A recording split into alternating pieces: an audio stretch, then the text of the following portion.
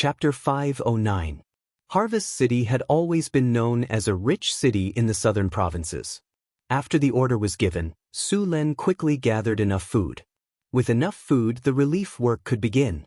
Su Len had already sent people to set up temporary camps outside the city for the refugees to live in. All the refugees were organized into groups of 100 people. At the same time, the soldiers in Harvest City were sent to maintain law and order. A large number of people gathered together would cause a lot of problems. The most important thing was epidemic prevention.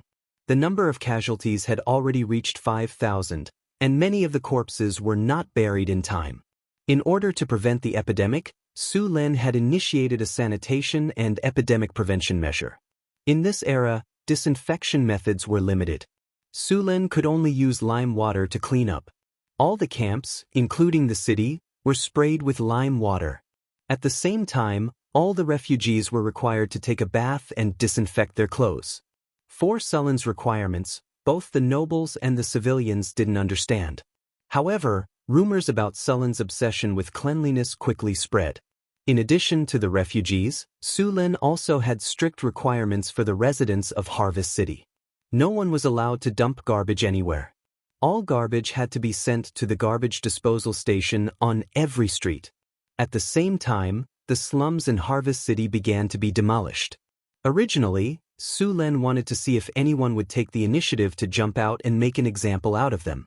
However, in the end, those gangsters cooperated with Sulen's orders without any intention of going against him. For those gangs, Su Len's deterrence was terrifyingly high.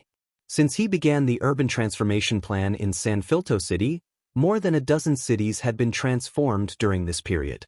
Many of the gangs wanted to resist, but they were all suppressed without exception.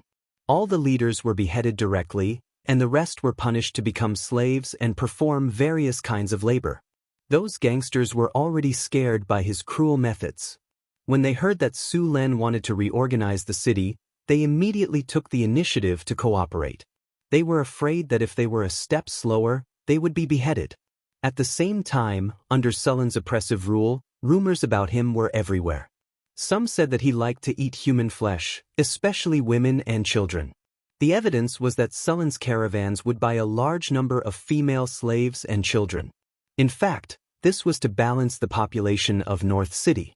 Some said that Su Len was favored by the devil, so he could build a city in the wasteland in just a few years.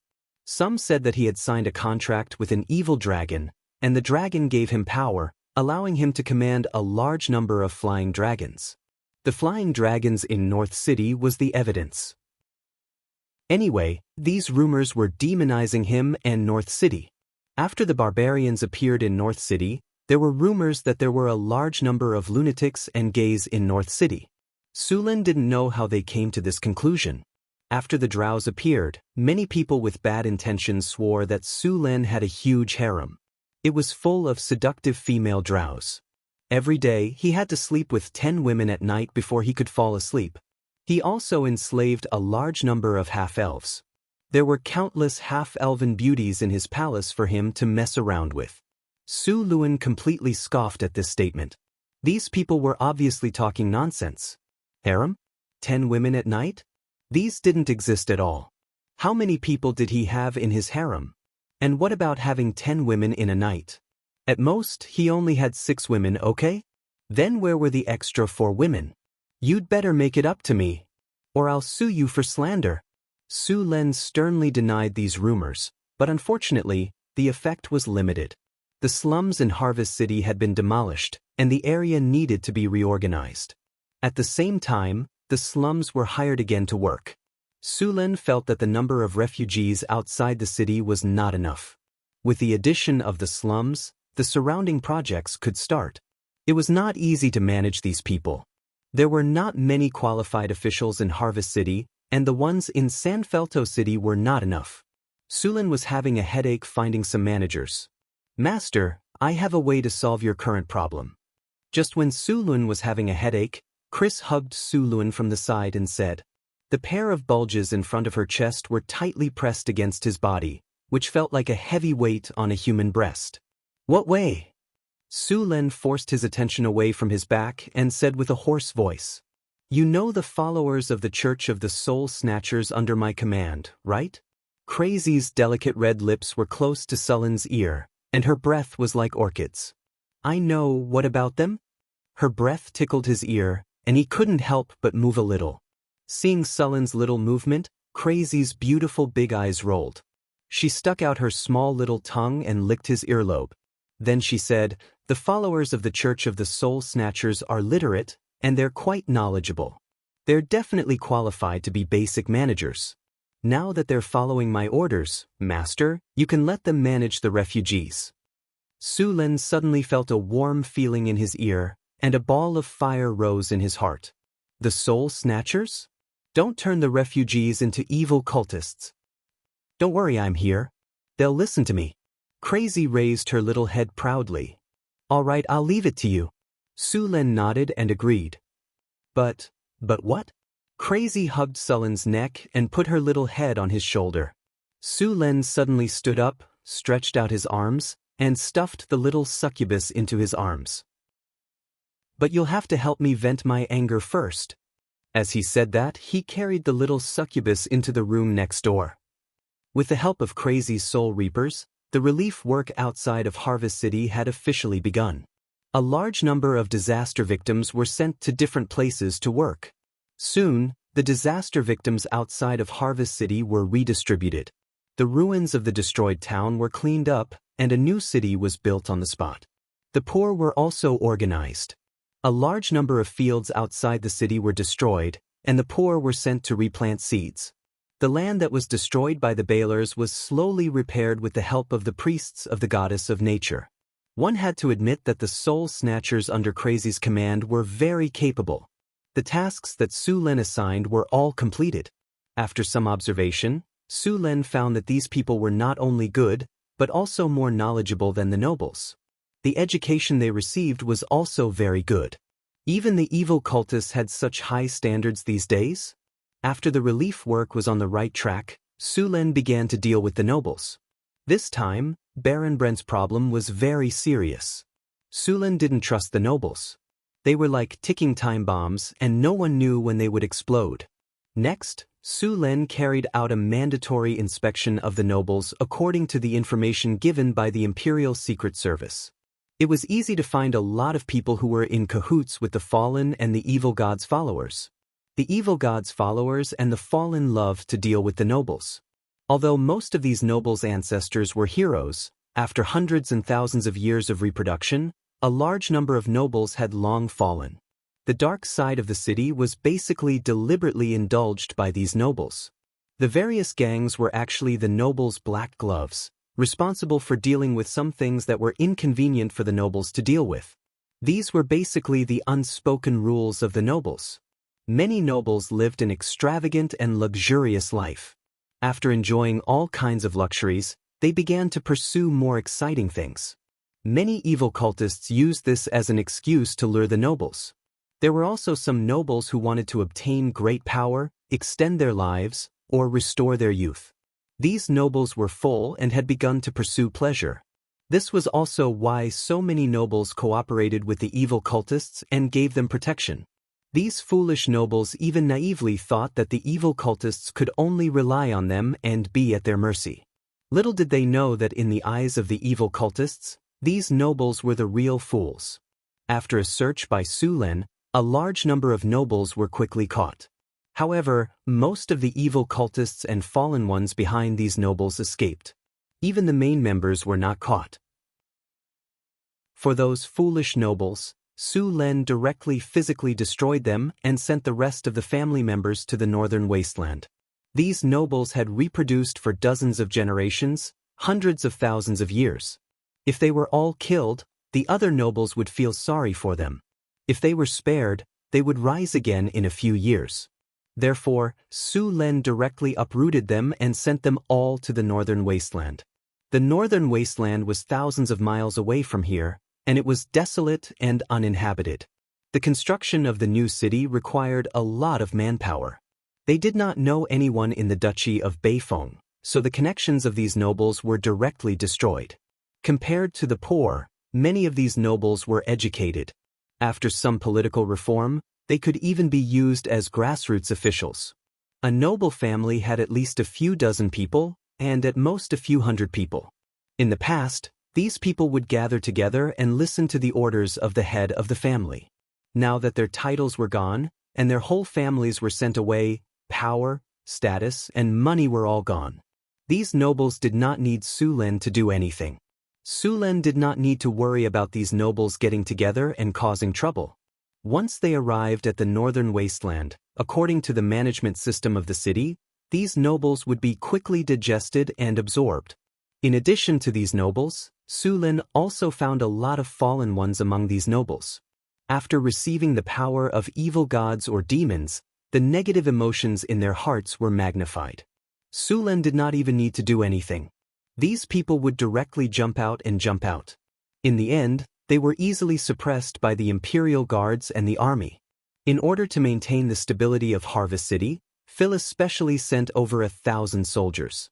With Su Lin and Chris in charge, these nobles could not do anything. Chapter 5:10. After becoming a legendary succubus, Crazy's strength had increased a lot. Now, when she used charm at full power, even Su Lin was shocked.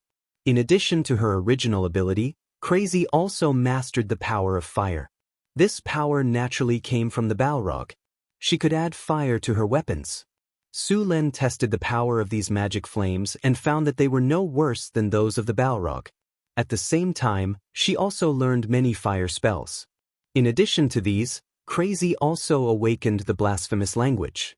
The blasphemous language was a power that spread among demons. It was the power of the oldest evil god and one of the abilities that the gods of the evil camp were good at. This was the most ancient blasphemous language. Only some powerful and evil beings with divinity could master this ability. Otherwise, they could only master the lower level of the blasphemous language. Not long ago, when Su Lin killed the priestess of the Church of the Soul Snatchers, she used the blasphemous language. However, the power of the blasphemous language was limited to Su Lin. Su Lin resisted it directly. Some priests who were favored by the gods also had this ability, but what they mastered was the word of truth. If one could become the chosen one or the favored one of the gods, they would be able to become the gods' chosen ones. This ability could be upgraded to the holy word. Under normal circumstances, the blasphemous language and the blasphemous language could only be bestowed by a powerful demon or evil god, whether it was a demon, a devil, or an evil god. An evil sacrificial ceremony was required. If it was a demon, it was simple. They could just kill brainlessly as long as there was enough blood and chaos. Just like Brent, who killed thousands of people to perform the sacrificial ceremony. If it was a devil, then a simple bloody massacre would not satisfy them. They liked all kinds of conspiracies and betrayals, especially those melodramatic dramas where relatives plotted against each other and killed each other. For example, the fight for the inheritance of nobles. The son killed the father, the younger brother killed the elder brother. Conspiracies and betrayals were the devil's favorite. Of course, they could also choose other evil gods.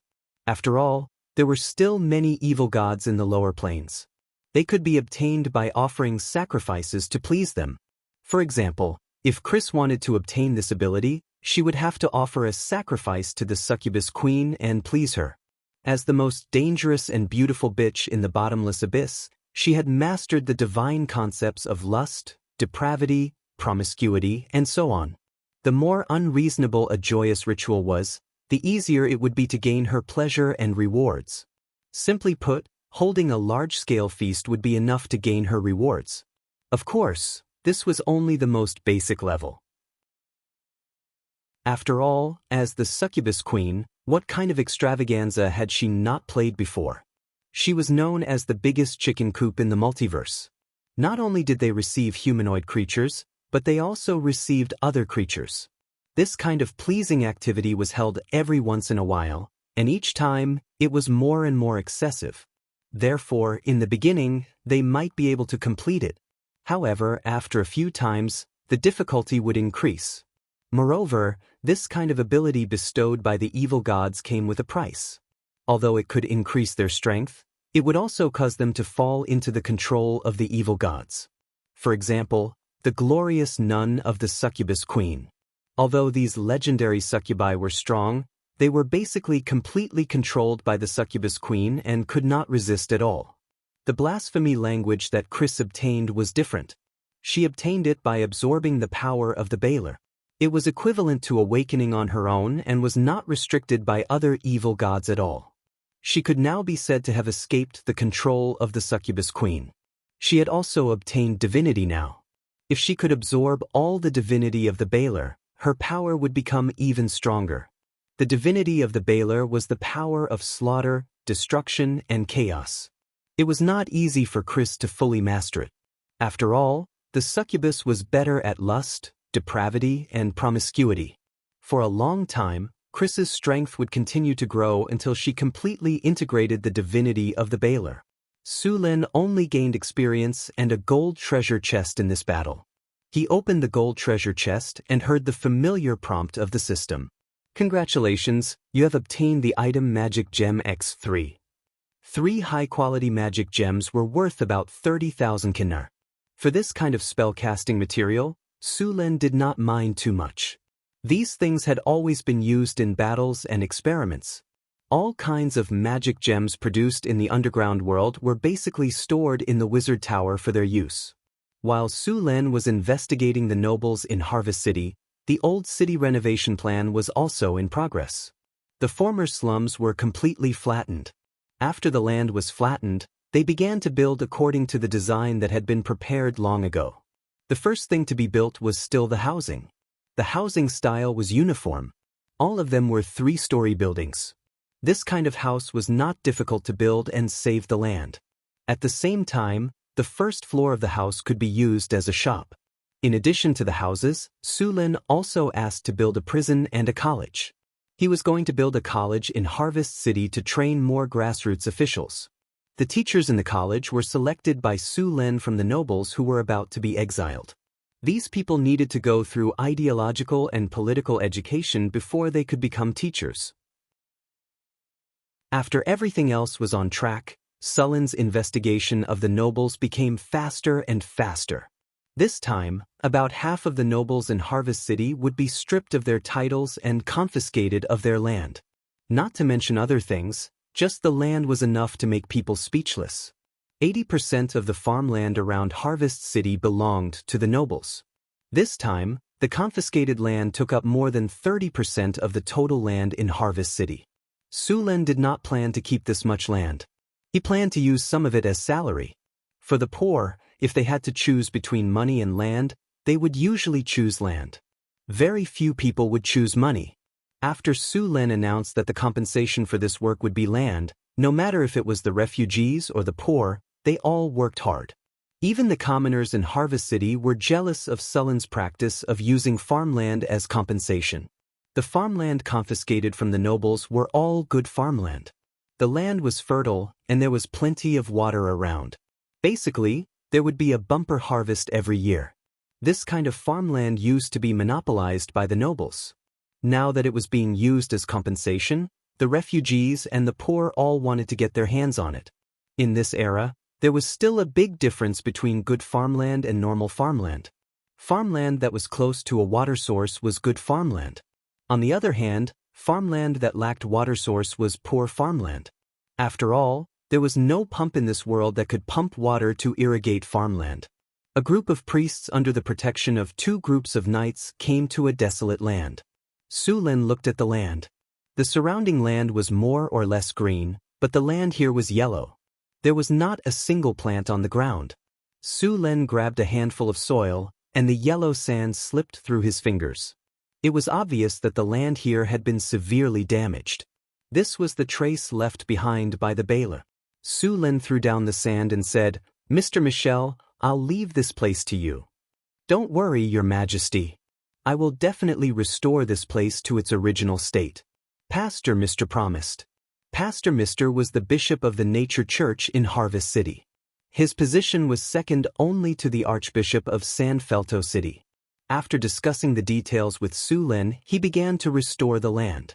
Bishop Michel and a few other priests began to pray. Soon, a powerful force of nature descended from the sky. With the appearance of this force of nature, the evil energy on the originally deserted land was dispelled. The land also changed from desertification to soil. Green grass grew out of the soil. Soon, this desolate and withered land became fertile farmland. Su Lin looked at the land and said in surprise, "The Nature Church's force of nature is indeed powerful.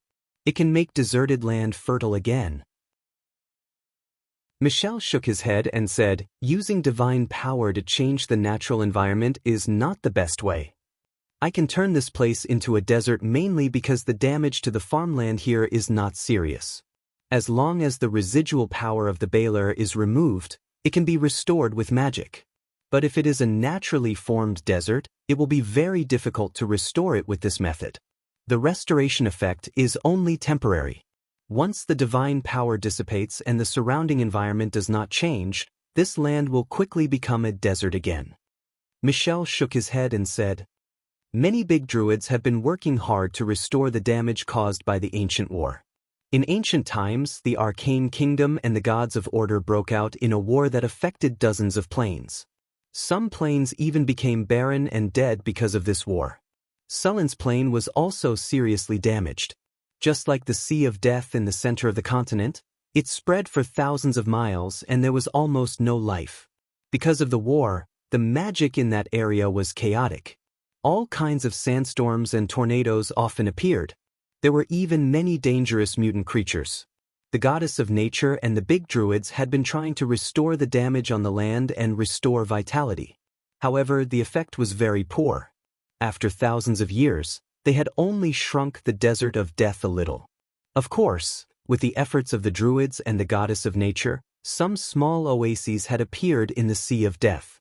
These oases were scattered in the Sea of Death, forming a trade route that ran through the Sea of Death. Of course, this trade route did not go deep into the Sea of Death. It was said that there were many ancient ruins buried in the Sea of Death. There were immeasurable wealth and methods to make people stronger. Every year, a large number of adventurers risked their lives to go to the Sea of Death. Chapter 511. The Church of the Goddess of Nature hated those who destroyed the balance of nature. Many wizards' experiments would cause some damage to the natural environment, so the relationship between the Temple of Nature and the wizards had always been bad.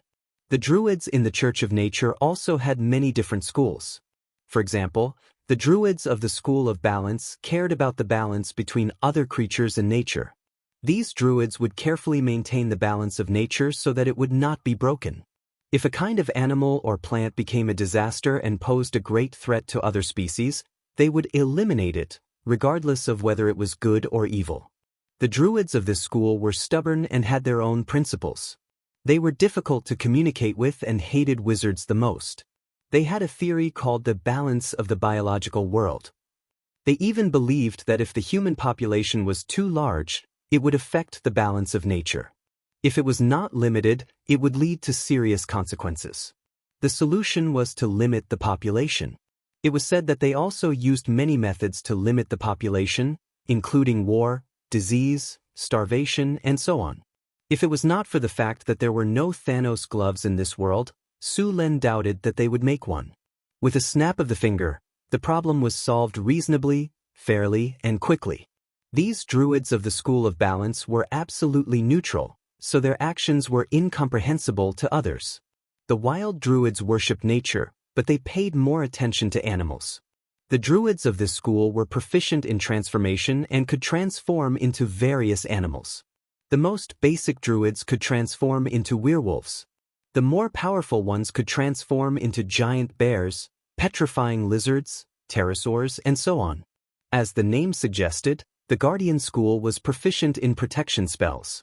There was also the School of Nature. The druids of this school were the most respected. They were also the ones who repaired the damage of nature for decades.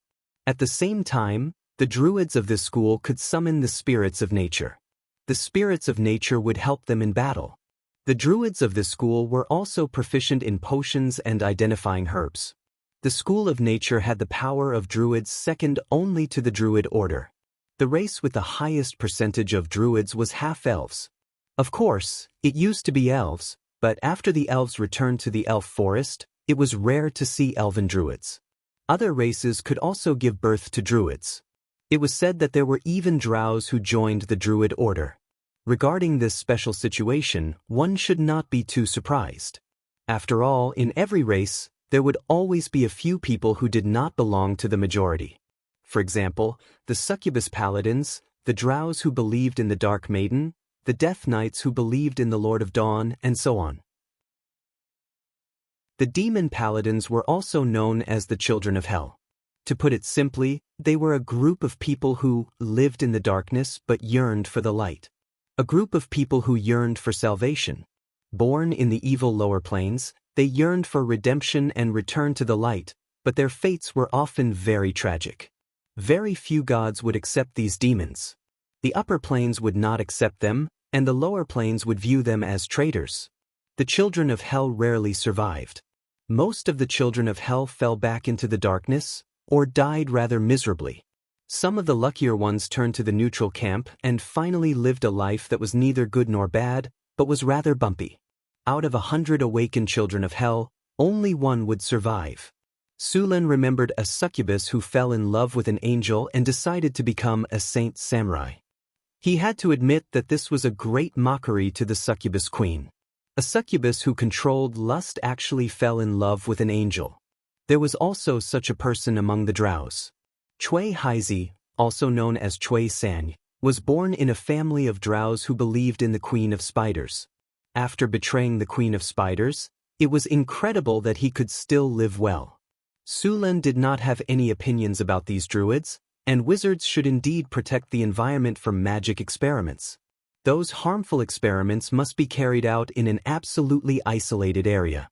Pollution leaks, which directly caused the surrounding dozens of kilometers to become uninhabitable, were absolutely forbidden.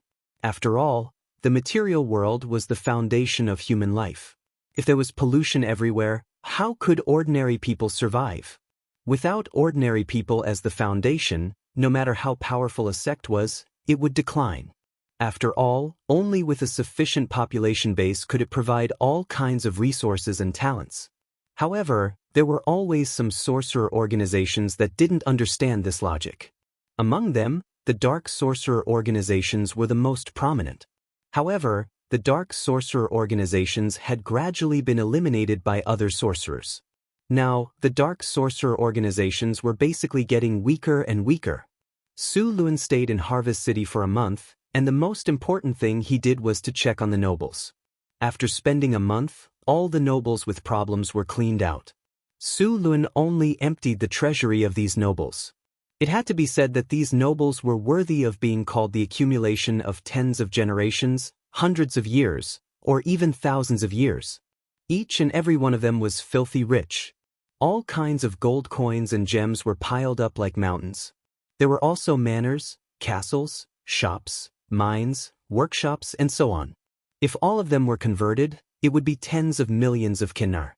In addition to these assets, Su Len also found a lot of precious magic materials, many of which even Su Len did not have. He had to admit that these southern nobles were really rich. It made him want to rob the rest of the nobles as well. But fortunately, he didn't lose his mind. Even so, the remaining nobles were all frightened and treading on thin ice. During this time, they couldn't be more obedient, so Su Lun couldn't find an excuse to attack them. For this reason, he regretted for a long time. Su Len did not directly sell the manors, shops, mines, and workshops that he confiscated. If he sold so many assets in a short period of time, it would cause the price to drop. If that happened, he would be the one to lose. Those merchants would not buy at a high price just because he was the king. Su Len kept the best manors and castles, and gave the rest to the nobles as rewards. Su Len also kept the best shops and gave them to the caravans in North Town. Su Len gave the rest of the shops to the Imperial Secret Service. The Imperial Secret Service's intelligence network was too expensive. Su Len allowed the Imperial Secret Service to set up a stronghold and set up shops to raise funds. The advantage of doing this was that they could hide themselves better. At the same time, they would have more channels to gather information. A part of the profits from these shops would be given to the Imperial Secret Service as subsidies, and the rest would be stored in the stronghold. At the same time, Su Lin also left some shops for the local town hall. These shops were for the town hall to set up some daily necessities shops to stabilize the price of goods. This way, the price of goods would not be controlled by those profiteers. Su Lin had been in Harvest City for a month now, so he knew a lot about the city. In the past, the nobles and merchants here would often work together to lower the price of food during the harvest season. Then, when there was a shortage of food, they would raise the price. In this way, ordinary civilians would have their flesh cut off twice. If they were even more unscrupulous, items such as salt and cloth would be cut off once more. Therefore, although this city was called Harvest City, the commoners' lives were not good. It was not uncommon for the farmers to suffer when there was a good harvest. Of course, Su Lin would not let those profiteers get away with it. Therefore, he planned to let the town hall come out and give them the lowest price for food. At the same time, he would set up a granary here to store food and sell it at a low price during the shortage of food. Su Lin learned this from his previous life. In his previous life, there was a system like this in ancient times. Chongping Granary was specifically built for this purpose. However, no matter how good the system was, it still needed people to follow the rules. Unfortunately, there were not many people who could do it. Otherwise, there wouldn't be so many fire dragons burning granaries and ghost soldiers borrowing food. Even in his previous life, when modern information was so perfect, there were still people who took risks out of desperation. Su Lin naturally did not trust the integrity of the officials. Therefore, he ordered all the officials to go to the prison every 6 months for ideological and political studies. At the same time, Su Lin also ordered the imperial guards to supervise them. In order to make this system work properly, Su Lin put in a lot of effort.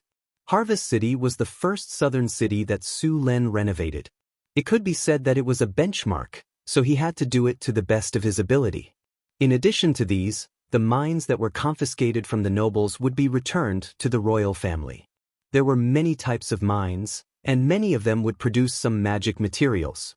Some of them would be sent to the northern city, and the rest would be sold to the royal family. Chris, Hathaway, Alex, Phyllis, Karina, and his half-elf maid would all have a share. As for the workshops, Su Lin was going to sell them to the merchants. If these workshops were handed over to the town hall, the output and expenditure would not be proportional.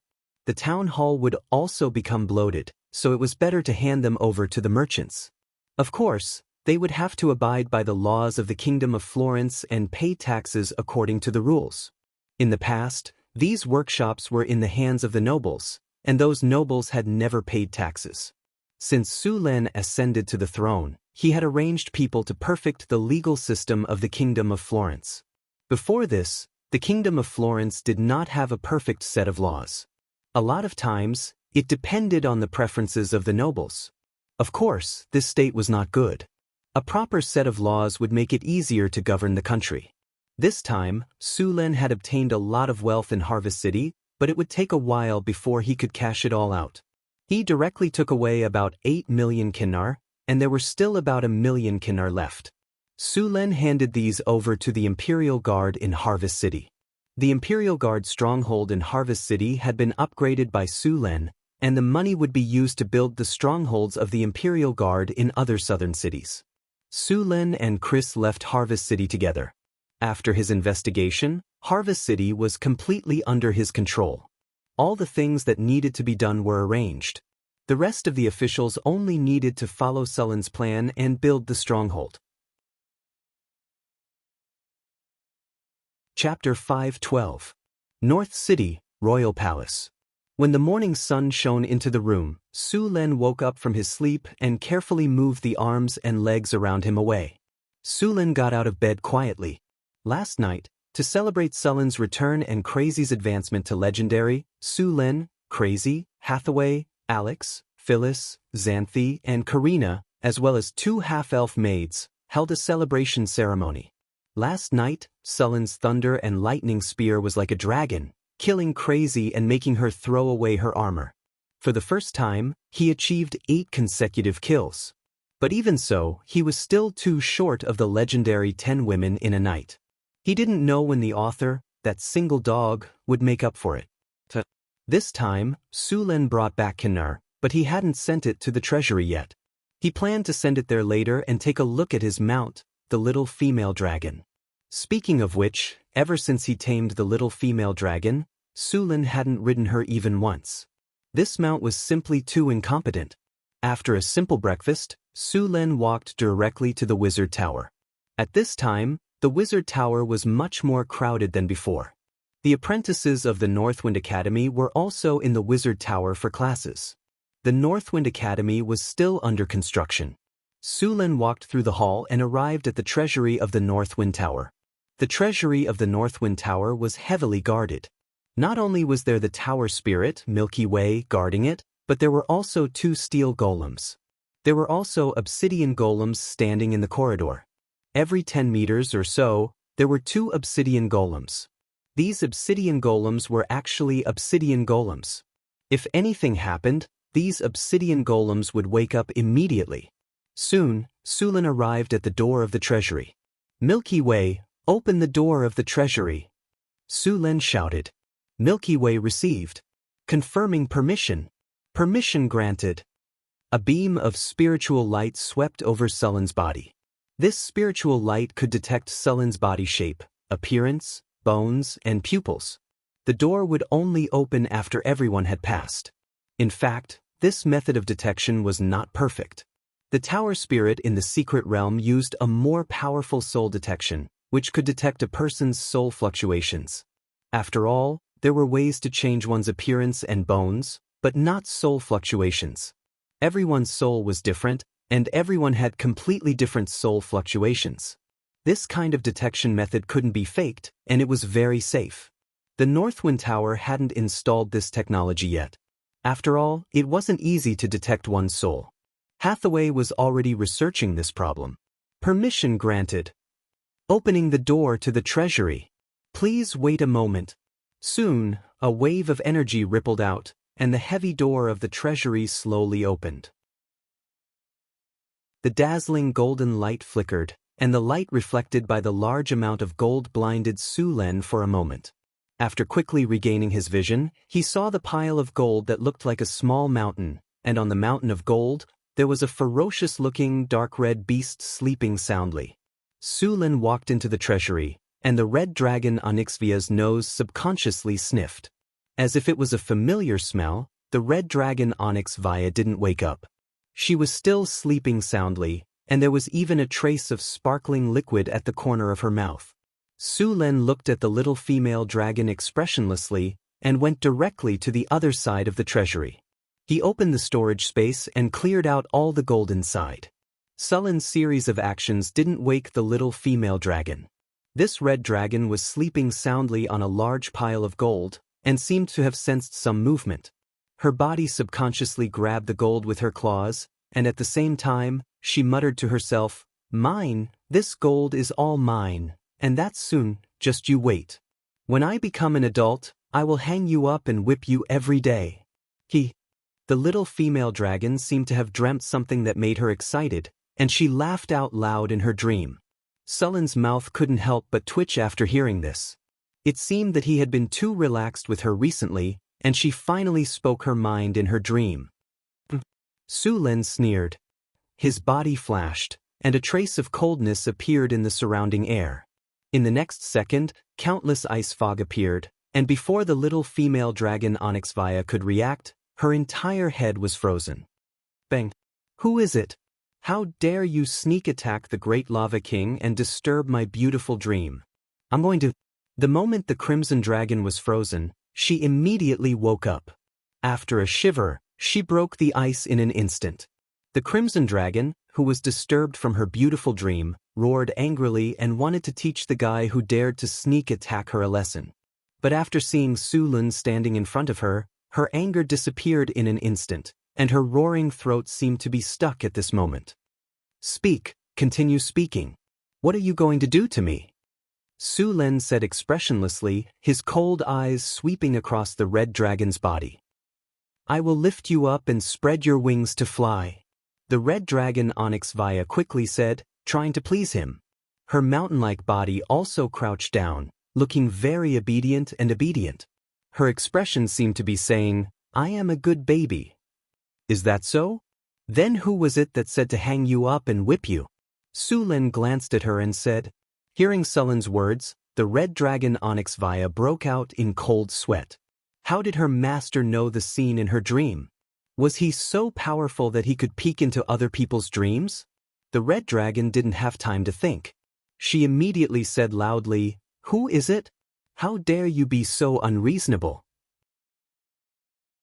"Master, tell me who it is, and I will capture him immediately for you to punish," the red dragon said righteously. If it weren't for the obvious red dragon characteristics on her body, Su Lin would have thought that she was a gold dragon. Speaking of which, Su Lin also liked gold royals very much. His whole body was shining with gold, which was the standard of a nouveau riche. Su Lin sized up the red dragon in front of him. How long had it been? She had actually learned to lie through her teeth, to keep a low profile, and to follow her heart. This was unbelievable. Red dragons were arrogant by nature and didn't know how to be humble at all. They were all like iron-headed dolls. Now, this little female dragon was enlightened. If she was given enough time to grow, she might also become a famous evil dragon in the multiverse. According to the relevant data and statistics, the red dragons and white dragons had the highest rate of premature death in the multiverse. The white dragons died because of their strength, while the red dragons died because of their arrogance. When they didn't have the strength to roam around, they would rob in a high-profile manner. Those adventurers liked this kind of dragon the most. As long as they were careful, they could get the title of a dragon slayer. Why not? Don't pretend. I'm talking about you, Su Lin said coldly. Just now, you said everything in your heart in your dream. Impossible. I want the dragon mother Tiamat to swear that I definitely didn't say anything. The little female dragon said immediately. Su Lin didn't say anything. To be honest, the dragon's belief in Tiamat was basically just words. Some dragons didn't even bother to mention it verbally. One could imagine how credible this oath was. Also, I've been here for half a day and you've been sleeping. Is this how you guard my treasure? Su Lin deliberately emphasized the word me. That the little female dragon was a little hesitant. I'm almost an adult now. I'll be a little sleepy during this period. Also, Master, didn't you say that my original wealth still belongs to me? You remember this very clearly. Su Lin said with a cold smile. During the time you were guarding the treasure, a lot of gold was lost. As the guard of the treasure, you didn't fulfill your duty, so your gold was confiscated. Ah! The little female dragon's body instantly straightened up. Master, you can't do this. That's the wealth I've painstakingly accumulated for decades. You're bullying a dragon. That voice was miserable and mournful. It was as if one would cry when one heard it. However, Su Lin didn't have any reaction at all. Are you done crying? Are you done? After crying for a while and seeing that Su Lin didn't have any reaction, the little female dragon finally stopped her performance. Then let's go, Su Lin said and was about to turn and leave. With a flash of light, the little red dragon's huge body disappeared, and a beautiful girl with red hair and an enchanting figure appeared in front of him. Master, where are we going? Didn't you say you were going to carry me and spread your wings and fly high? Su Lin looked back at her and said, I'll give you a chance to show off. Xianxia hung her head and followed Su Lin out of the treasure trove dejectedly. When she thought of her gold being gone, the little female dragon couldn't wait to spit out a mouthful of dragon's breath. However, when she thought of the difference in strength between the two sides, she could only stare weakly at Su Lin. That expression made her look like a punching bag. Then Su Lin let the little female dragon take him to the sky. The red dragon's huge body was very conspicuous. Although she wasn't an adult yet, as the largest red dragon among the 5 colored dragons, she was now 14 meters long. When she spread her wings, she covered the sky and the sun. Su Lin rode on the little female dragon's back and flew quickly in the sky. There was a burst of cheers in North Town City below. In their eyes, their lord had become a legendary dragon knight. With such a powerful lord protecting them, these people felt deeply honored. Giant dragons were indeed a very strong deterrent in this era. There were too few ways for humans to deal with giant dragons. After flying for a while on the little red dragon, Su Len also discovered that the ballista's power was really limited against giant dragons. Using a ballista to attack a giant dragon was like using a rifle to attack an airplane. The success rate was too low. Moreover, compared to an airplane, giant dragons were more than one level more agile. Weapons like the ballista could only hit pterosaurs or other Euron. For real giant dragons, the threat was very limited.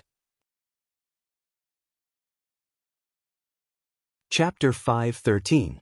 Su Len rode on the little female dragon and flew around in the sky. Then, he brought her back to the palace and taught her a lesson. This red dragon was a troublemaker, so she needed to be taught a lesson every once in a while. Su Len was happy to see the little red dragon make mistakes. Because as long as this was the case, he would have a legitimate reason to train and teach the little red dragon.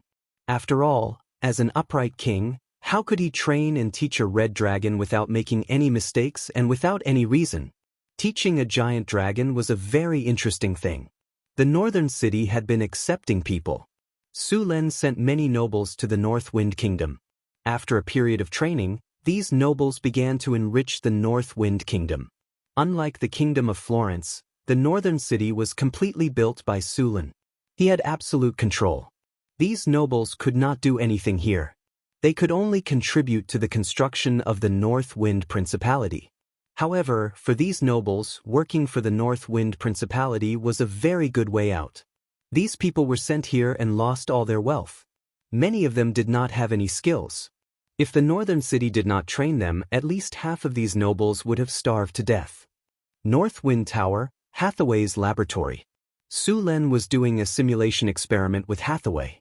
With a flash of light, Su Len took off his magic glasses. This time it looks good. It should be a success. I don't know. Let's test it first, Hathaway said as she moved her body. As she spoke, Hathaway picked up the crystal on the experiment table and began to test it. The machine used for testing was very large. After Hathaway put the crystal in, she turned it on. A powerful energy wave came. Then, the machine started up. An irritating sound was heard. The machine was like a train. It was very noisy. Finally, after 5 minutes, the machine stopped. Hathaway turned on the machine. The crystal, which was originally bright and clear, had become damaged. It was full of cracks. It seemed that the crystal would shatter completely with a gentle touch. Looks like the experiment didn't succeed, Su Len said as he glanced at the crystal. Hathaway shook her head and said, "We've made great progress in this experiment. The hardness and magic resistance of this crystal have already reached 80% of the data we needed. As long as we continue our research, I believe we will be able to obtain the crystal we want very soon." Alright, you've indeed improved. Su Len checked the crystal and said, although the crystal looked cracked, Su Len looked at it carefully and found that it was still very hard. Su Len and Hathaway were experimenting with the creation of arcane crystals. These crystals were hard, tough, and had high magic resistance.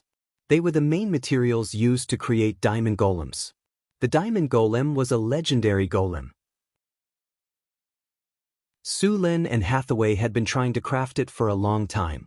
Northwind Tower didn't have all the information on the diamond golem, so they could only research it bit by bit. Although it was called a diamond golem, this legendary golem wasn't made of diamond. It was just that this material looked like diamond and had the hardness of diamond. In fact, this golem used a kind of arcane crystal. Although diamond was hard, it wasn't suitable for making golems. This material had very low toughness. Although it was hard, it was easy to shatter after being hit by other hard objects. Moreover, diamond wasn't resistant to high temperatures. After the temperature reached thousands of degrees Celsius, it would melt, so it wasn't suitable for making golems. Although diamond was produced in large quantities, it had no advantage over crystal. Hathaway's requirements for the arcane crystal were very high. The arcanists had long mastered the craft of artificial crystals. Even artificial diamonds were the same. However, the magic affinity of artificial diamonds was quite different from natural diamonds. After dozens of adjustments, This artificial arcane crystal was close to being used to make diamond golems. The arcane crystal required for diamond golems had to have a molar hardness of at least level 8. At the same time, the requirements for magic resistance were very high. If the required arcane crystal was successfully produced, then the work of building the diamond golem would be almost half done. Su Lin was still looking forward to having these diamond golems in his golem army. Only with diamond golems could the golem army participate in battles above the legendary level. The golem army in the floating city was based on a steel golem, mixed with some diamond golems, mithril golems, adamantine golems, arcane guardian golems, and spellbreaker golems. Even the demon army of the bottomless abyss couldn't resist this level of golem army. This was also the powerful force that the great arcanists used to colonize many planes. Afternoon. Alex returned to the wizard tower with good news. Some of the workshops in Harvest City in the south had been sold, and the supplies needed by the Northwind Duchy were also being delivered. The Northwind Duchy caravan was in charge of the transportation, led by Xian. The Northwind Duchy caravan was now several times stronger than before. With Sullen's support, Xian's caravan had a large number of soldiers from the Northwind Duchy. These soldiers were very powerful. Even the local nobles' armies were no match for them, let alone bandits. If this caravan turned into bandits, they could easily plunder a large number of nobles' territories. Now, this caravan was in charge of a part of the Northwind Duchy's foreign trade. Many of the Northwind Duchy's products were transported to the south by them. Su Lin was even now considering whether to continue to contact the south and trade with the Anza kingdom. These kingdoms were more prosperous than Florence. These southern countries were close to the sea and had prosperous maritime trade. Although the Red Dragon Queen had cut them off, they were still very rich. If Su Lin wanted to build a floating city, he would need hundreds of billions of kinnar. If he didn't plunder these countries, how could he build a floating city? What about the cultists? Su Lin asked as he sat in front of his desk. Alex sat on the sofa next to him and ate some snacks. As his power and territory continued to expand, so did the number of things he had to deal with. Su Lin didn't want to be tied up in the study every day, so he would leave some things to his women. Alex now had some information and caravans. He was also tracking down the cultists in the Florence Duchy and the Northwind Duchy. After swallowing the biscuit, Alex picked up the honey fruit tea next to him and took a sip. Ever since the Church of the Soul Snatchers was taken care of, the other cultists have become much more secretive. They still have many spies in the south. These people are just hiding temporarily. When things calm down, they will appear again. Su Lin nodded. They really are like dog skin plasters. Send people to keep an eye on the cultists. The Imperial Secret Guards will listen to your orders. Once you find their nest, report it immediately. Currently, there were basically no cultists in the Northwind Duchy. Su Lin had too much control over the place, so the cultists couldn't survive at all. However, it was different in Florence. There was too much land for the cultists to survive. Xian's caravans had recruited a large number of mercenaries and adventurers in addition to some soldiers from the Northwind City. Although these people weren't very strong, they could be useful in many situations. According to Su Lin, these people were the city's foxes and rats. They were familiar with the various dark sides of the city and the gray areas. They could provide a lot of useful information and combat power for the Kingdom of Florence. Su Lin had been promoting the old city renovation plan of the Kingdom of Florence, but the progress was limited.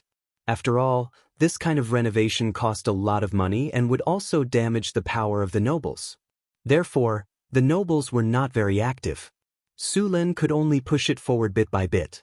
At the same time, the Northwind Duchy and the underground world were operating at full capacity. The Northwind Duchy was also continuing to expand. In the Northwind City, there were now 3 legendary masters. Alex was also getting closer and closer to becoming a legendary master. Su Lin gave the remaining divinity to Alex again. With 2 divinity points, her bloodline had become even stronger. Su Lin planned to give the remaining 3 divinity points to Hathaway, Karina, and Phyllis. Divinity was very important to them. Mystery Realm, Nature Oak. This area was shrouded in rich life energy and natural energy. Su Lin had sealed this area, so the outside world couldn't sense any life energy. This was the forbidden area of the entire Northwind Duchy. Even Alex and the others couldn't enter at will without Sullen's permission. The nature oak here already had its own consciousness. After absorbing the nature crystal, this nature oak had become a divine plant. It even had the possibility of becoming a tree of life or a world tree. Of course, the time and resources needed to become a tree of life or a world tree were extremely shocking. Su Lin couldn't afford to raise it now. With such a plant, if he found a lifeless realm in the astral plane, he could use it to transform that realm into one full of life. Of course, it would take a long time to do this. The entire area was shrouded in rich life energy and nature energy. Su Lin planned to wait until the tree stabilized and then arrange for some half-elves to come in. The power emitted by this tree could slowly purify and change the bloodline, making the original elven bloodline richer. Now, this tree had grown to more than 30 meters. It was considered a big tree outside, but it was just the beginning in the nature oak. Chapter 5:14. As for this nature oak, Su Lin intended to wait until he grew up to arrange for a few well-behaved half-elves to live here for a period of time, or treat living here for a period of time as a reward. If the half-elves knew there was a nature oak in the hidden realm, they would be willing to pay any price. With the nature oak, the half-elves would be more loyal to the Duchy of Northwind. Of course, before Su Lin was strong enough, he wouldn't expose the nature oak. It must be known that the nature oak had already begun to evolve. If it were to successfully evolve into an ancient tree, it would produce moon spring water every once in a while. The spring water contained a certain amount of mana that could recover mana and some simple injuries. At the same time, it could be used to make potions.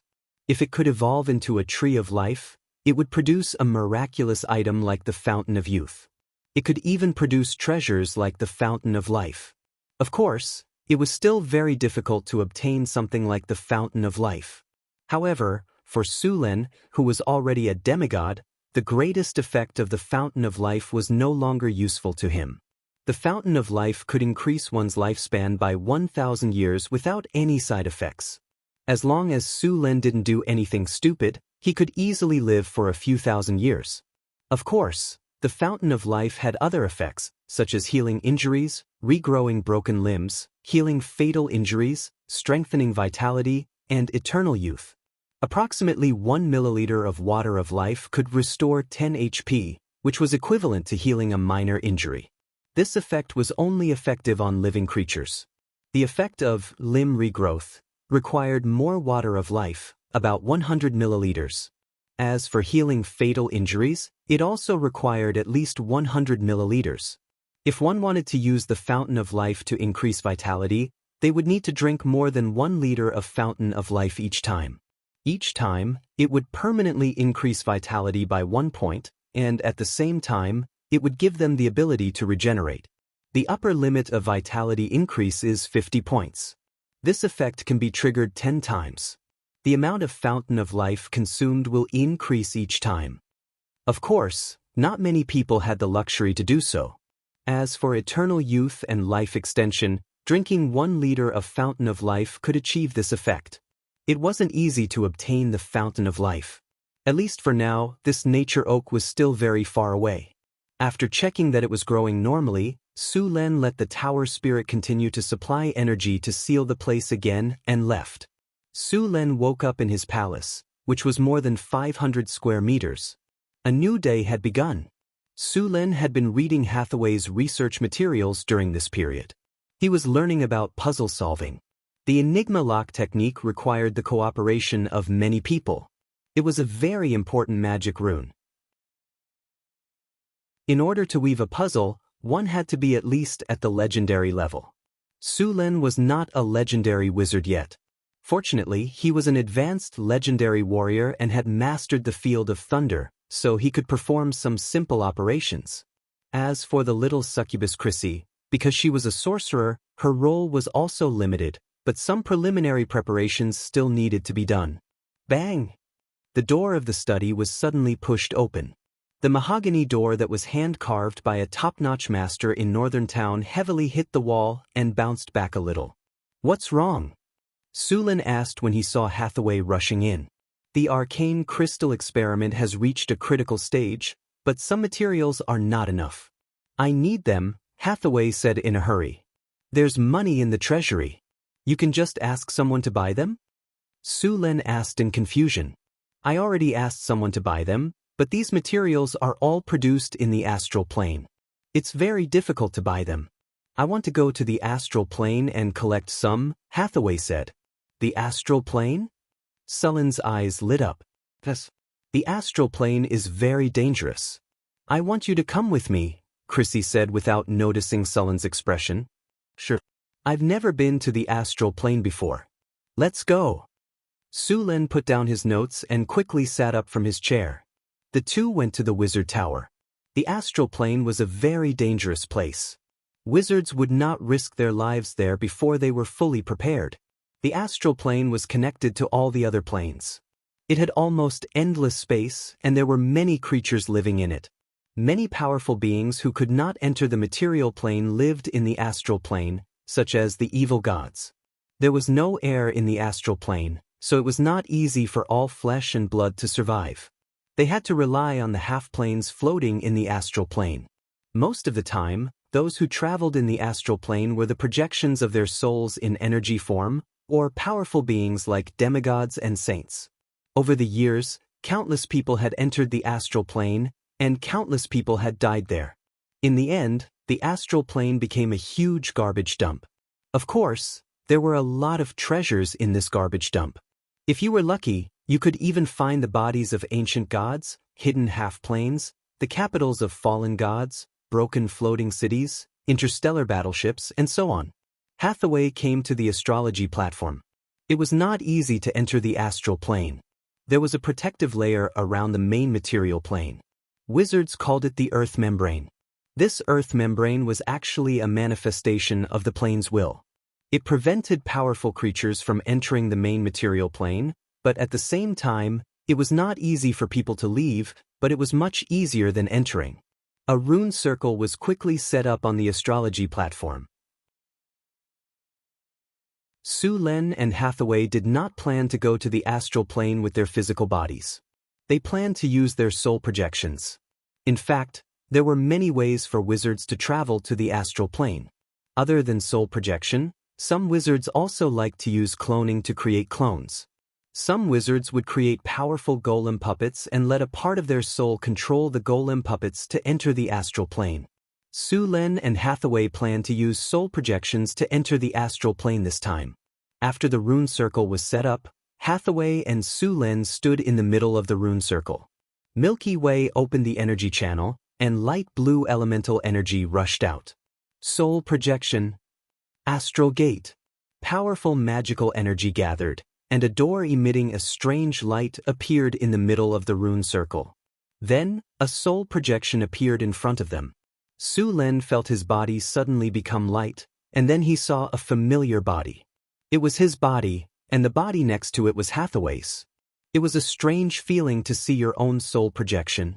After inspecting his own body, Sulin did the same. A soul flashing with a light golden brilliance appeared in front of him. There were flashes of lightning in the soul projection, and at the same time, there was a soul fluctuation that made people's hearts palpitate. Hathaway's soul projection was not as powerful as Sulin's, but it was still extraordinary. A large number of runes could be seen flashing on her soul projection. After a while, the two directly entered the astral gate that was already opened. A dazzling light flashed, and the two soul projections instantly turned into a ray of light and rushed into the sky. The feeling of the soul leaving the body was very strange. It was like removing a sandbag from the body, and the whole body suddenly became light. This was the first time Sulin's soul projection left his body. The whole soul projection was so light that it seemed like it could be blown away by a gust of wind. This was not Sulin's complete soul. It was only a part of his soul. After being shaped into a soul projection by a spell, it went through the astral gate and went to the astral world. The soul projection was not the whole soul. It was only a small part of the soul. If the soul projection died in the astral world, it would not cause the body to die together with it. Instead, it would cause some damage to the soul, and the consequences would be a splitting headache, a trance, and a serious impact on the intelligence. Of course, if the soul was slightly damaged, it would recover after a while. However, if the soul was severely damaged, it would need a priest to cast an advanced repair spell. Of course, it could also be done by a wizard, but the wizard would need to use soul crystals to do so. The soul projection was only a part of the soul, so the strength of the soul projection would be lower than before. There was also another reason. The soul projection could not bring the original equipment, unless the item was a legendary creation. Then, the soul projection could use a spell to shape a projection and let the soul projection use it. Sullen's soul projection inherited about 70% of his strength. This was mainly because Sullen's body was too strong. Hathaway's soul projection inherited about 90% of his strength. After going through the astral gate, a feeling like a fish in water was transmitted from the body. The abundant energy in the astral world entered the body. The concentration of various kinds of energy in the astral world was far higher than in the material plane. The contact between the soul and the energy was deeper. There were many spells that did not need to be chanted and could be cast instantly. Even the casting time of legendary spells was reduced by half. Su Lin and Hathaway held hands tightly. It was the first time they came to the astral world. In the past, they had only seen descriptions of the astral world in books. Since it was their first time here, the two of them were very curious. At this time, there was a huge plain under their feet. It was the world they were in. Countless stars were shining in the distance. They could see a large amount of dark matter and the silver dust of the astral world. The two of them were at the edge of the planet. The most eye-catching thing was the two moons above their heads. What was it like to see the moon in the astral world? Su Lin could tell you that it was big, very big. One of the two moons was silver, and the other was slightly blue. The two moons were still very far from the planet. It was not easy to go there. Su Lin looked at the planet they lived on. He had to admit that the planet was very big. Su Lin roughly calculated its diameter. It was half the diameter of the Earth in his previous life. Standing in the astral world, they could clearly see the entire terrain of the planet. Chapter 5:15. From the astral plane, the planet they lived on was very similar to Earth. The north and south poles were also covered in thick layers of ice. The blue ocean occupied most of the planet's surface. "This is the world we live in? It looks so beautiful," Hathaway said in surprise. Standing in the astral plane, one could see that there were 9 continents on the planet. The continent Su Lin was on was in the northern hemisphere. To the south was a continent. Although it was called a continent, it looked more like a large island. Most of the continent was covered in a layer of green vegetation. To the east of the continent where the Kingdom of Florence was, there was another continent across a strait.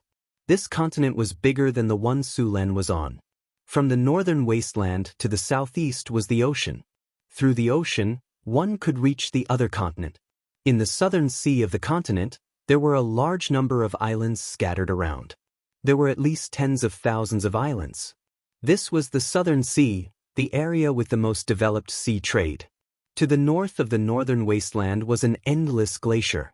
It was a world of ice and snow. To the south was a continent covered in ice and snow. On the other side of the planet, there was also a continent. Below this continent was a slightly smaller continent across a strait. In the southern hemisphere, there were also 4 continents of different sizes. I didn't expect the world we live in to be so big. I wonder what those continents look like. Su Lin said with emotion. If there's a chance, I'll travel to those continents. Right? We're here to collect materials. Let's get started. Hathaway interrupted Sullen's imagination. She then pointed at the astral plane. Then let's get started. Su Lin nodded. To move in the astral plane, one had to rely on flying spells or teleportation spells. Because there were very few materials in the astral plane, the teleportation distance was very far. With the help of the landmarks in the astral plane, One could teleport tens of millions of kilometers or even more. Because there was no air and gravity, flying spells in the astral plane were very fast. They could easily break through the speed of sound. If they continued to accelerate, they could even reach a few or even a dozen times the speed of sound. After Su Lin and Hathaway observed for a while, they quickly found an area rich in materials. There was a lot of dust in the astral plane that was invisible to the naked eye. One of them was astral dust, but it couldn't be seen with the eyes. One could only search for it with spells or other things. Only when the astral dust underwent some changes or was integrated with other energy would ordinary people be able to see it with their naked eyes. After a large amount of astral dust was gathered, it would form a smoke-like golden color. Under normal circumstances, it would be a silver-white dust belt. It was like looking at the Milky Way from afar. Astral sand would emit a faint light. If it was fused with other substances, it would turn into various colors. For example, the silver rings that surrounded the planet due to gravity were more than 70% astral sand. Greater teleportation. Su Lin and Hathaway instantly appeared thousands of kilometers away. There was a lot of astral dust around them. Besides astral dust, there were also some other astral substances. Hathaway gently waved her hand. A light flashed, and the surrounding silver substances began to gather in the middle. Hathaway took out a crystal-clear bottle. Then, the silver substances began to gather in the crystal bottle. After seeing Hathaway start to collect materials, Su Lin also took out the crystal bottle. A large amount of astral substance was collected in the bottle. The crystal bottle was a space bottle that Hathaway specially made. It had about 10 cubic meters of space inside. Although the astral substance seemed to be a lot, it was actually very small. Soon, all the surrounding silver dust ribbons were collected in the bottle. After collecting the astral substance here, the two continued to collect in another area. There was a lot of astral dust, but it was all scattered in the astral plane. It was very troublesome to collect it. After collecting it, they had to go back and use runic circles to refine and purify it. In the end, they could obtain the silver astral sand. Just as Su Lin and Hathaway were collecting astral substance, in the deeper astral plane, a light quickly approached. After a while, Su Lin noticed it. "What's that?" Su Lin asked, pointing at the rapidly approaching light. "Could be a comet or a half-plane." Hathaway glanced and said, "Maybe if we're lucky, it's a half-plane?" Su Lin said with a smile.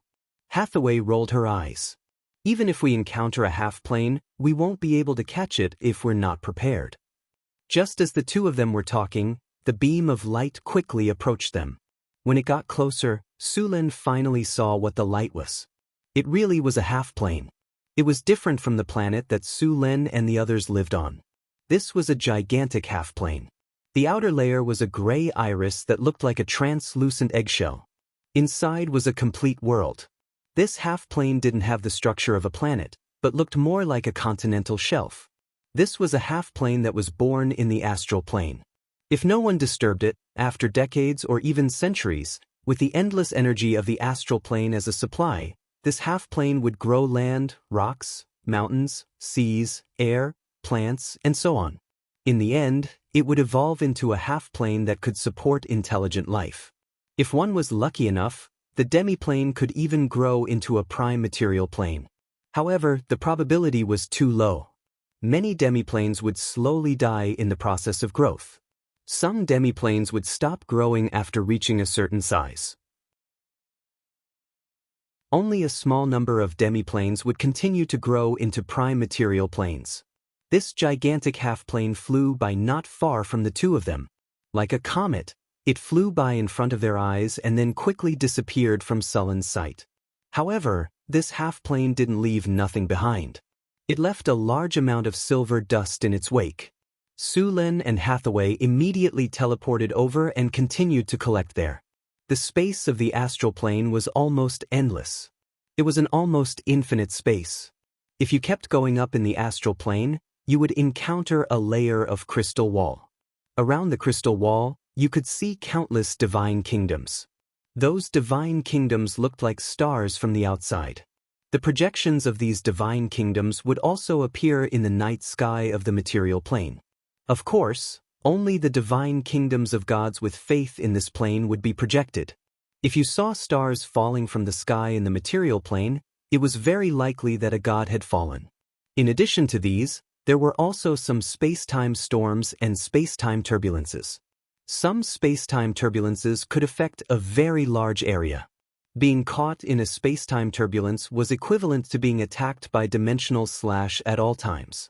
Even legendary wizards would die if they were caught in it. In the endless time, countless people had died in the astral plane. There were also many people who were lost in the astral plane. Although the astral plane was said to be connected to all the planes, it was too vast. Even if you entered, you might not be able to find the passage to other planes. Without a half-plane, wizard tower, or floating city to rely on, once you were caught in the space-time turbulence, you would be like an ordinary person being washed away by a flood. Therefore, the level requirement of an astral plane explorer was above level 30, and an astral plane traveler was level 35. As for the top astral plane traveler, the level requirement was level 40. Only the strong of this level could travel in the astral plane. When traveling in the astral plane, one had to be careful of several creatures. The most dangerous one was the evil gods, but these evil gods usually lived in the lower planes and rarely came to the astral plane. Next were the abominations and ancient evil creatures. There were many corpses of gods in the astral world, and many abominations were born from these corpses. They were full of hatred for all life from the moment they were born. They were powerful and very dangerous. Then there were the Xianxia, the indigenous people living in the astral plane. They were a kind of humanoid life. They were aggressive and quite warlike, and there were a lot of them. The chances of encountering evil gods or ancient evil creatures were very low. Most of the monsters were sealed by the ancient gods of order. The Xianxia were born with powerful psionic spells. This race was enslaved by the spirit-sucking monsters a long time ago. The spirit-sucking monsters established a huge empire in the astral plane. However, it was later overthrown by the Xianxia. The Xianxia and the spirit-sucking monsters were mortal enemies. They fought to the death when they met. Now, there were very few spirit-sucking monsters in the astral plane. The gray dwarfs had the same experience. Many of the gray dwarfs had their minds distorted because of the spirit-sucking monsters' enslavement. However, they eventually gained powerful psionic power and got rid of the spirit-sucking monsters' enslavement. From this point of view, the spirit-sucking monsters could also help their slaves evolve psionic power. It was said that during the Arcane Empire, many arcanists deliberately captured a lot of spirit-sucking monsters to conduct this experiment. The Xianxia had good magic technology. They would build huge astral warships or astral fortresses in the astral plane. This race seemed to have obtained some technology from the Arcane Empire, but the technology they obtained was not perfect. The combat power of those astral fortresses was not as strong as imagined. Su Len quickly collected the astral plane's matter along the silver smoke left by the half-bit wall. The smoke would gradually dissipate over time, so he had to hurry. However, just as Su Len was collecting along the trail, a strong suction came from another place and was constantly absorbing the astral plane's matter. After a while, the surrounding astral plane's matter was swept away. The crystal bottle in Sullen's hand could not compete at all. Seeing this phenomenon, Sullen's figure flashed and was ready to check it out. However, as soon as he turned his head, he saw a whale-like creature smacking its mouth and flying to another silver smoke area. Is this an astral whale? Su Len looked at the behemoth in surprise. Chapter 5:16. In the dark void, specks of starlight twinkled, and in the distance, silvery white smoke was like ribbons, looking magnificent. A huge monster shook its head, and then its huge mouth, which was big enough to swallow a small mountain, quickly sucked the surrounding astral matter into its mouth. In just a few breaths, the surrounding astral matter was all swallowed up. Astral whale. Hathaway looked at the huge monster in the distance and exclaimed, "It seems that our luck is really good. Not only did we encounter a half-bit wall, but we also encountered an astral whale." Let's go somewhere else, Su Lin said, looking at the astral whale in front of him.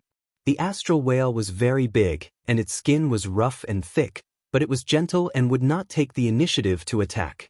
Very few people would attack them because these guys were too big and difficult to kill. It was said that the astral whale was the descendant of Leviathan. Leviathan was a terrifying abomination that lived in the same era as the ancient gods of order. However, with the end of the era of the ancient gods of order, Leviathan also disappeared. Some myths said that Leviathan was killed by the gods, and there were also documents that recorded that it was sealed in a corner of the multiverse. In comparison, Su Lin believed in myths more. The myths of this world were not fabricated. Many of the myths recorded things that had happened before. After leaving this area, Su Lin and Hathaway continued to collect astral matter until the crystal bottles in their hands were full. They then left the astral world. Hathaway activated the space waymark of the teleportation circle. With a flash of light, she had determined the location of the wizard tower. Bitwall teleportation. With a flash of light, Su Lin and Hathaway were enveloped by this flash of light. The next second, the two figures disappeared from the astral world. Northern Wilderness, North Wind Tower, Astrology Platform. A flash of light appeared, and Su Lin and Hathaway's souls fell like meteors, flying to their bodies in the wizard tower. For a moment, light and shadow intertwined. When Su Lin opened his eyes again, he was already back in the wizard tower. Milky Way, close the energy channel. Hathaway finished casting and the runic array under her feet quickly dimmed. Planar teleportation consumed a lot of mana. If she wanted to explore the astral plane in the future or travel to the astral plane, she would need to establish a stable astral gate. Let's take a look at our harvest this time. After closing the astral gate, Hathaway said with a greedy look, "For you." Su Lin smiled and handed the crystal bottle to Hathaway. Many of the following tasks would require the use of astral sand. Hathaway took the crystal bottle and looked at it. So many materials. How long will it take to refine them? You asked for it. Su Lin chuckled. No, I can't be the only one refining it. I still have a lot of things to do. Hathaway seemed to have thought of something and she shook her head. In any case, the technique required to purify the astral sand isn't too advanced. Let's divide it evenly between everyone. With this astral sand, the arcane crystal can also be used for the final stage of the experiment. In that case, the materials for making the diamond golem are almost complete. We can consider making the diamond golem now. With the diamond golem, the golem legion will be officially established. But the diamond golem technique is still lacking. Whatever, I'll just try a few more times. Hathaway looked at the astral dust in the bottle and couldn't help but smile. Soon, Su Lin and Hathaway called Karina, Grace, Alex, Locke, and Andre over and distributed some astral dust for them to refine. After the distribution, Su Lin also brought some astral dust to the seclusion room. The astral dust itself was not outstanding in all aspects, but after refining the astral sand, all aspects of its performance would be improved. After the astral sand was integrated with other materials, its hardness and toughness would be greatly improved and it would also have a good magical property. After adding the astral sand, the arcane crystal could almost meet the technical requirements for making the diamond golem. In addition to these, there were many other materials that also required astral sand. For example, some astral sand was added to magical steel during the forging process to finally produce Titan steel. It was very strong in both hardness and magical conductivity, and also had good ductility and high plasticity. It would be an important material for many constructs in the future. Titan steel was a bluish-silver metal that was used in large quantities in the process of making arcane guards and spellbreakers. A crystal bottle contains 10 cubic meters of astral dust. If you want to smelt astral sand with this, you'll need to use elemental fire to refine it. 20 cubic meters of astral dust can be smelted into about 20 kilograms of astral sand, which will be enough for a while. It seems that I'll have to make time to collect astral dust in the future. Su Lin and Hathaway did not find any astral sand in the astral plane that had taken shape. The two of them collected the astral dust scattered in the astral plane. This dust contained a lot of impurities, but these impurities were not all useless. They could still be refined into other things, such as astral crystals. This was a kind of dark blue crystal-like thing that had very good magical conductivity and was an important material for making many enchanted constructs. In the laboratory, Su Lin opened the elemental channel, activated the runic matrix inside, and summoned the elemental fire. A swaying dark blue flame appeared above the runic matrix. Then, Su Lin took out the crystal bottle. With a flash of light, wisps of silver smoke slowly flowed out of the bottle.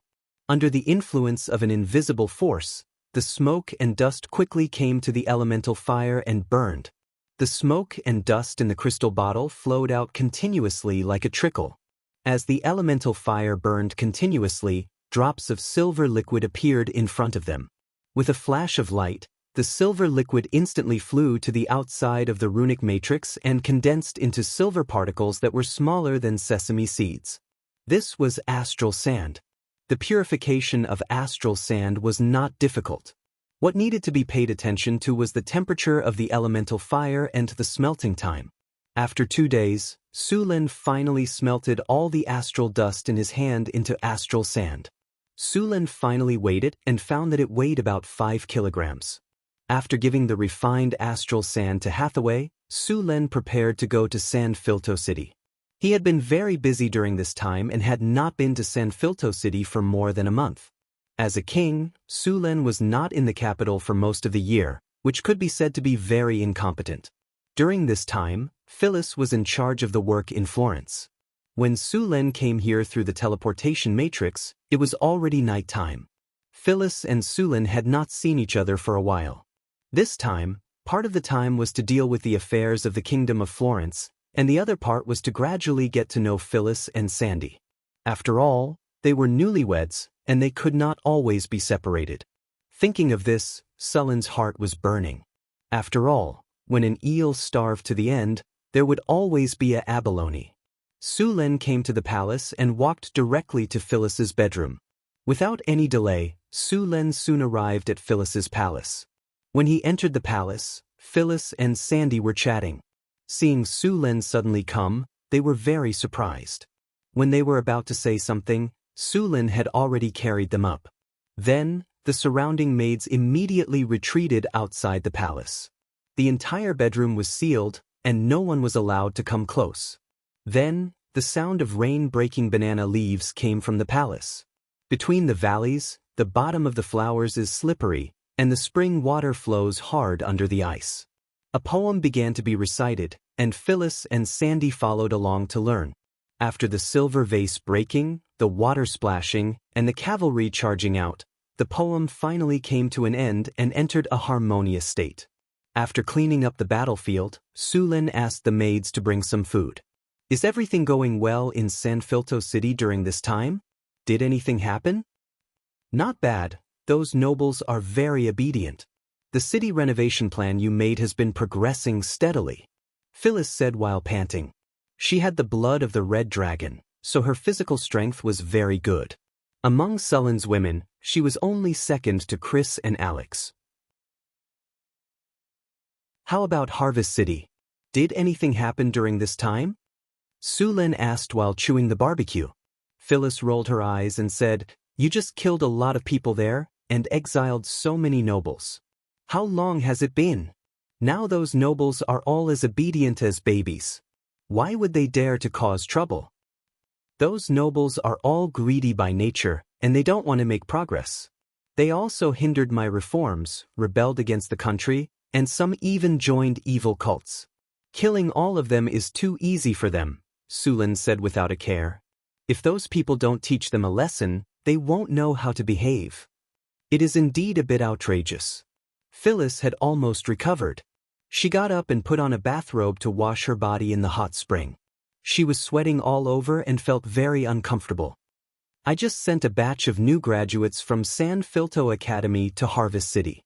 Harvest City is almost on the right track now," Phyllis said as she got up to take a bath. Su Lin reached out and took off the towel. long legs, a slim waist, and a jade bowl in front of her chest. She was very beautiful. Let's take a bath together. No, I can't take a bath with you. Phyllis knew Sullen's personality very well. She didn't even think about it and rejected him. However, she was no match for Sulen. A spear move like a dragon, Overlord spear thrust, followed by 7 snake spear coiling spear. Phyllis's red dragon warlock's flame breath was also blocked. Sulen stretched out his arms and picked up Xanthi, who had not recovered yet. The 3 of them went to the hot spring nearby to take a bath. The hot spring in the palace was very beautiful. Steam filled the air, making it look like a paradise on earth.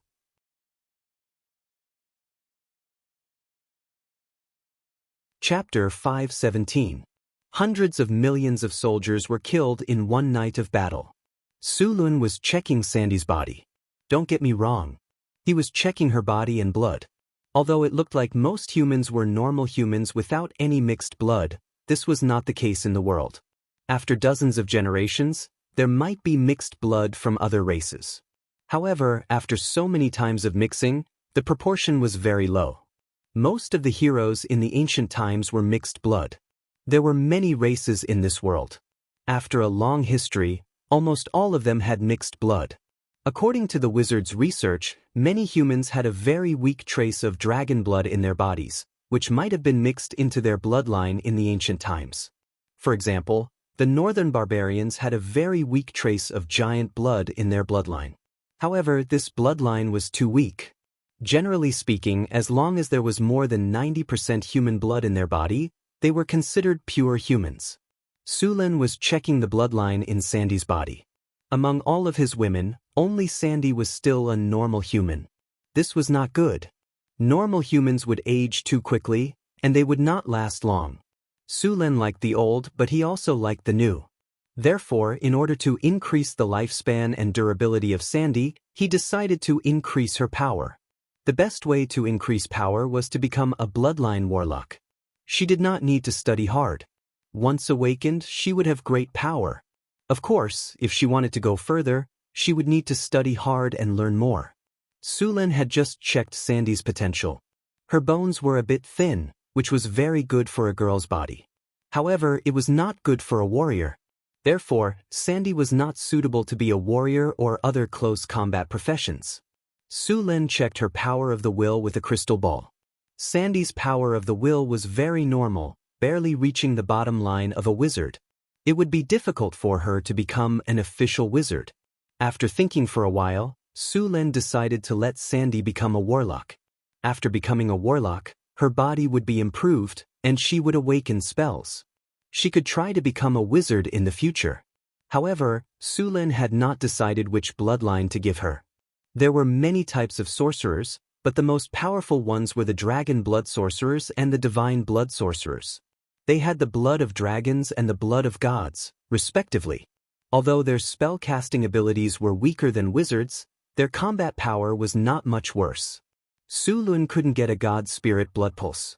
After all, most of the divine-favored sorcerers were descendants of gods. He could try a dragon blood pulse, though. Sulen's mount, the little female dragon, was a red dragon. However, the consequences of extracting the bloodline were also quite serious. The little female dragon's strength would be greatly reduced. Sulen wouldn't go so far as to attack the little female dragon. Furthermore, if the bloodline was fused with a weak bloodline in the body, there was a chance that the bloodline would be activated and the concentration of the bloodline would increase. What Sulen didn't expect was that, after a series of tests, Sandy actually had some fairy blood in her body. Fairies were a species that was almost extinct on this continent. Fairies were creatures of nature. There were many types of fairies, such as water fairies, flower fairies, big fairies, and many more. Fairies had pointy ears, green or golden hair, and beautiful facial features. They were born with magic, loved peace, and were good at illusions and nature spells. They were not good at fighting, so there were very few of them. However, for various reasons, many of these fairies were captured. For example, flower fairies. They were also called flower fairies or little fairies. They looked like humans, but they had a pair of transparent wings on their back. They were only about 15 centimeters tall, and they could take care of the plants. Many wizards had captured flower fairies in the past, and flower fairies could be used to make fairy dust. Fairy dust was used in many experiments, and many people had captured flower fairies for profit. Tree fairies were similar to fairies, but they were shorter than fairies. They were about 1.5 meters tall, and they also had a pair of translucent wings. They lived in the forest, and they were good at nature's spells and illusions. They were also good at growing plants, and they were good at herbology. The blood in Sandy's body should be the blood of the green fairy, but it was too weak. It was only about 3% of the blood in her body. It was basically impossible to awaken it with such a low concentration. It was also almost impossible to find a fairy and extract her blood. There had been no traces of fairies on this continent for thousands of years. Maybe there were fairies living in some remote and dangerous areas, but it was very difficult to find them. Oh right, nature oak. Su Len suddenly thought of the nature oak in the mystery realm. Tree fairies and nature oak trees could live together. At the same time, just like fairies, nature oak trees could activate fairy blood. Although Sandy's fairy blood was very thin, it could still be activated through nature oak trees. As long as she activated her fairy bloodline and became a fairy sorcerer, Su Lun had many ways to improve Xanthi's fairy bloodline. The simplest way was divinity. By giving Xanthi a trace of divinity, she could increase the density of her fairy bloodline. It would take time for nature oak trees to activate Sandy's tree fairy blood. The main reason was that nature oak was still too young and had not fully grown. Although Su Len had given it 2 nature god crystals to evolve into an ancient tree, it still needed time. If nature oak successfully evolved into an ancient tree, then it would only need to cast an initiation spell to awaken the fairy blood in her body. Now, Su Len could only let Sandy learn wizard knowledge and meditation techniques while living around nature oak trees. This was how to activate the bloodline. In fact, if Su Len took a bit of divinity from his body and put it into Sandy's body, it could also awaken her bloodline. However, Su Len's divinity was just enough for him to become a demigod. There were many things that could enhance fairy blood, so Su Len was not worried about Sandy's bloodline being weak. The nature god crystals he gave to nature oak trees last time could also work, and they were very effective. He could only give them to her in the future. Su Len stayed in Sanfilto City for a week to finish up all the work he had to do during this time. Then, he brought Sandy back to Northern Town City. As soon as they arrived, Su Len went to Northern Wind Academy and helped Sandy with her enrollment. At the same time, he gave her access to the Mystery Realm and the Wizard Tower. At night, Sandy needed to return to the Mystery Realm to live. Su Len purposely built a treehouse next to nature oak trees for her to live in. The nature energy from nature oak trees would constantly nourish her body. In the end, it would activate the fairy blood in her body. After making arrangements for Sandy, Su Len left the Mystery Realm. As soon as he arrived at the Wizard Tower, he heard Hathaway's voice calling for him. When Su Len came to the astrology platform, Hathaway excitedly rushed to him. "Look, the arcane crystal is made.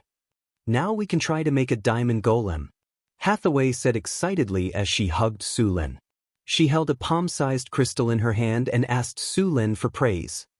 Did the hardness and magic resistance meet the requirements? Su Len took the crystal and checked it. "You can try," Hathaway said. Su Len put more force into his palm. He was now stronger than a dragon. Such a strong force did not cause any obvious cracks on the arcane crystal. Of course, it would be different if he attacked with a weapon. "Not bad," Su Len said as he played with the arcane crystal. "So can we make a diamond golem now?" "We can try. We have some information about the diamond golem. Although it's not perfect, I've already repaired it." "We can repair it as we make it," Hathaway said. By the way, the diamond golem needs a legendary soul crystal as its soul core. This must be prepared.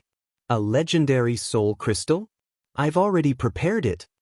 Su Len took out a legendary soul crystal from his storage space. In fact, Su Len had an advanced legendary soul crystal.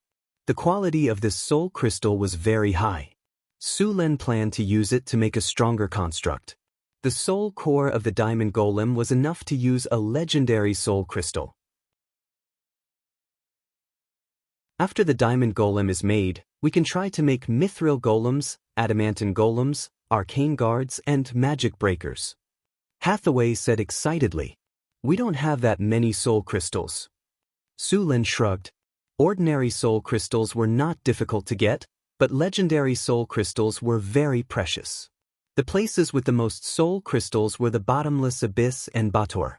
Demons had more soul crystals, but the quality of the soul crystals in the hands of devils was much higher. If you wanted to get a large number of soul crystals, both the bottomless abyss and Bator could satisfy you, but you had to be able to come back alive. The challenge level of the bottomless abyss and Bator was level 16. This meant that only those above level 16 could try to enter these two planes. The environment in the bottomless abyss was very harsh. Volcanoes, heat, poisonous smoke, magma, dryness, negative energy, and so on. Ordinary humans could not survive at all. Only those above level 16 could move around here. It seems that we need to make an astral gate to travel between planes, Hathaway said as she got up from Sullen's arms. The souls of those demons can also be made into soul crystals. Also, they have divine power. Su Lin blinked. It was obvious that Su Lin had his eyes on those demons. They were at least at the legendary level. By the way, the Church of the Soul Snatchers has a way to summon demons. We can let them try. Su Lin suddenly thought. The Church of the Soul Snatchers had dealt with demons too many times. He could rely on these cultists to summon demons.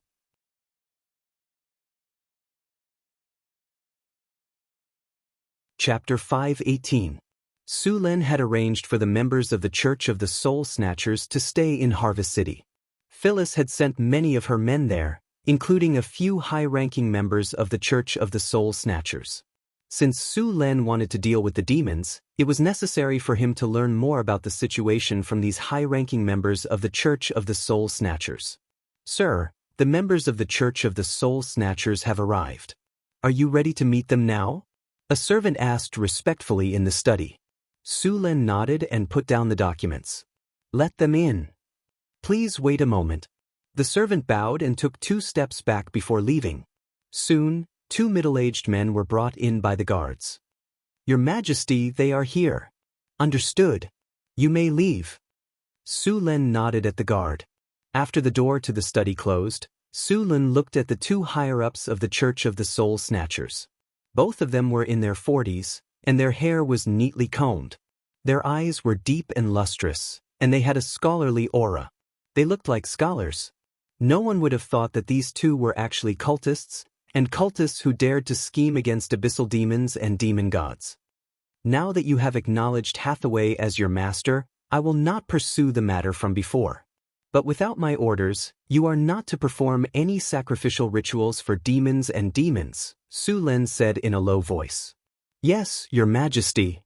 The 2 men did not hesitate. After all, Phyllis had already told them to do so. By the way, other than the method you used last time, do you have any other way to summon a demon? Su Lin asked. You mean we don't have to perform a blood sacrifice to summon a demon? The tall, skinny middle-aged man asked. Yes. Su Lin nodded. We do, but we need something else as a sacrifice. The man glanced at Su Lin and said embarrassedly, ordinary intermediate demons have to pay intermediate soul crystals, while higher demons have to pay advanced soul crystals. Also, we don't know which demon will be summoned. We need to see which demon responds to the summoning circle to summon it. This kind of summoning has a time limit. When the time is up, they will return to the abyss. As expected, Su Lin was a little disappointed. These people used to be in the blood sacrifice business. They had never studied normal summoning spells. However, this was within his expectations. Next, Su Lin asked about the Church of Soul Snatchers' methods of worshipping demons and evil gods. Then he waved his hand and dismissed them. Su Lin did not find a simpler way to summon demons. The price of using blood sacrifice was too high, and he did not intend to use this method. He could only put this problem aside for the time being. Maybe I can do it again like how I trained the kobolds? Su Lin thought to himself. I wonder if those demons are picky. If they don't like the flesh and soul of the kobolds, then this sacrifice would have been for nothing. After thinking about it for a long time, Su Lin finally decided to give it a try on a small scale.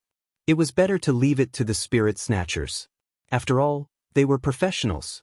If he could not rely on blood sacrifice to summon demons, he would have to go to the abyss himself if he wanted to obtain a large number of soul crystals.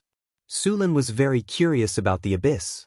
After all, although it was a dangerous place, it was also rich in resources. Many legendary wizards and other legendary powerhouses would travel to the abyss.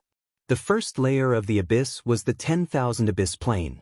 It was the closest to the material plane and bordered the Hell of Bator. Since ancient times, the war here had never stopped. Every once in a while, the demons would launch a bloody battle to attack the demon fortress. Many legendary demons had been honed in these bloody battles. Su Lin was now an advanced legendary. It was not difficult to go to the abyss. As long as he did not provoke the demon lords, he would not be in any danger. After hesitating for a while, Su Lin decided to go to the abyss. After all, he was preparing to build the steel golem production line. He needed a large number of high-grade soul crystals. If he wanted to obtain a large number of soul crystals, the abyss was the easiest place. In fact, soul crystals were the currency in interplane transactions. Small transactions would use gold and jewels, but large transactions would usually use soul crystals. There were many planar merchants in the multiverse. These merchants formed caravans and traded with each other in various planes.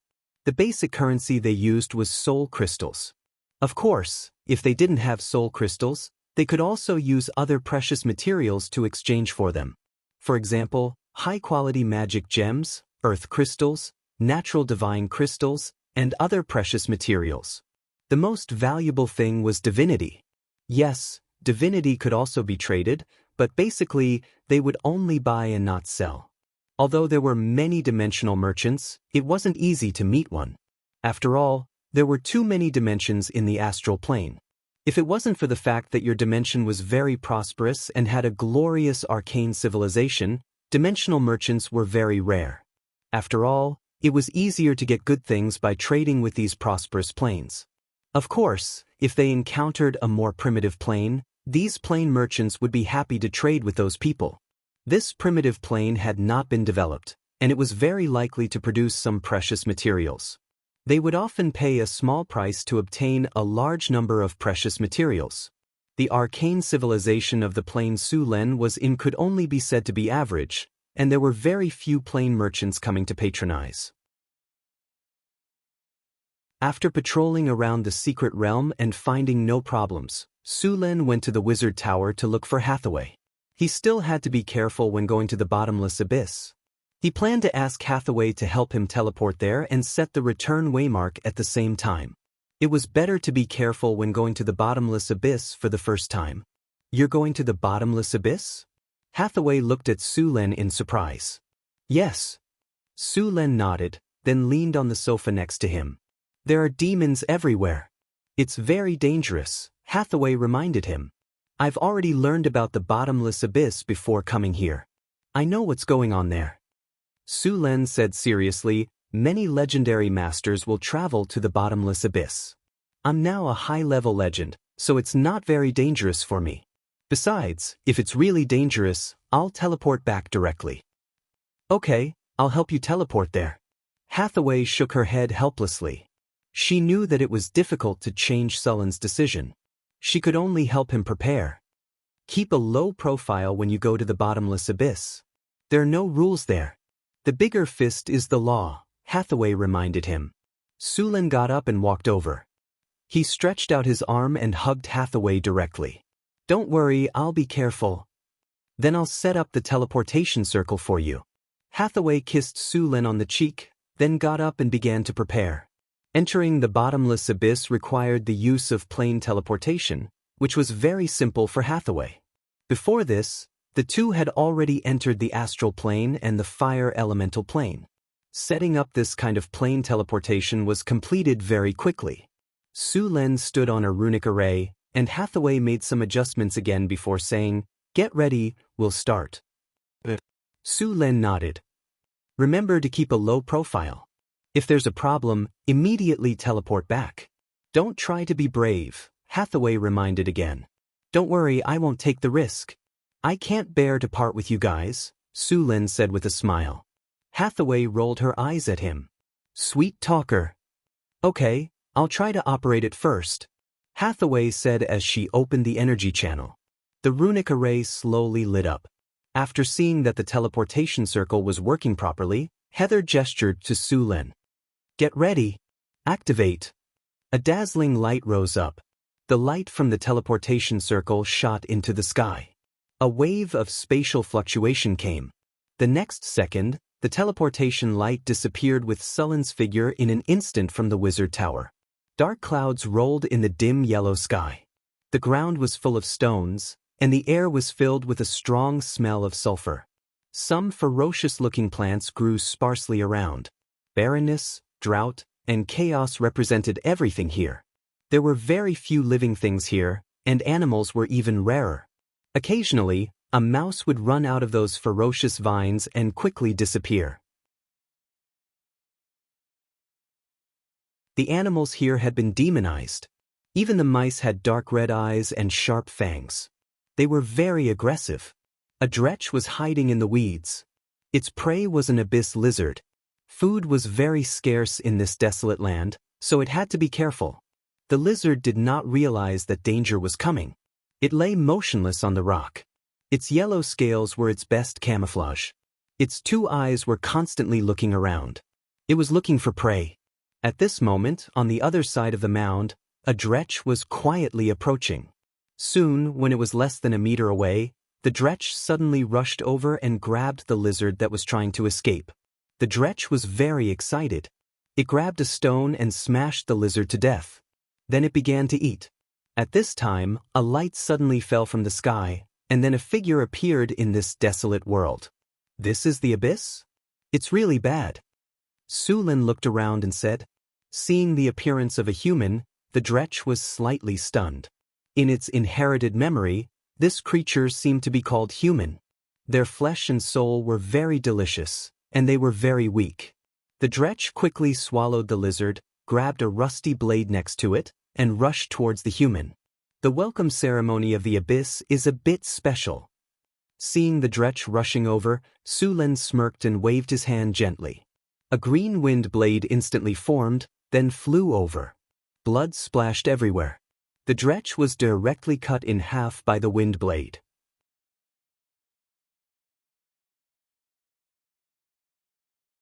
Chapter 5:19.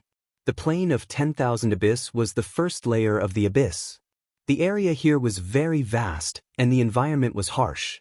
Because of the frequent bloody battles, there were many cannon fodder here. Demons were not as orderly as demons. The Abyss Legion was chaotic. Every Abyss Legion would have a large number of cannon fodder. The dretches always liked to swarm around. They bullied the weak and feared the strong. They would only take the initiative to attack when they had an absolute advantage in numbers. They were afraid of strong enemies, but they liked to bully weak enemies. Finally, under the cruel law of survival of the fittest in the abyss, they gradually grew into cannon fodder that could set foot on the battlefield. Usually, dretches existed as coolies. Occasionally, they would be driven to the battlefield by high-grade demons to consume the enemy's magic. There were many dretches in the abyss, but less than 1% of them could evolve from dretches to quasits. As for the probability of evolving to a higher-grade flame demon, it was even lower. Under normal circumstances, there might not be one high-grade demon in 10,000 dretches. In the abyss, only high-grade demons could be considered to have escaped the stage of cannon fodder. No one knew exactly how many levels there were in the bottomless abyss, but every level had different characteristics. For example, there was a bone-chilling ice field, a neat swamp filled with poison, a salt pool with rising mist, a land of lava with magma volcanoes, a strange wasteland with fierce north winds, and so on. The characteristics of these planes were all bestowed by the demon lords and evil gods. The abyss was unfriendly to everyone. It was very difficult to survive here. This place was filled with slaughter. Even the newly born soul worms were devouring each other. Only in this way could they get enough energy to transform into low-grade demons. However, evolving into a demon was just the beginning of their life as cannon fodder. Although the law of survival of demons was bloody and cruel, their speed of evolution was very fast. As long as they killed opponents of similar strength, they could absorb their souls to strengthen themselves. In theory, it would only take a few months for a soul worm to evolve into a high-grade demon. Su Len teleported to a relatively remote location in the plane of 10,000 Abyss. There were no high-grade demons around. There were only a few dretches wandering around. Su Lun cast the invisibility spell and the flying spell and chose a direction to move forward. After flying for about 2 hours, Su Len saw a boundless lake in the distance. Just as he was about to approach the lake, a powerful soul wave appeared there. Su Len immediately stopped. This is the mother of worms? In the lake, a gigantic creature slowly floated up. At the same time, a demon egg was sent to the shore by the lake. Thousands of demon eggs began to hatch as soon as they touched the beach. In the blink of an eye, soul worms broke out of their shells. Seeing this, Su Len immediately understood that he had come to the abyssal blood pool, the birthplace of the abyssal demons. After knowing that this was a blood pool, Su Len did not continue to approach. The mother of worms was a special demigod in the abyss. They were the guardians of the blood pool in the abyss, similar to the existence of the demon lord. The abyssal blood pool was the territory of the mother of worms. Here, it controlled everything around it. In the abyssal blood pool, there was even some order. Demons could not attack the soul worms.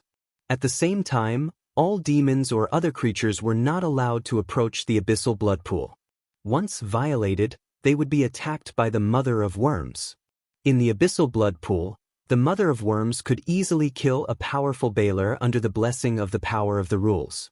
Even the demon lord was not willing to fight the mother of worms here. The law of the jungle was the law here. Being weak was the original sin here. After seeing the abyssal blood pool, Su Len did not continue to move forward. Instead, he changed direction. The plane of 10,000 Abyss could be said to be a mix of good and bad. Here, you could meet many humans, orcs, and elves from the material plane. At the same time, you could also meet creatures from other planes.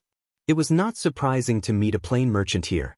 Trading here used souls, so killing and extracting souls was a legitimate job to make money.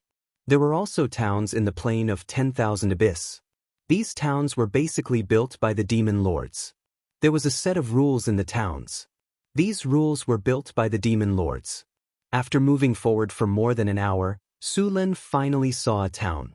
However, he did not approach it directly. Instead, he hid and observed. Although he had checked the information about the abyss before coming, it was better to see the actual situation in person. This was a dilapidated town. There were not many buildings in the town. Su Len waited outside the town for a while. A 6-armed Naga walked out of the town. After confirming that there were no other demons, Su Len's figure flashed and followed. The 6-armed Naga was a high-ranking demon in the abyss. It had 6 arms and used 6 longswords. These 6-armed Nagas were very strong. The weapons they used were much heavier than the swords used by human knights. When they attacked, the 6 swords were very fierce. After the 6-armed Naga was some distance away from the town, Su Len began to prepare. He took out the storm halberd from his storage space. With a flash of lightning, he suddenly appeared above the 6-armed Naga's head. The storm halberd slashed down with a fierce wind. Clang! With a loud sound, the 6-armed Naga, who sensed the danger, blocked Su Len's attack. However, the power of the storm halberd forced it back. Its arms became numb and trembled. Su Len did not hold back. His figure flashed and rushed up again. The 6-armed Naga, who was only a high-ranking demon, could not resist the full attack of an advanced legendary. In just one exchange, it was defeated by Su Len. Control demon. With a flash of light, the 6-armed Naga in front of him immediately became sluggish. After seeing that the 6-armed Naga was under control, Su Len began to ask it about the specific situation of the plane of 10,000 Abyss. In the following time, through this 6-armed Naga, Su Len finally had a clearer understanding of the Plane of 10,000 Abyss. The Lord of the Plane of 10,000 Abyss was a powerful succubus warlock named Red Shroud. Su Len was confused about this race and did not understand why it was called this. The largest city in the Plane of 10,000 Abyss was the Broken Zone. It was also the largest trading area. Basically, all the people and other creatures that came to the Plane of 10,000 Abyss would come here to trade. Su Len had the Naga tell him everything it knew and then had it draw a map. However, the six-armed Naga's drawing skills were limited. The map was very abstract and could only be used as a reference. After all the information was obtained, the six-armed Naga lost its value. Sullen's storm halberd gently slid and beheaded the six-armed Naga. Soul assimilation. A gem flew up. The six-armed Naga's soul was instantly bound by a chain and then absorbed by the gem. The originally colorless and transparent gem also turned purple. A high-grade soul crystal. Su Len reached out and played with it for a while. There are indeed a lot of souls in the abyss. With the information given to him by the six-armed Naga, Su Len began to go to the Broken Zone. Along the way, it was a barren land with no sign of human habitation, not even a blade of grass growing, and a deep red sun scorching the earth. Some demons wandered in twos and threes. When Su Len found a high-grade demon, he would secretly sneak over. When they were not paying attention, he would launch a sneak attack. Those high-grade demons were not his match at all. Along the way, Su Len had more than a dozen high-grade soul crystals on him. The Broken Zone was built near a huge pit in the abyss. Around the Broken Zone was a collapsed tower. The rocks next to it were bright red with blood. The blood-red walls were traces of bloody battles in the abyss. Even now, the remains of high-grade demons were inlaid on the walls. The largest building here was the underground tomb, which had a large number of undead creatures. Assassination in the abyss was completely legal. As long as the guards did not discover it, it was not considered murder. Many adventurers who had just arrived here were here. In the underground tomb, there were also many shadow liches. They usually lurked in the underground tomb. Only the Lord here could command them. At the same time, this was a good place to dispose of corpses. A large number of corpses were sent here every day. Those shadow liches had created a large number of ghouls here. It was very dangerous. Su Len entered the town. As soon as he entered, he felt many malicious gazes fall on him. Su Len coldly snorted. A flash of lightning flashed in his eyes. Those people and demons who had been staring at Su Len suddenly felt their eyes ache. They knew that they had met an expert and hurriedly looked away. There was no such thing as hiding one's strength here. The humans and demons did not hide their auras. After observing the town for a while, Su Len walked towards a market. As soon as he entered the market, he saw many demons. The demons here were all merchants. Of course, as soon as they left the town, these demons would become bandits. In addition to these demons, Su Len also saw some orcs, gray dwarves, and many succubi. The succubi here were quite exposed. They barely covered 3 vital parts. The Rift Plane had the most succubi except for the territory of the succubi queen. The main reason was that the Lord here was also a succubi. One had to be careful when trading here. The merchants would cheat, and the transaction had to be settled in person. Once they left, they could only blame it on their bad luck if they were cheated. Of course, if they were discovered during the transaction, the consequences would be very serious. Even now, the corpses of those who dared to court death were still hanging outside the market to be air-dried. Sullen's eyes kept scanning the surrounding succubi. He had to admit that the succubi were really beautiful and full of temptation. After noticing Sullen's eyes, they kept throwing flirtatious glances at him. It seemed that if Su Len curled his finger, they would pounce on him.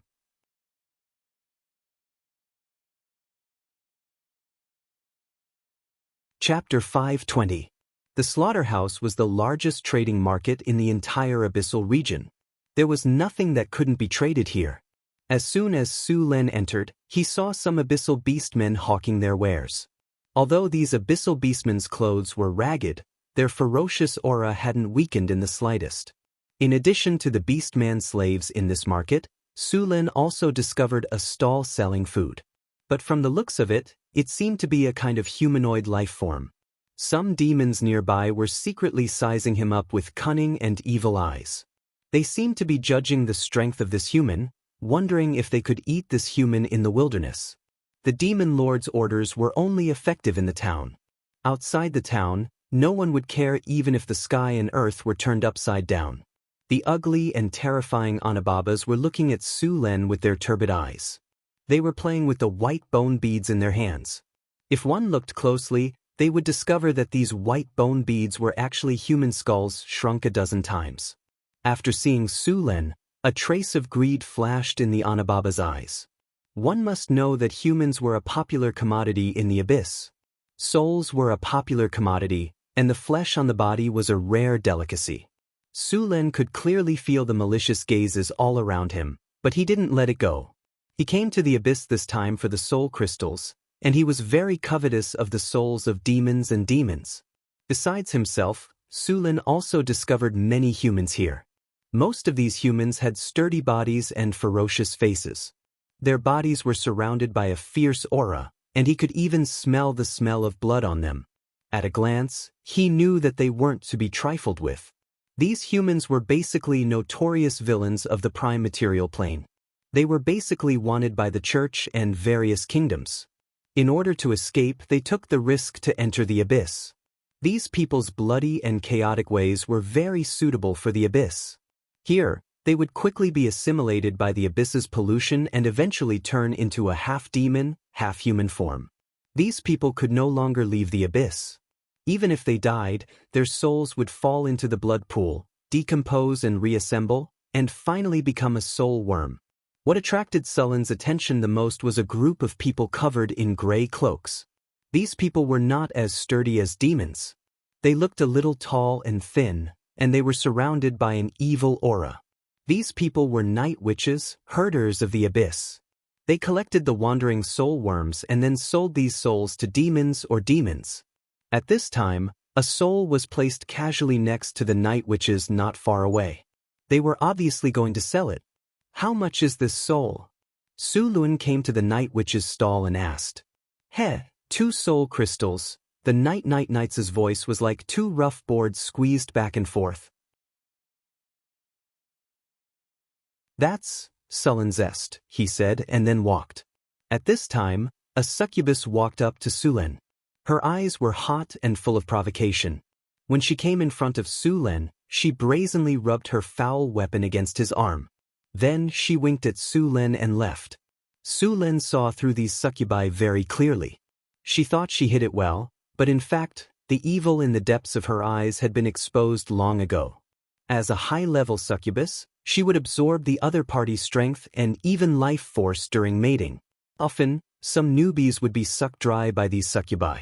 When you go out, don't think that the girls take the initiative to greet you because you are handsome or rich. They are just lusting after your body. Boys should remember to protect themselves when they go out. They should firmly resist those temptations. Otherwise, they would lose everything. It was a small matter if they ran out of ammunition and food. Be careful not to be sucked dry. All the gazes in the surroundings were filled with malice.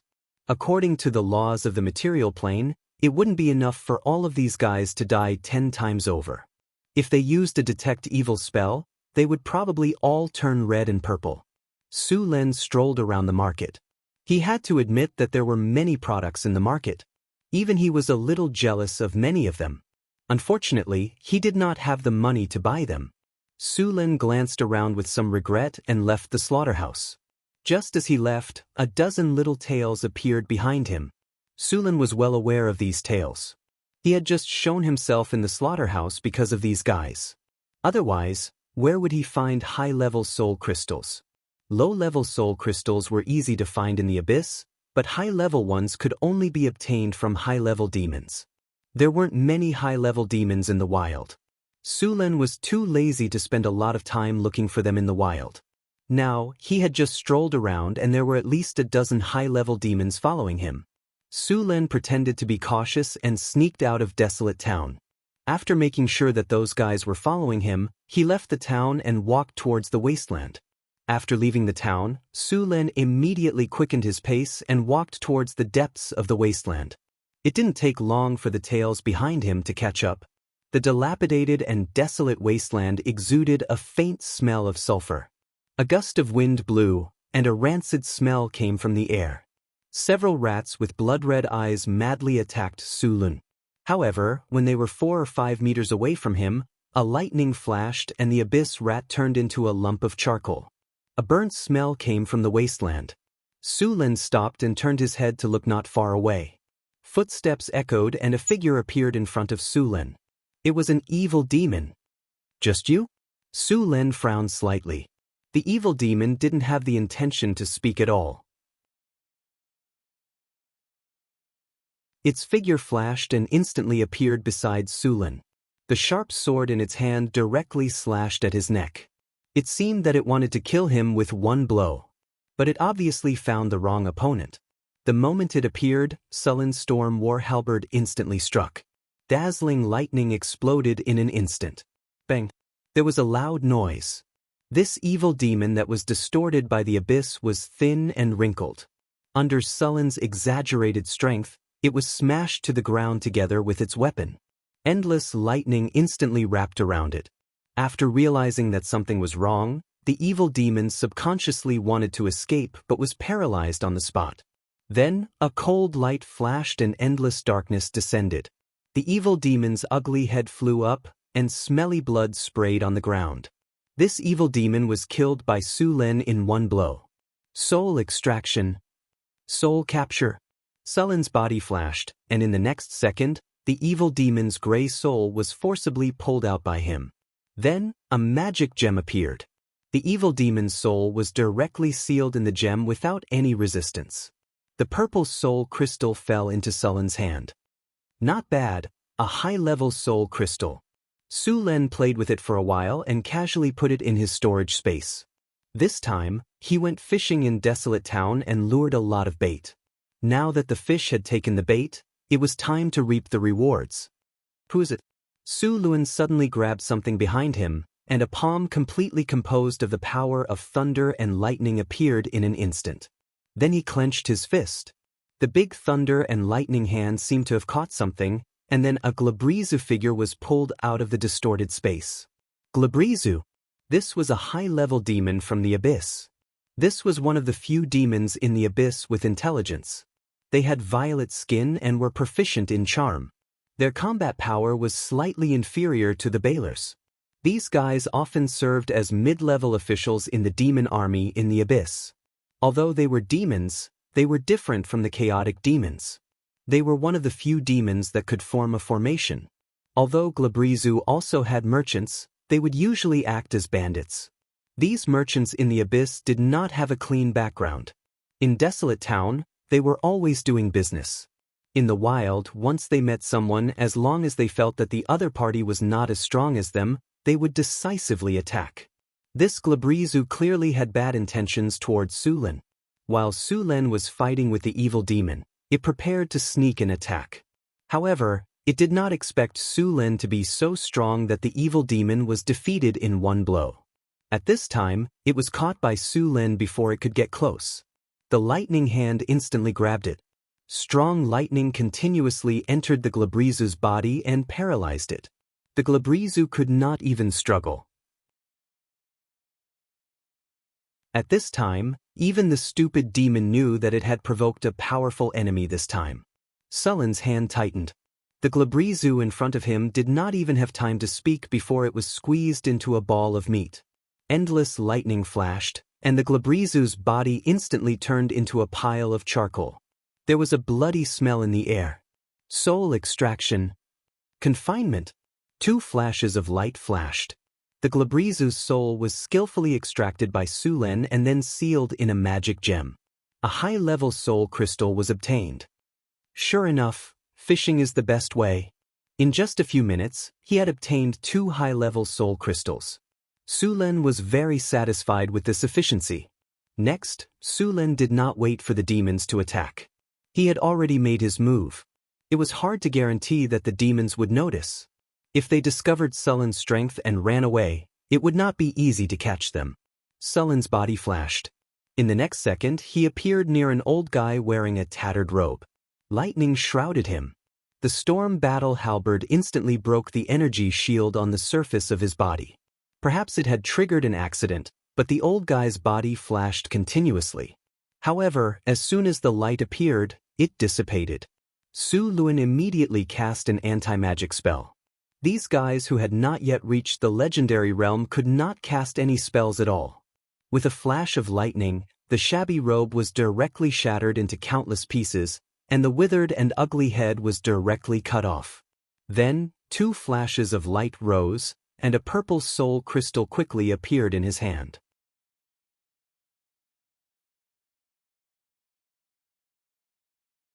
Chapter 521. Phew! They've all been dealt with. Not bad. On the wasteland, Su Len put the soul crystals he just obtained into his storage space. A human lay at his feet, but this human now had a lot of demonic characteristics. This was a human who had been assimilated by the power of the abyss. Normally, he looked no different from a normal human, and he would only turn into a demon when he attacked. This person, who had committed all kinds of crimes in the prime material plane and ended up in the abyss, had finally bumped into the muzzle of a gun and been cleanly disposed of by Surin. It's really easy to do business in the bottomless abyss. I've earned more than a dozen high-grade soul crystals in just a short while. Su Len chuckled. Su Len looked at the half-demon on the ground, resting his chin on one arm as he calculated, "By the way, I don't know where this guy is. How much is the reward? Should I bring his head back to claim the bounty?" In the end, he still chopped off the guy's head and dealt with it with a spell. However, Su Len didn't store the head in his storage space. Although things in the space were automatically isolated, there were still some psychological effects. Therefore, he used a spell to open up a dimensional space to store the head. You're really lucky to be able to get a single room after death. I'm too merciful. Su Len shook his head and casually threw the head in. This time, Su Len had obtained a total of 13 high-grade soul crystals from fishing. Of course, this was probably the only time he'd made such a huge profit. The deaths of more than a dozen high-grade demons would still attract some attention, not to mention that these demons had followed Su Len out. Although Su Len had killed all the demons, they'd be cautious if he went fishing again. It would probably be difficult to fish again. Maybe I can use another method? Su Len thought. In addition to the soul crystals, Su Luan had also obtained a lot of materials from the deaths of the dozen or so high demons. Although the craftsmanship of the high demons' weapons was average, the materials were still pretty good. Most of them were abyssal magic iron, and some were even mixed with abyssal fire copper. He could still sell them for some money. Moreover, he still had a dozen high-grade soul crystals, which was quite a fortune in the bottomless abyss. Soon, Su Len came up with another plan and began to prepare. First, he reforged these weapons and repaired the damaged ones. The reforged weapons looked much better than before. With a flash of light, Sullen's human form turned into a tall, thin, and ugly evil spirit. He made a mask out of abyssal fiendish iron and put it on. Then, he concealed his aura and walked toward Desolate Town again. When he came to Desolate Town again, Su Len was already very familiar with this place. Moreover, this time, he had changed into an evil demon disguise.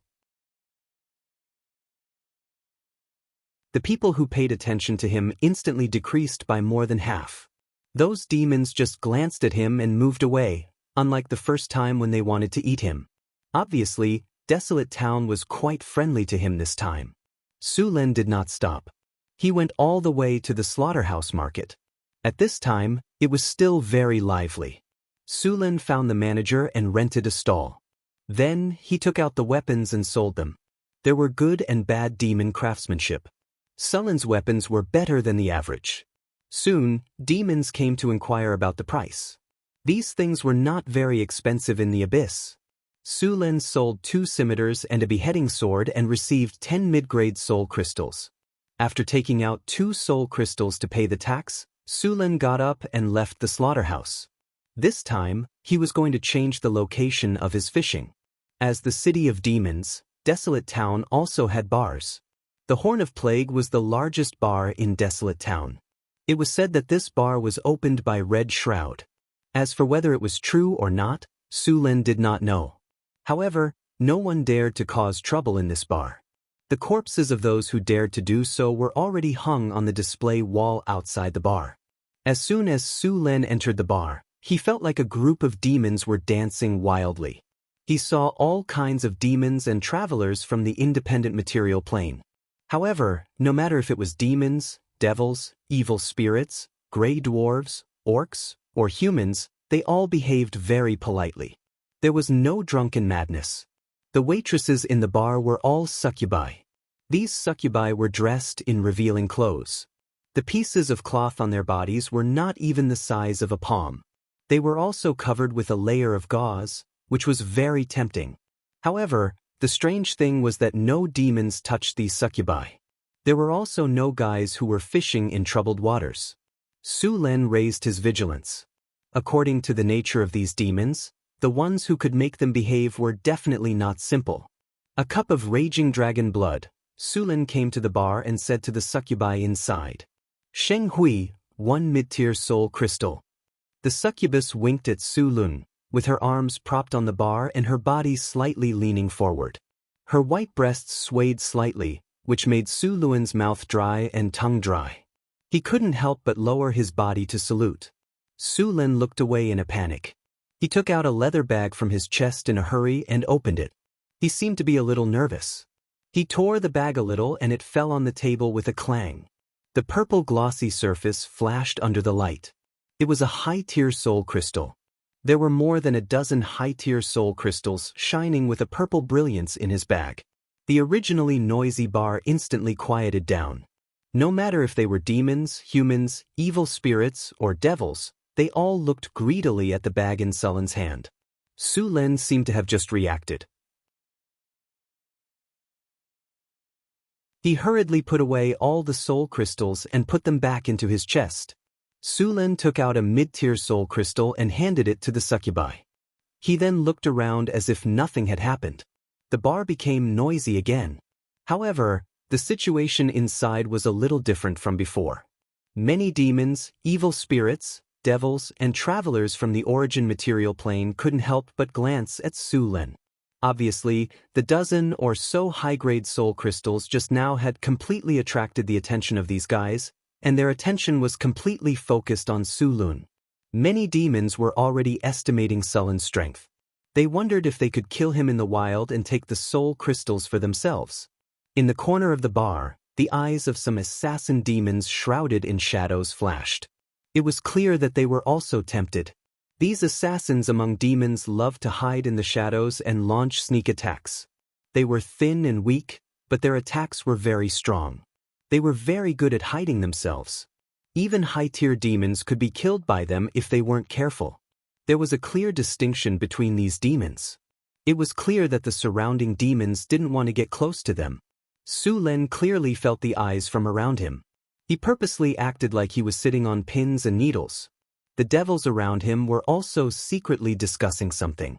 These devils who were good at scheming and plotting were also tempted. Although they had a lot of high-tier soul crystals, no one would complain about having too much money. However, they were cautious by nature and hadn't made a decision yet. "Your raging dragon blood." The succubi placed a flaming cup of scarlet wine in front of Su Lin. Her curvaceous body turned slightly, and she sat directly in Su Lin's arms.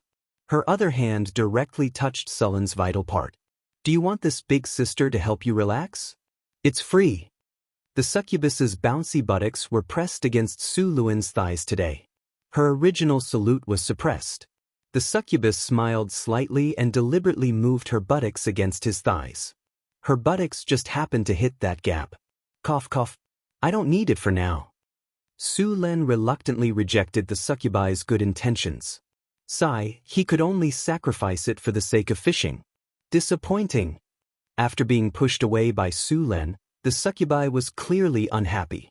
However, she didn't continue to pester him and left reluctantly. Su Lin picked up the wine cup. This cup of dragon blood looked like burning magma. The temperature was very high, and the color of the wine was blood red.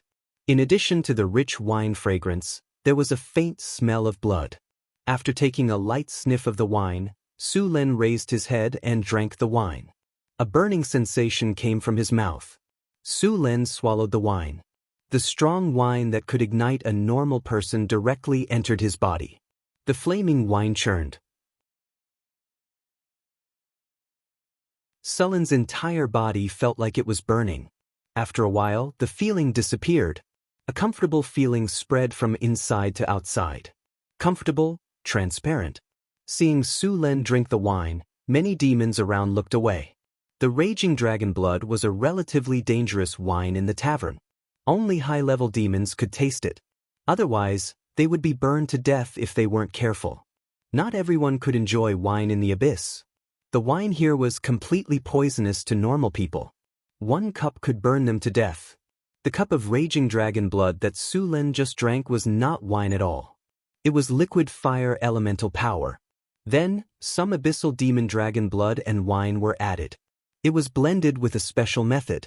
Even if normal people weren't burned to death, they would be corroded into a pool of blood. Not only did the abyssal demon dragon blood have the power of fire, but it was also highly toxic. Even mid-level demons would be poisoned to death. After Su Lin drank the wine and put down the cup, he glanced around the bar as if nothing had happened. When he saw that everyone seemed to be paying attention to him, Su Lin got up and left the bar. Just after Su Lin left, the demons beside him couldn't help but get up and leave.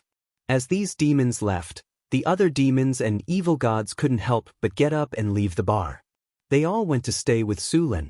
The demons were getting anxious. They stood up and prepared to leave, but as soon as they stood up, the leader of the demons pulled them back, shook his head slightly, and sat down. Then he said to the confused demons, "Sit down, we won't participate."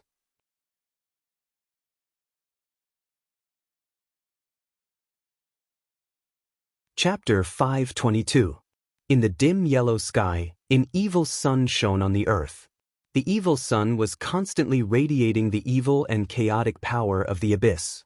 The streets of Desolate Town were filled with a strong smell of sulfur, mixed with a faint smell of blood. Although killing was forbidden in Desolate Town, it was only on the surface. As long as one was not discovered, the guards would not interfere. Therefore, it was not as safe as one imagined. Su Lin walked on the street expressionlessly. He knew that there were many eyes behind him.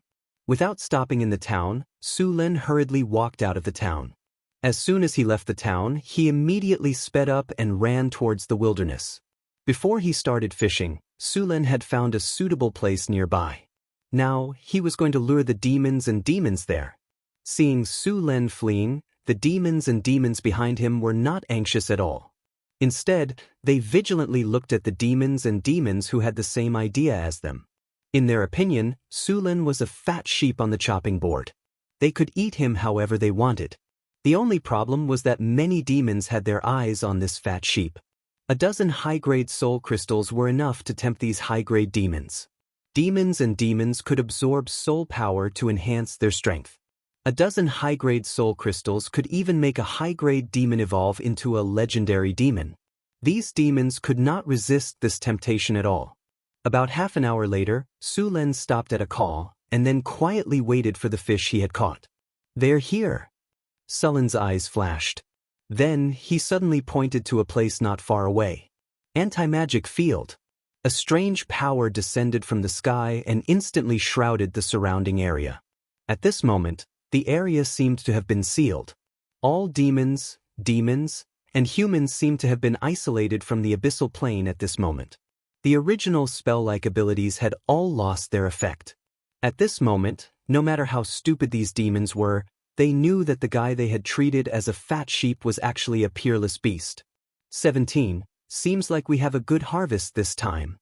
Su Lin's voice sounded in the ears of these demons. Upon hearing Su Lin's voice, the expressions of the demons changed drastically. Without thinking, they turned around and tried to escape. However, as soon as they moved, more than a dozen lightning bolts fell from the sky and struck them instantly. The powerful power of lightning instantly paralyzed the bodies of these demons. Immediately after, countless lightning bolts descended from the sky, instantly enveloping all the demons. With Su Lin's current strength, These demons that had yet to reach the legendary level wouldn't be able to last long against the lightning that he summoned.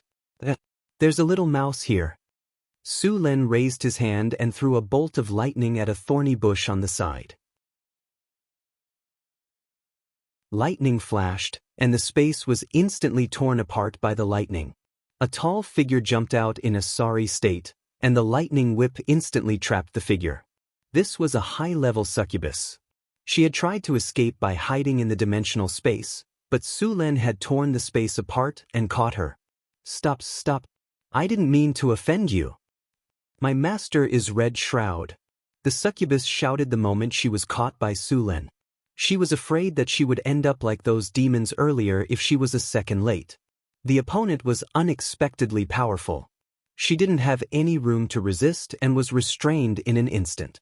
Su Lin stopped what he was doing, and the dazzling lightning in his hand gradually dispersed. Seeing this, the succubus heaved a sigh of relief. She was almost scared to death just now. Your master is Red Shroud? Su Lin waved his hand, and the succubus that was bound by the lightning whip flew to him. Yes, my master is Red Shroud. After hearing Su Lin's question, the succubus nodded and said, Why are you following me? Su Lin asked directly. He didn't intend to kill this succubus. If he did, it was likely that the ruler of the broken region, Red Shroud, would be attracted. Red Shroud was the lord of the Rift Plane. She could obtain a plane bonus here and was a powerful demon lord. There were rumors that Red Shroud was the daughter of the succubus queen, Mechanut. There were also rumors that Red Shroud was an incarnation of Mechanut. However, no matter which one it would be very difficult to deal with. Red Shroud had ruled this layer of the abyss for thousands of years. She hadn't been overthrown until now, so one could imagine how powerful she was. Su Lin didn't want to offend her so easily, not to mention her relationship with Mechanut. There were two most dangerous women in the bottomless abyss. One of them was the Spider Queen, Lolth, and the other was this succubus queen who had lovers all over the universe. Who knew when she would be in the mood to ask her lover for help? The Rift Plane was the core battlefield of the Abyss Blood War. Many demon lords left their flags here. The succubus queen was not an easy person to deal with. I just followed to take a look. The succubus said embarrassedly. Really just to take a look? Su Lin looked at the succubus and said with a faint smile. It's true. Her Excellency Red Shroud asked us to pay attention to the powerhouses who came to the abyss to collect information. There were more than a dozen higher demons in the tavern moving together, which naturally attracted our attention. This is just a routine check. We don't mean to target you. Seeing Su Lin's expression, the succubus quickly said, Well, I'll believe you for now, but you may have to stay here for a while. Su Lin smiled gently, and then lightning flashed. Thunder Prison. Lightning instantly fell and completely wrapped the succubus in front of him. The endless power of thunder and lightning entangled with each other and directly formed a cage completely woven with the power of thunder and lightning. Well, as long as you stay in the Thunder Prison, I'll guarantee your safety. If you don't. Su Lin smiled slightly, grabbed a weapon made of abyss magic iron, and then threw it on the Thunder Prison. The dazzling lightning instantly exploded, and the weapon made of abyss magic iron melted into drops of molten iron. Don't touch the lightning. Otherwise, you'll end up like these things. Su Lin smiled gently, and then pointed at the charred demons not far away. The succubus only felt a chill rising from the bottom of her heart. Su Lin's smile made her feel that it was the most terrifying thing. She subconsciously nodded, and did not dare to have the slightest intention of refusing. Very good. It seems that we have reached a consensus. Su Lin nodded and then said with a smile, Don't worry. This Thunder Prison can only exist for a day. After the time is up, it will automatically disappear. Of course, if you feel that you're strong enough, you can also try to leave from inside. The succubus's beautiful head shook like a rattle drum, and repeatedly promised that she would not leave until the Thunder Prison completely disappeared. After locking up the succubus, Su Lin continued to deal with the dozen or so demons and evil spirits. After the electrotherapy just now, the severely mentally ill patients had all been cured. Next, Su Len began to collect the rewards. Rays of light flashed, and the souls of these demons were sealed in magic gems by Su Len. Looking at the dozen or so high-grade soul crystals in his hand, this fishing operation was successfully completed. After cleaning up everything on the battlefield, Su Len began a new round of fishing operation. After changing into another alias, Su Len changed to another place this time. This was not the only trading market and bar in the Broken Zone. Soon, Su Len came online again. After changing to another market, Su Len again accidentally leaked a large number of soul crystals. Then he left the trading market in a panic and hurriedly left the town. After that, there was no after. In a remote wasteland, Su Len once again harvested a dozen or so high-grade soul crystals. After changing into another alias, Su Len repeated the previous routine. At this time, Su Len had to rejoice. The chaotic, evil, and selfish nature of the abyss demons was really too good. With such a simple fishing technique, those demons would easily take the bait without the slightest doubt. Those demons, for example, were not so easy to bait. After fishing a few times, Su Len still did not catch a single demon. Although the process of harvesting the demon's wool was very smooth, he could not harvest only one demon's wool. If there were too many of them, it would definitely attract the attention of others. Even the demons, who were naturally chaotic and evil, were not fools. Therefore, after completing 5 fishing attempts, Su Len left the Broken Zone and went to other places in the 10,000 Abyss Plain. After these few fishing attempts, Su Len also obtained a lot of information about the Abyss, such as the Abyss Blood War. The demon lords of the Bottomless Abyss all had their demon legions join the Abyss Blood War. The Abyss Blood War was not only a battle between demons and demons, but also between demons and demons sometimes. Thousands of demons and demons fought in the vast abyss. When exactly did the Abyss Blood War start? No one could say for sure now. The Abyss Blood War had already broken out in the years before civilization was recorded. At first, the opponents of the Abyss Blood War were not demons, but the ancient gods of order. However, this battle lasted for too long. The number of demons seemed to be endless, and even the ancient gods of order were tired of it. Later, the ancient gods of order created a kind of intelligent life, which were warriors and servants with wings. The ancient gods of order gave them divine spells, and these glorious creatures were called angels. In the following time, these angels replaced the ancient gods of order to fight the endless demon legions. Among all the angels, Asmodeus was the bravest and most beautiful angel. She was also the archangel of all the angels. She killed more demons than the other angels, and even the gods were not as many as she killed. But after endless years as the angels on the front line, they were also infected with some of the enemy's characteristics.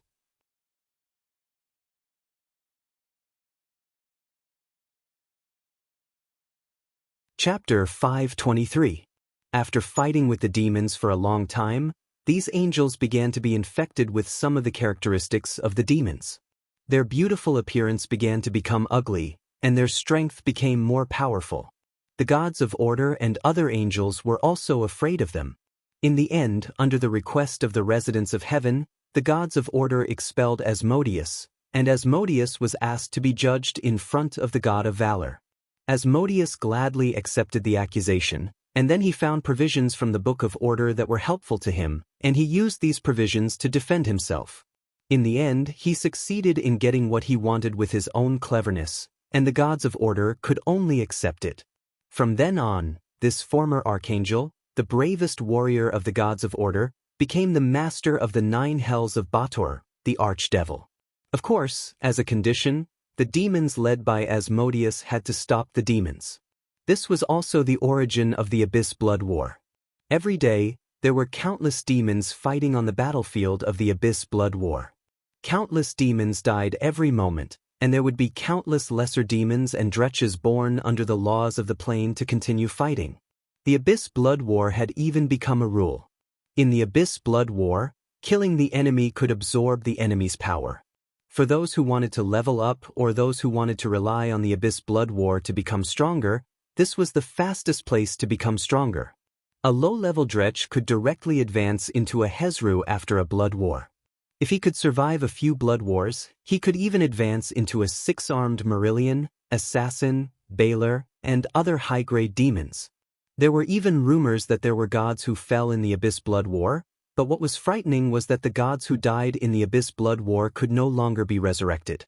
So basically, all the gods chose to withdraw from the Abyss Blood War, and at most, they would only send some believers to participate. This strange rule made many powerful beings cautious. Even the demon lords and the archdevils of hell rarely took the risk to go into battle. The Abyss Blood War was the place with the most high-grade demons and high-grade devils, but Su Lin did not even have the slightest idea of getting close to the Abyss Blood War. Although his strength was not bad, he was still far from the gods. Even the gods could fall, so he did not feel that he was stronger than those gods. Of course, after the bloody battle, a large number of high-ranked demons were born, and even legendary demons were born. This place became a training ground for abyssal lords and archdevils. Su Lin didn't care about the bloody battle in the abyss. After collecting information, he went to other towns and used the same fishing method to obtain a large number of soul crystals. However, it was a pity that this fishing operation did not catch any legendary demons. After staying in the abyss for some time, Su Lin discovered that the legendary demons and demon lords of the abyss were completely different from ordinary chaotic, evil, and brainless demons. They were deceitful and treacherous, not in the least bit inferior to devils. Those simple-minded demon lords had already been killed by all kinds of schemes and machinations. Of course, the only exceptions were the powerful existences who could ignore schemes and machinations, such as demon princes. None of the surviving demons were simple. Finally, after another fishing operation, Su Lin had accumulated about 500 high-grade soul crystals in his hands. After this period of fishing, even the chaotic demons finally realized that there was not much left to do. Next, Su Lin went fishing again, but the profits were obviously much lower. He knew that this fishing operation was about to end.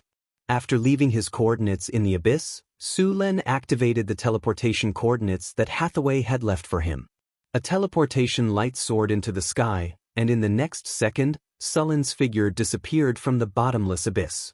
Northern Wilderness, North Town City, North Wind Tower, Astrology Platform.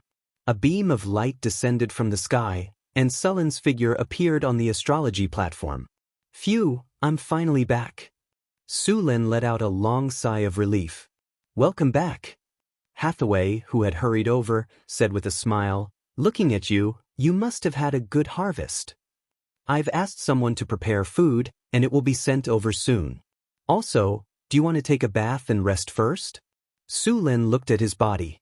Although there was no dust on him, the thick sulfuric smell unique to the abyss was unpleasant. He nodded and said, I'll go take a bath first. Prepare the food, I'll be back soon. With that, he teleported away and went to the bathroom to wash up. When he reappeared, he had changed into a neat linen bathrobe and was preparing a feast meticulously prepared by the halfling human chef, Frodo.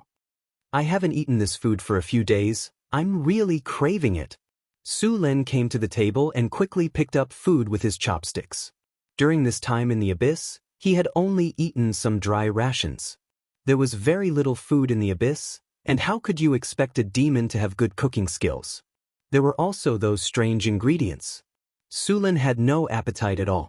Once, he saw their top-notch delicacies in a tavern in a town. A pot of soup cooked with eyeballs made Sullen's scalp tingle, but those demons ate very happily. Since then, Su Lin had a psychological shadow of the so-called abyss delicacies. This thing was really not something that ordinary people could enjoy. After enjoying a sumptuous feast, Su Lin drank a cup of green tea with a relaxed expression.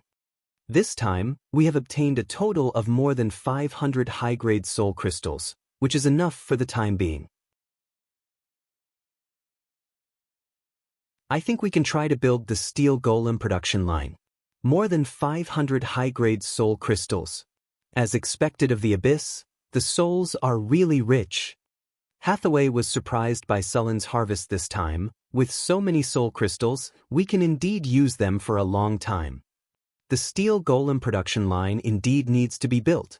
Hathaway nodded and said, the golem factory was a large-scale project.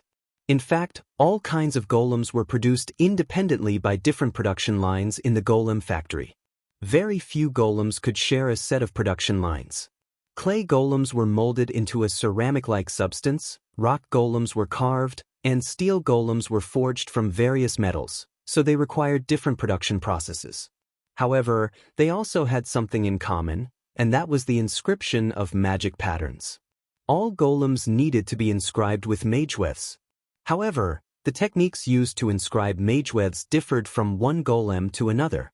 After all, clay, rock, and steel were made of different materials, so the carving knives and materials needed to inscribe magewefts were also different. The Magic Pattern Inscription Workshop now only had one magic pattern inscription equipment, which could inscribe 6 golem parts at a time. Su Lin did not intend to continue producing magic pattern inscription equipment for the time being. The production of one magic pattern inscription equipment required a legendary soul crystal, and the legendary soul crystal in his hand was prepared for the diamond golems. Su Lin intended to make 2 diamond golems, and with the addition of more than 500 steel golems, as well as more obsidian and rock golems, he could form a powerful golem army. With such a large golem army, even dealing with a demon army would not be a problem. After all, magic constructs like magic golems had far too many advantages.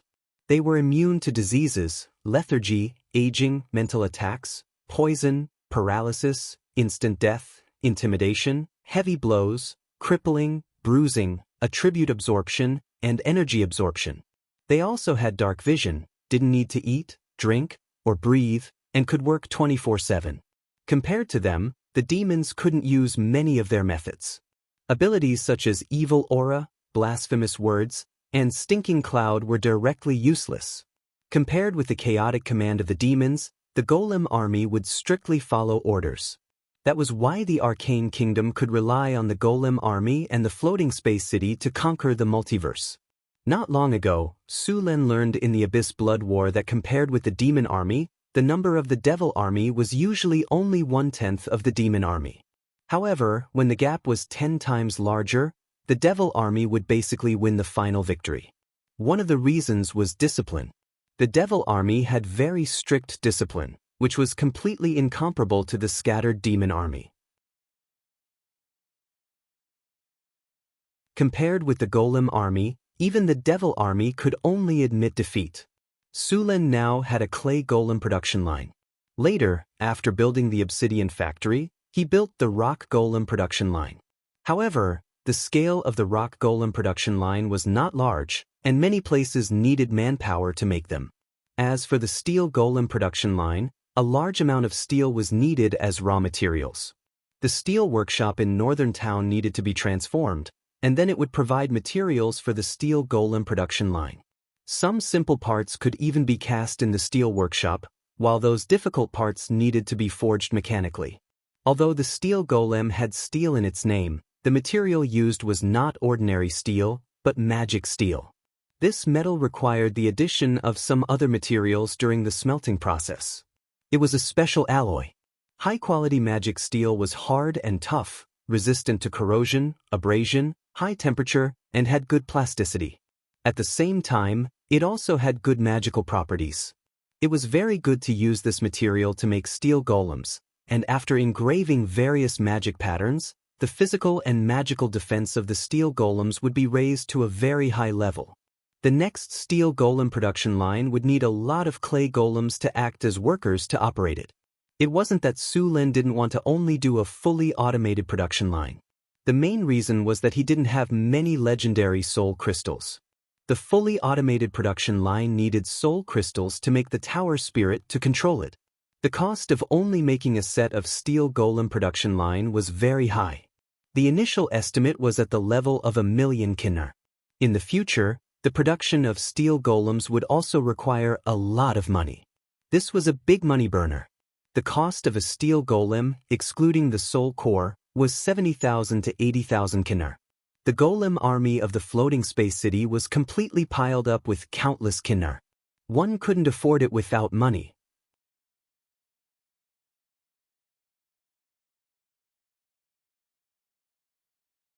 Chapter 524. Some people said that arcanists were just throwing money at others, and it did make some sense. Whether it was the floating city or the golem army, they were all built with money. A steel golem cost 80,000 kinar, and a diamond golem cost more than 1 million. According to the standard of the golem army, each of the 500 steel golems cost 80,000 gold coins, which would add up to 40 million gold coins. 2 steel golems would cost around 2 million to 3 million gold coins. The remaining 1,500 stone golems cost around 30,000 gold coins each, which would add up to a total of 45 million gold coins. In total, the entire golem army would cost an astonishing 100 million gold coins. The Florentine kingdom's annual revenue was barely 8 million gold nars. It would take the Florentine kingdom 13 years of tax revenue to barely reach 100 million gold nars. Among these, high-grade and legendary-grade soul crystals were things that couldn't be bought with money. The materials needed to build a floating city cost at least 100 billion kinar. It could be said that if it weren't for the minerals found in Sullen's territory and the rich resources of the underground world, he wouldn't even be able to build a wizard tower, let alone a golem army. Although the golem production line cost a lot, most of the materials were produced in the northern city, so it didn't really cost that much. Similarly, the materials used to build the golem army were basically provided by the northern city. The obsidian golem's main materials were provided by the obsidian workshop, which directly reduced the cost of the obsidian golems by half. In addition, most of the other materials could be obtained from the secret realm and the underground world, which ultimately reduced the cost of the obsidian golems by 80%. If it weren't for the various resources in the underground world and the secret realm, Su Lin wouldn't even be able to build the golem army, and even the construction of the wizard tower would have been delayed for a long time. He had to admit that it was a wise choice to build a city in the northern city. Who would have thought that he would find a passage to the underground world here? In addition to these resources, the northern city also built a large number of factories.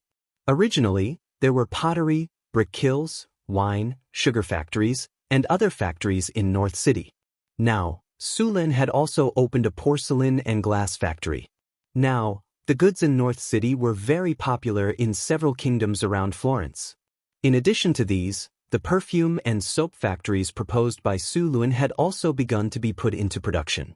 Perfume and soap products could be said to be the favorite of those noble ladies and ladies who were even crazy about these daily necessities. These daily necessities weren't cheap at all. They were all consumables. It could be said that northern garrison cities' income had been steadily increasing. After some calculations, northern garrison cities' monthly income had reached 1.2 million kinar. The income of Beifong Duchy's 3 cities was higher than that of the entire Kingdom of Florence. If not for the fact that Su Lin had become the king of the Kingdom of Florence and his own strength, he would not have been able to defeat Su Lin. The nobles and kings would never let go of such a lucrative opportunity. But even so, the caravan in the northern garrison city continued to expand. Putting everything else aside, just the caravan guards already numbered in the thousands. Su Lin first went to the secret realm to see the crystal beasts. At present, the crystal beasts had multiplied to more than 200. Every month, they would provide a batch of high-quality magical crystals to North City. Some of these magical crystals were used to repair the secret realm, and some were used to build the wizard tower. In the future, these magical crystals would also be used to build the floating space city. The mining area in the underground world was still the same. All kinds of mines were being mined in an orderly manner. Among them, the iron ore output was the highest. There were also copper, zinc, lead, silver, tungsten, gold, and so on. The mining of mithril was still very slow. There were only about 20 pounds of mithril in the warehouse, 25 pounds of adamantine, and 20 pounds of orichalcum. These precious metals were far from enough to build the floating space city, but they were barely enough to build the floating space tower. In addition, there were 130 pounds of various magic gems. Among them, there were about 30 pounds of high-quality magic gems. These magic gems could be used as materials for magic experiments, and could also be used to make magic equipment.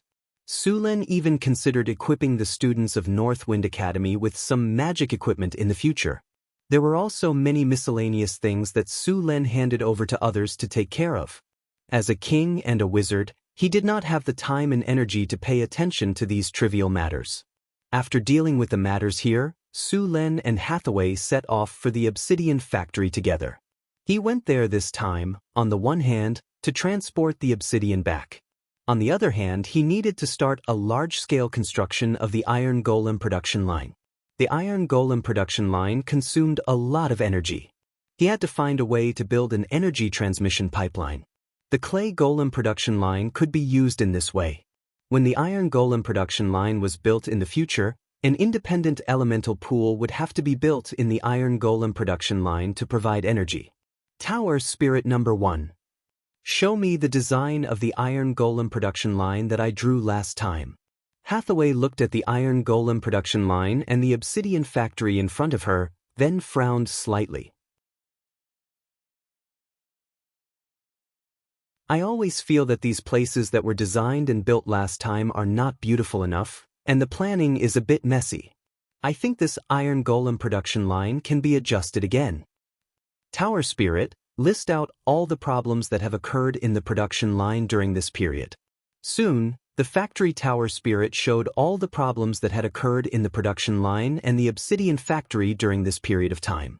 Soon, a lot of text and images appeared on the display screen.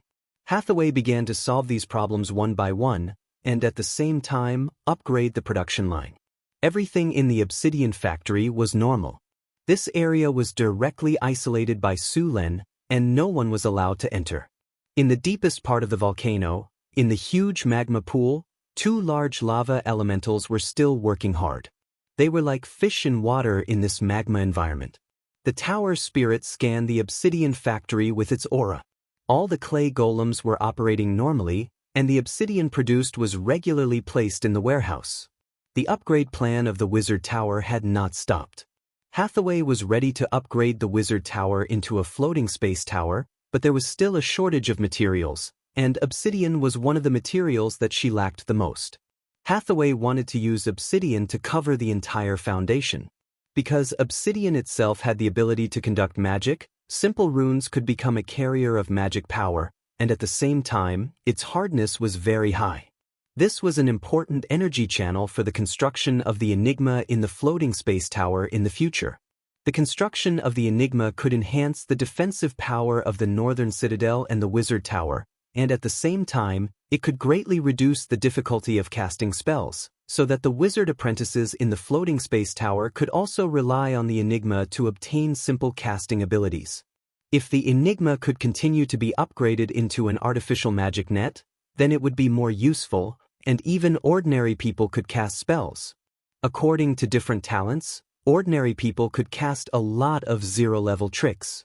If they were slightly more talented, then they could also learn some low-level spells. Of course, this ability was only useful within the coverage of the artificial magic net of the floating space city. If they were out of the coverage of the artificial magic net, then ordinary people who obtain the ability to cast spells would be instantly beaten back to their original state. After checking the design drawings of the factory, Hathaway began to upgrade and transform the place, because this upgrade and transformation required a lot of adjustments. Fortunately, the factory Tower Spirit was there to assist, or the two of them would have taken a long time to complete the work. After the adjustments, the production efficiency of the golem production line had obviously improved, and all kinds of small problems were basically solved. However, after the upgrade and transformation, the golem puppets on the production line also needed to be reinstilled with work skills. Next, Hathaway first sorted out the operation technology of the upgraded golem production line, and then transmitted it to the Tower Spirit so that it could master the various technology of the upgraded golem factory. As a light rose from Hathaway's body, a strong soul power gushed out from her body, and then instantly connected to the Tower Spirit. The faintly discernible balls of light entered the Tower Spirit, and after a while, these spiritual lights disappeared. Tower Spirit. Optimize and upgrade the production technology of these clay golems. Yes, Master. Following Hathaway's order, the tower genie slowly raised a ball of aura. This ball of aura absorbed a large amount of energy. Soon, this ball of aura shot out a beam of aura and landed on the clay golems. The tower genie was the terminal auxiliary tower genie of the golem factory. It could directly add new functions to the golems, but doing so consumed energy. Under normal circumstances, Hathaway would not waste energy on this. Start loading program. Loading progress, 20%, 40%, 60%, 80%, 100%. Loading complete. Activating the craftsmanship related to the golem factory. The factory tower spirit's loading ability was limited, and the soul core of these clay golems was also limited, so it could not add too many craftsmanship skills. Therefore, these clay golems were only loaded with 1 or 2 craftsmanship skills, such as carving, smelting, forging, and so on related to the production of golem puppets. At most, it could only load up to expert-level craftsmanship skills, and it was basically impossible to load up to master-level craftsmanship skills. Of course, Sulen would not be so extravagant to add such high-level craftsmanship skills to these clay golems. Basically, high-level craftsmanship was enough, because the higher the level of craftsmanship, the more energy it would consume, and it would require higher quality soul crystals as the core. This was the same as loading work programs on robots. The higher the level, the greater the amount of data needed. At the same time, there was also a greater demand in terms of hardware. You could not only ask an artificial intelligence like AlphaGo to use a Pentium 256 CPU.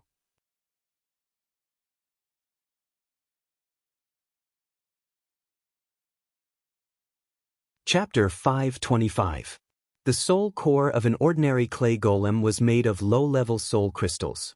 If the legendary tower genie was compared to a quantum supercomputer, then the soul crystal of this clay golem was at most the CPU of a Pentium 512.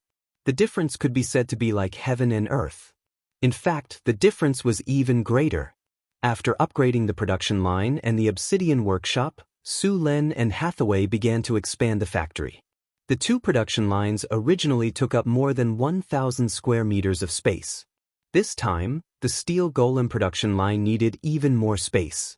The production of the steel golem could be divided into 3 parts. The first was the construction of the limbs. This step could be done separately. The raw materials needed for the steel golem were made in the steel factory. Some of the parts were directly cast, so this part could be completed by skilled craftsmen.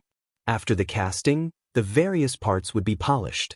In addition to these cast parts, there were also some parts that needed to be forged.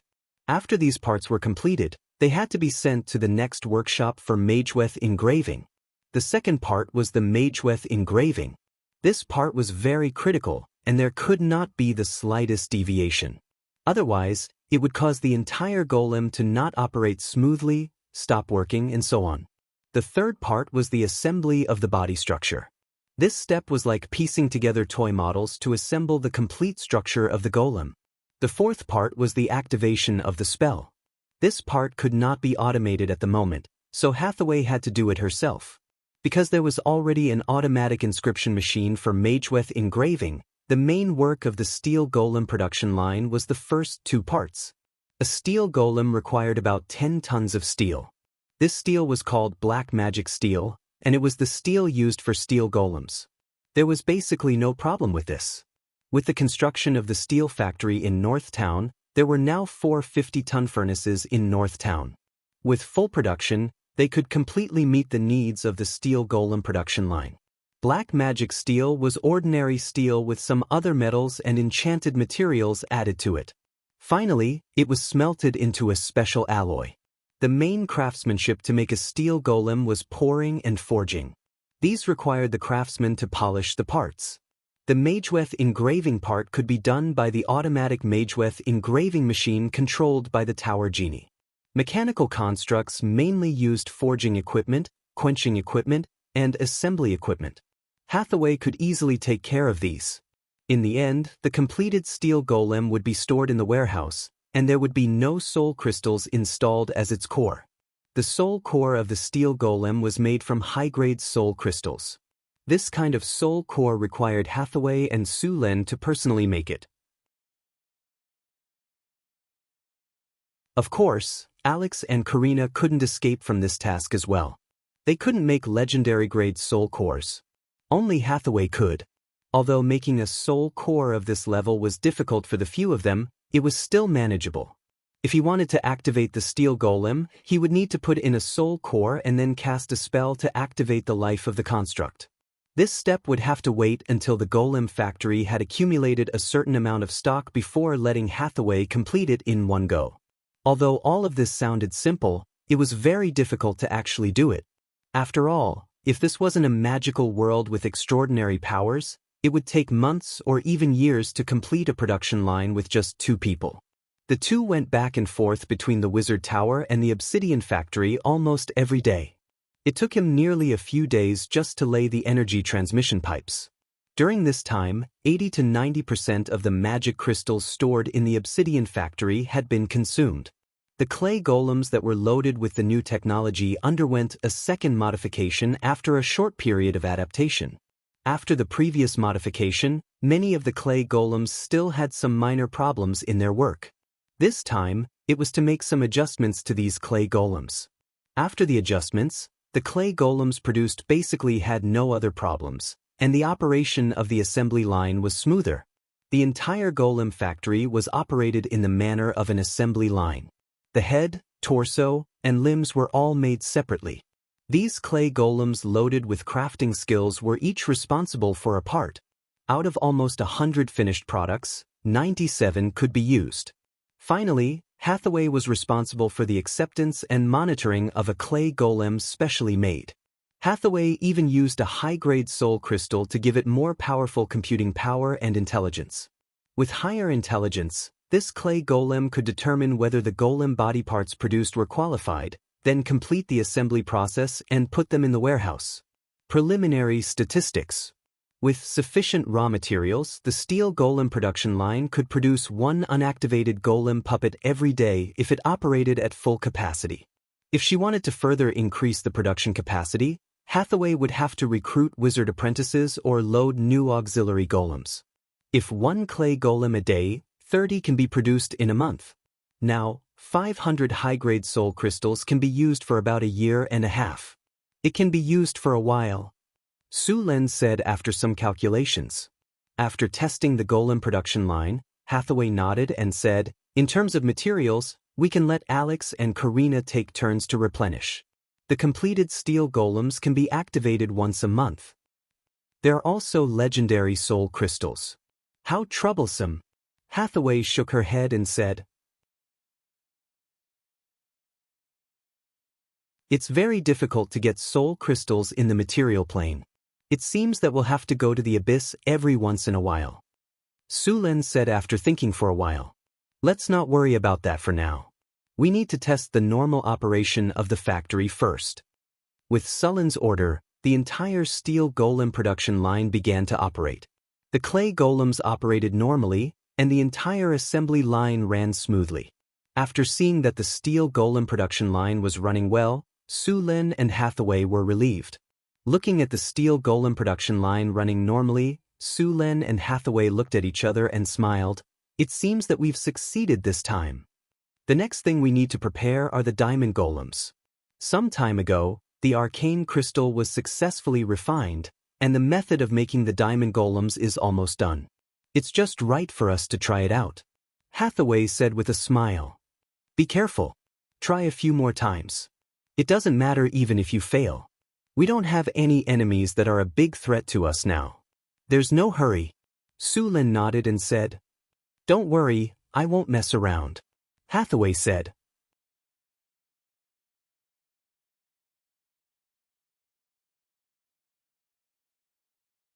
Chapter 526. When Hathaway went to make the diamond golems, Su Len couldn't help. Besides, he had other things to do now.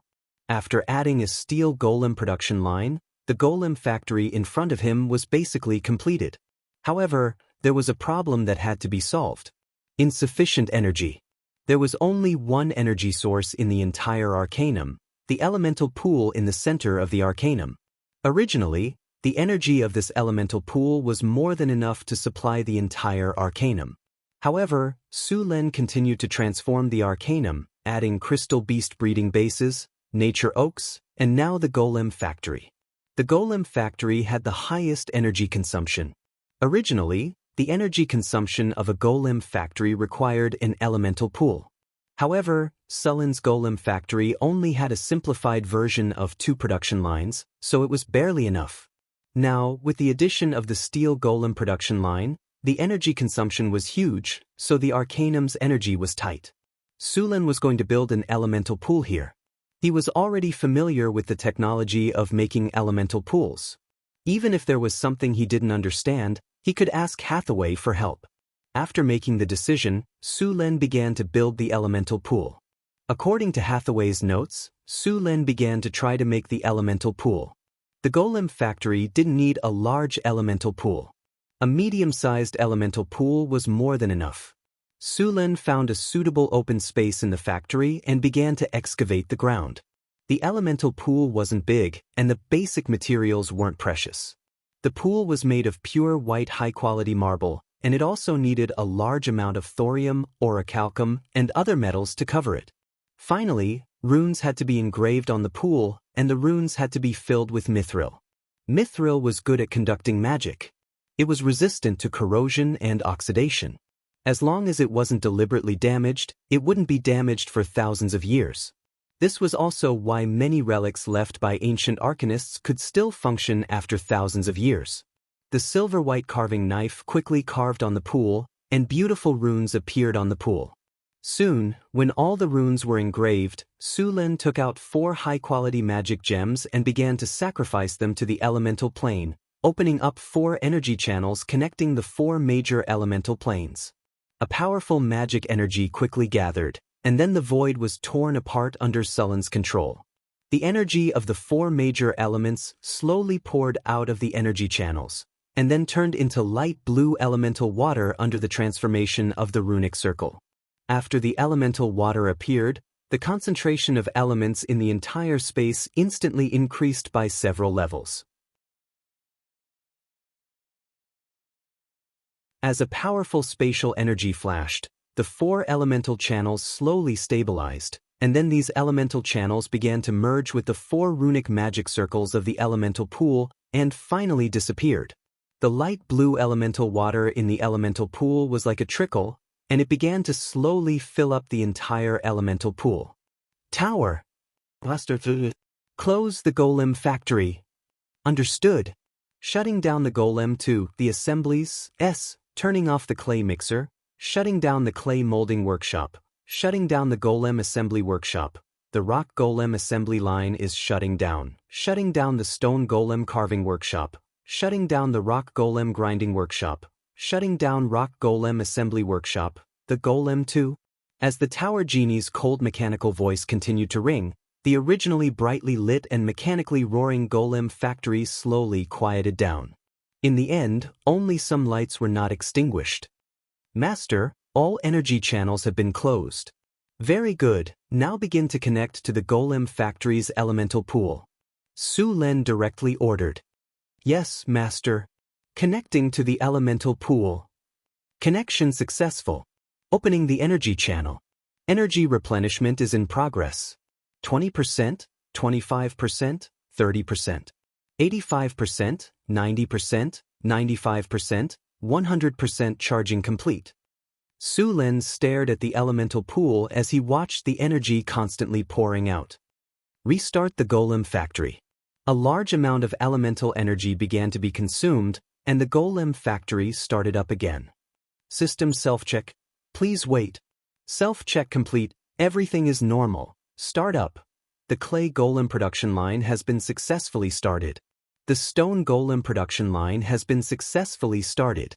Seeing the 2 production lines start up again, Sulen secretly breathed a sigh of relief. The next step was the most important. The golems produced by the stone golem production line and the clay golem production line were not considered strong. The steel golems were the main force of the golem army. Start up the steel golem production line. Sulen said slowly after the 2 production lines were running normally. Yes, Master. The steel golem production line has begun self-check. Self-check complete.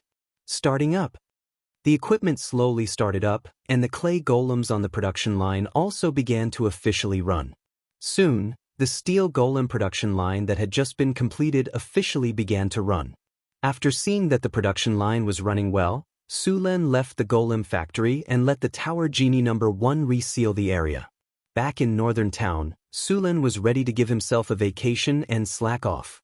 Then he ran to Frodo's place to steal some food, and then dressed casually to go shopping. Da-da-da. There was a rush of footsteps, and then a servant came in and said, "Your Majesty, I just received news that the expedition team that was sent to explore the east of the wasteland has returned." Hearing the servant's words, Sullen's eyes widened. The expedition team was a project that he personally started after returning from the astral plane. Last time in the astral plane, Su Len saw the entire world. Other than the continent they were living on, there were several other continents on this planet, and the closest one was the eastern continent, which was across the sea.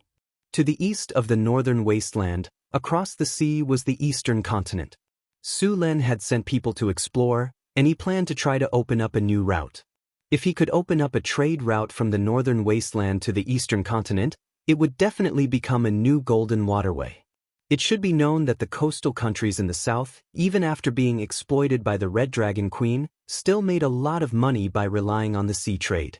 If Su Len opened up a trade route from here, the profits contained in it would greatly accelerate the development of his territory and at the same time earn a lot of money for the construction of the floating city. The floating city cost 100 billion Kinar to build. Even Su Len was shocked. To build such a top-level magic crystal in the arcane era, it would require a lot of resources and money. If he did not expand trade and make money as soon as possible, when would he be able to? The expedition team sent by Su Len followed the simple map provided by him and advanced along the Red Sand River. The Red Sand River stretched all the way to the sea.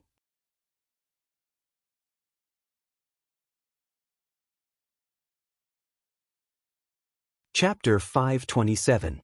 The northern wasteland and the eastern continent were separated by an ocean. Normally, the route would pass through the southern sea islands and enter the southern sea. The merchant ships in the southern sea would buy the goods from the east and sell them to the north, while the rest would be sent to the west by sea. The trade route would not pass through the northern wasteland. Su Len would have to open up a trade route himself if he wanted to get a share of the profits. The northern wasteland used to be desolate, with no human cities. There were only gnolls, kobolds, goblins, barbarians, and beastmen. These people would never trade with merchants. They were better at robbing. Now, the only way to open up a trade route was for the merchants of the northern wasteland to travel to the eastern continent. The distance from the northern wasteland to the eastern continent was quite far, and there were no human cities along the way. If Su Len wanted to open up a trade route, he would have to build a city here. The people he sent to scout the route had returned. Where are they now? Su Len asked immediately. "Your Majesty, they are still in the city hall," the servant reported. "Tell them to come see me."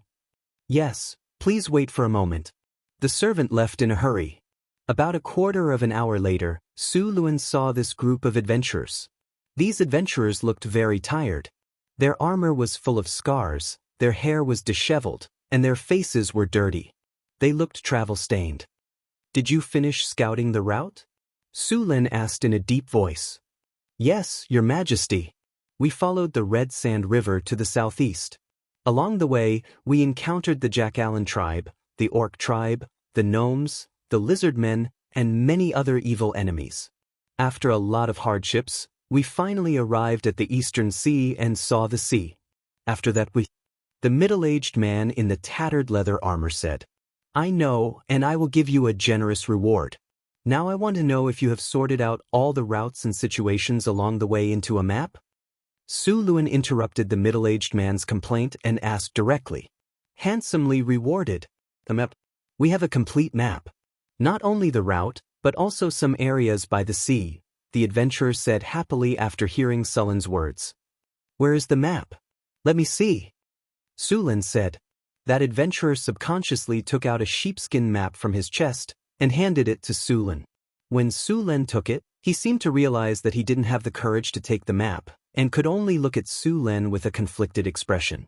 Su Len ignored the adventurers and opened the map. The map was very simple. After all, these people had never learned how to draw a map. The map looked like an abstract drawing. Luckily, the terrain of the northern wasteland was not complicated. They had already marked out the location of Northern Town and the Redwater River. They had also recorded the other routes. Some areas were even described with words. Although the map was simple, it was still acceptable for the station. Moreover, when he compared it with the northern wasteland that he saw in the astral boundary, the difference wasn't too big. Very good, your map has met the requirements of this mission. Su Len put down the map and said with a smile, the reward promised by the city hall will not be small. The reward of 10,000 kinar will not be less. This is the proof of mission completion. You can take it to receive your reward. Of course, after receiving your reward, you will have to lead the army of Northern Town through this route again. Thank you for your generosity, Your Majesty. Your reputation is as bright as gold. We are willing to lead the army again. After hearing the reward, these people's eyes were bloodshot, and they couldn't help but show excitement on their faces. Your Majesty, we... At this moment, the adventurers suddenly became a little hesitant. Su Len was a little confused. Do you have something to say? The adventurer gritted his teeth and finally seemed to make up his mind. Your Majesty, we want to change the reward. Change the reward? You think 10,000 kinar is too little? Su Len said calmly. What reward do you want? Your Majesty, we don't think your reward is too little. Hearing Su Len's words, the adventurer quickly explained, we want to change the 10,000 kinar to become citizens of Northern Town and distribute houses and land to us. Su Len smiled. You want to become citizens of Northern Town? Of course, that's 10,000 gold nars we're talking about. Even if the 5 of you split it evenly, you'll still get 2,000 gold nars each. That's enough for you to buy a manor in the Kingdom of Florence and live a wealthy life. Are you sure you want to exchange it for the citizens and land in Northtown City? The adventurers looked at each other and nodded heavily. Yes, Your Majesty. We are willing to become citizens of Northern Town. Very good. Then I announce that you can all become citizens of Northern Town. The people from the City Hall will come and help you with the household registration procedures. At the same time, your houses and land will also be distributed. However, you won't get the 10,000 kinar, Su Len said in a deep voice. Thank you for your generosity. The adventurers bowed to Su Len and said respectfully. Su Len was a little emotional. These adventurers had been living in Northern Town for a year or two. After getting familiar with the city, they really wanted to become citizens of Northern Town. However, Northern Town had high requirements for citizens. Many of these adventurers couldn't pass the inspection. These people were willing to give up the 10,000 kinar reward to become citizens of Northern Town, which surprised Su Len. He didn't expect the citizenship of Northern Town to be so precious. Su Len asked the guards to take the adventurers away. He then began to look at the map carefully. At the same time, he asked the army to form an advance party to clear all the obstacles on the road and prepare to build a city on the east coast. Su Len had to build a bridgehead on the east coast if he wanted to trade with the eastern continent. In addition, he had to clear the 15-kilometer area along both sides of the Red Sand River. Su Len planned to transport the goods by water. The caravans would also carry the goods from the Red Sand River to the ocean. It was faster and more efficient than land transportation. It would also save a lot of manpower and resources. This time, Su Len planned to arrange 2 ships for the advance party to record the hydrology of the Red Sand River. At the same time, he planned to build a large dock outside Northern Town to produce ships. There were a lot of trees in the northern wilderness, so it would not be a problem to build a ship. However, it would take some time to learn how to build a ship. In addition, he also needed to recruit enough sailors and navigators. Following Su Len's order, the army soon gathered. The 2 inland river boats were also ready.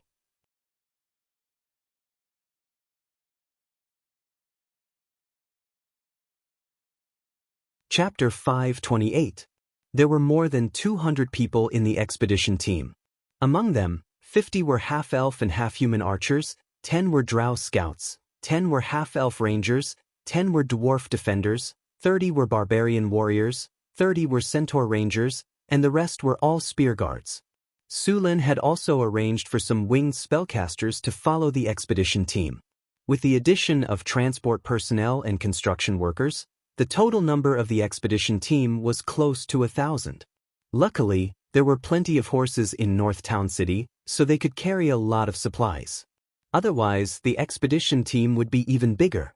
The expedition team's mission was to build a stronghold on the eastern coast.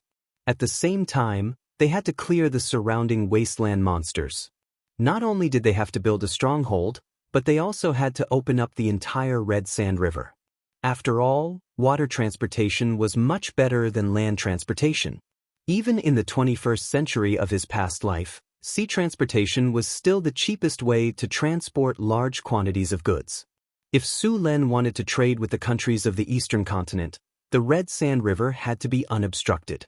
According to the map given by the adventurers, North Town City was about 1,500 kilometers away from the estuary of the Red Sand River. With such a long distance, they had to set up some strongholds and transit stations along the way. Monsters were everywhere in the wasteland.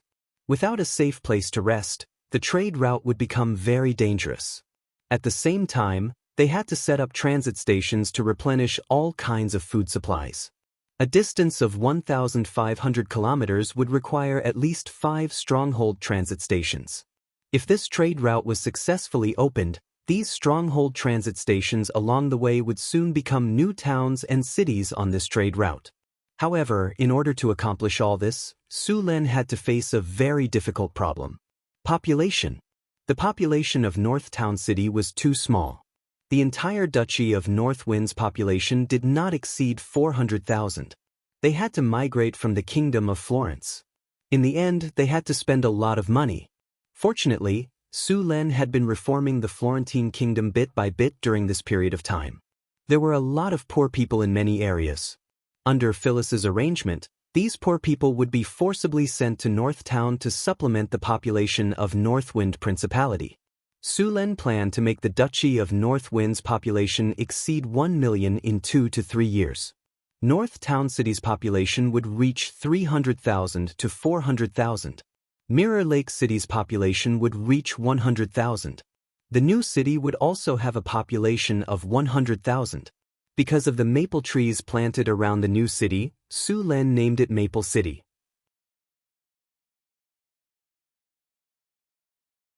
Of the remaining population, 200,000 would be arranged in the vast plains outside the city. Su Lin planned to build a dozen or so large towns there, while the rest would be arranged in the strongholds to be built on the Red River. According to the weather conditions in the northern wasteland, Su Lin would stop after 100 kilometers. The further north they went, the colder the weather would get, and the stronger the monsters in the wasteland would become. Su Lin planned to use this 100 kilometers as a buffer zone for North Town City. In this way, the Duchy of North Wind's territory would become very strange. It would be long from east to west and narrow from north to south. However, this was only temporary. Su Lin planned to slowly develop the southern part of the northern wasteland, which meant that he would continue to develop from Mirror Lake City to the south. The weather in the south of Mirror Lake City would be warmer. Although there was not as much rain as in the south of Florence due to the mountain range, it was still good. As long as this place was cleaned up, it would be able to grow food and feed more people. In the southeast of North Town City, after crossing the swamp, there were grasslands and forests. There were also many resources there. Su Lin planned to take over this place in the future. 2 days later, the exploration team was finally ready. Su Lin personally led the exploration team along the Red River to the east coast. According to the description on the map, following the Red River to the south was the direction of the sea. Su Lin and the others took a boat down the river, while the army marched on the shore. Since the centaurs raised livestock, there were a lot of horses in North Town City. The team in front of them had 2 horses per person. Even the workers were riding horses. The Red River meandered for 300 kilometers before turning into a plain. It would also pass through the swamp and eventually merge into the sea. This area was considered an uncivilized area. Many tribes lived in the wasteland. One of them was a tribe of over 300 barbarians. When the exploration team from North Town City arrived, they volunteered to join them. Although Su Len did not expand his territory here, his reputation in the wasteland was growing as North Town City rose. The monsters that North Town City defeated had spread the name of the city. These barbarians admired Sullen's reputation, so they came to join him. Of course, part of the reason was that these barbarians were too poor. When Su Len saw them, most of them were wearing tattered animal hides, and their weapons were very simple. The leading barbarian chief's iron axe was covered in rust. There were even bubbles and iron slag that had not melted yet. Many of them were holding thick wooden sticks and bone weapons. Although they were poor, they were still quite strong. Su Len left 2 barbarians who were familiar with the area. The rest of them were led back to North Town City by 2 barbarian warriors. According to the barbarians, this plain was called the Nidorian Plains. The most powerful tribe was the Centaurs, followed by the Orcs. However, they weren't large in scale. The Centaurs only had 5,000 people, the Orcs had 4,000, and the rest were small tribes.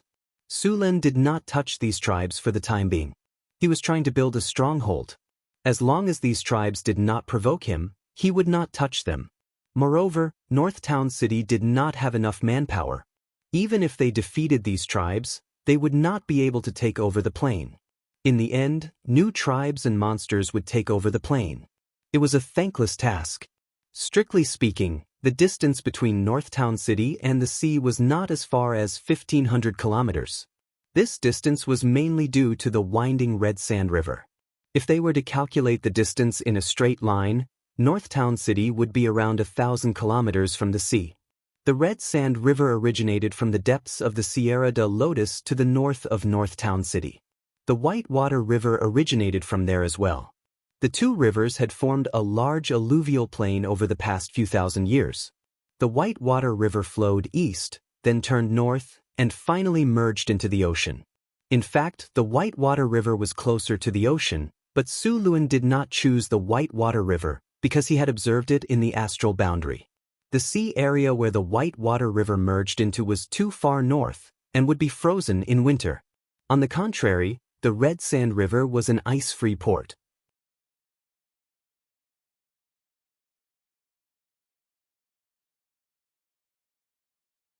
Chapter 529.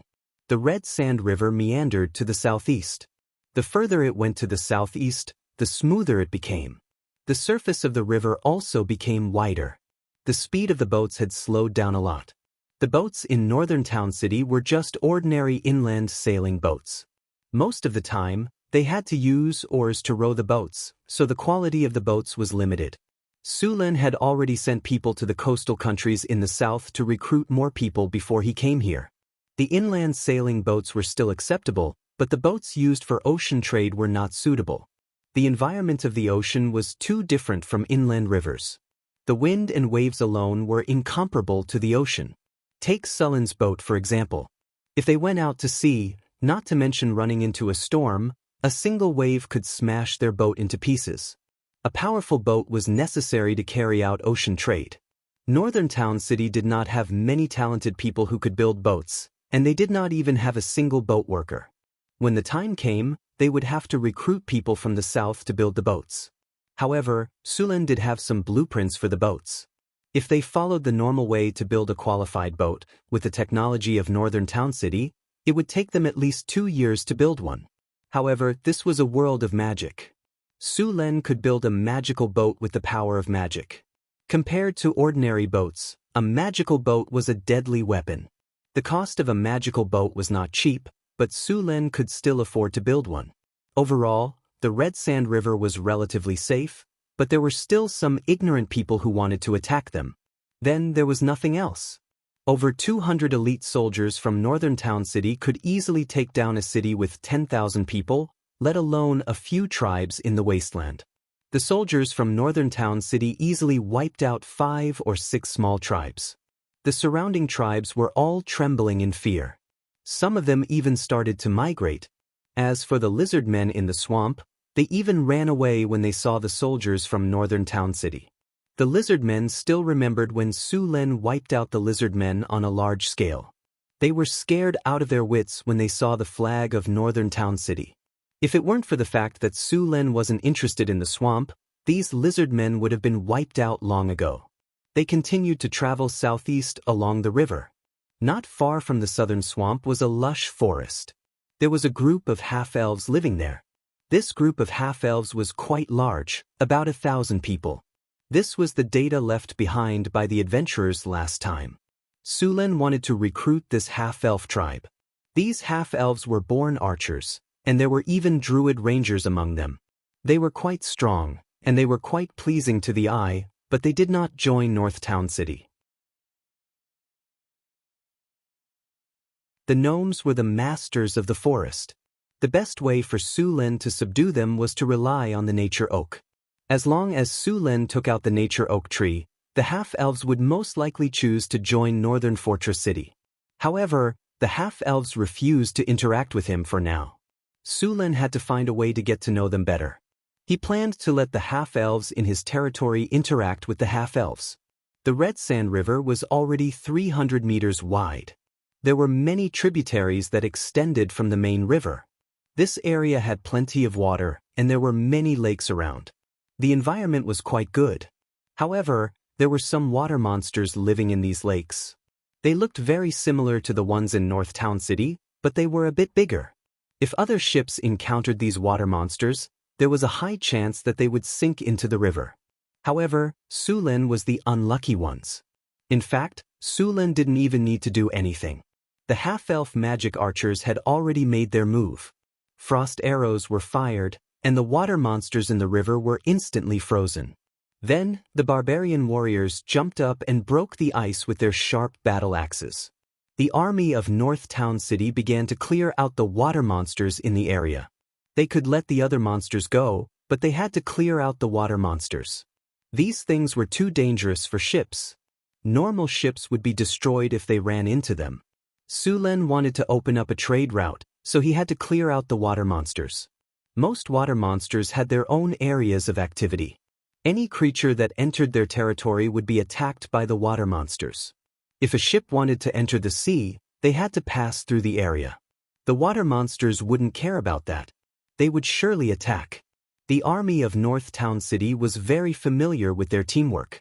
They soon killed the water monsters one by one. Apart from the useful materials on the monsters, they simply discarded the rest. Your Majesty, we will see an island in the middle of the river not far ahead. Once we see the island, we will reach the estuary, the adventurer who was acting as a guide said. Su Len nodded. He took out a telescope and looked around. When they reached the estuary, the river widened dramatically. The estuary was a huge trumpet-shaped channel. The deeper they went into the sea, the bigger the channel became.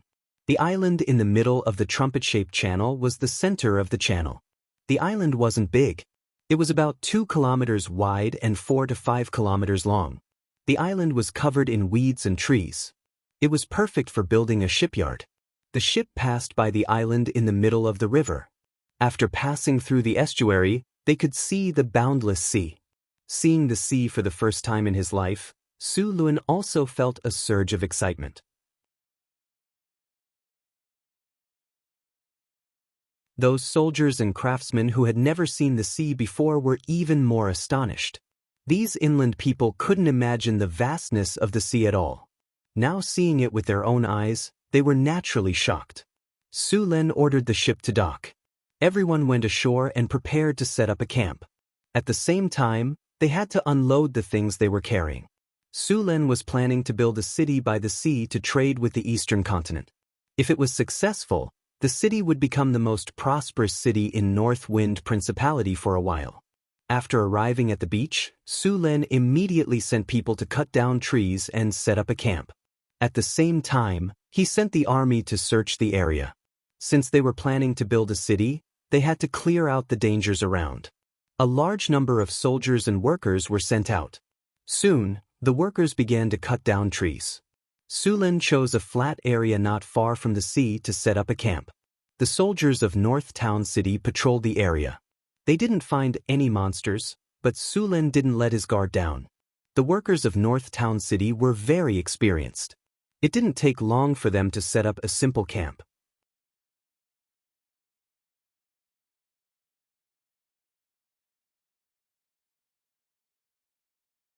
Chapter 5:30. The sun gradually dimmed, and the Lady of Silver Moon slowly rose into the sky. The night had darkened. The craftsmen had gone to rest after a long day of hard work. The sound of waves hitting the beach came from the distance. The camp in North Town City was not big. Apart from the night watchers, everyone else had gone to bed. Su Lin was drawing a map of the surrounding area. Su Lin didn't plan to live here for a long time. After the construction of the camp was completed, he would build a teleportation circle here. This would become the most important port city of the Northwind Principality and even the Kingdom of Florence. At the same time, he had to draw up a plan for the city. The next day, as soon as the sun rose from the east, the camp was already bustling with noise and excitement. They had freshly caught seafood for breakfast. There was a lot of seafood in the area. No one had been here for thousands of years, so there were countless fish. There was no need to worry about food. With enough food, Su Lin did not have to spend so much effort to transport supplies from North Town City. A few hundred craftsmen began to build the stronghold, but it was not enough to build a town with so few people. Su Lin ordered the army of North Town City to sweep the surrounding wilderness and capture all kinds of slaves to build the town. The nearby tribes were unlucky this time. With North Town City's strength, these mid-sized tribes with less than 1,000 people were easily defeated by a few waves of arrows. Following that, they began to capture people from all over the place. In just 3 days, over 5,000 monster slaves had been gathered around the settlement. A large number of slaves began to build the town under the command of the craftsmen. The exploration team had brought a lot of resources and enough manpower. The construction of the town was very fast. While the town was being built, a shipyard was also being built on the island in the middle of the river. Su Lin left the teleportation coordinates here and returned to North Town City. At the same time, the second exploration team was ready. This time, there were 5,000 people in the team. Apart from 1,000 soldiers, the rest were all craftsmen. Su Lin wanted to finish building the port as soon as possible, so he had transferred half of the workers from North Town City. As Su Lin was preparing more resources, he suddenly heard Hathaway's voice in his mind.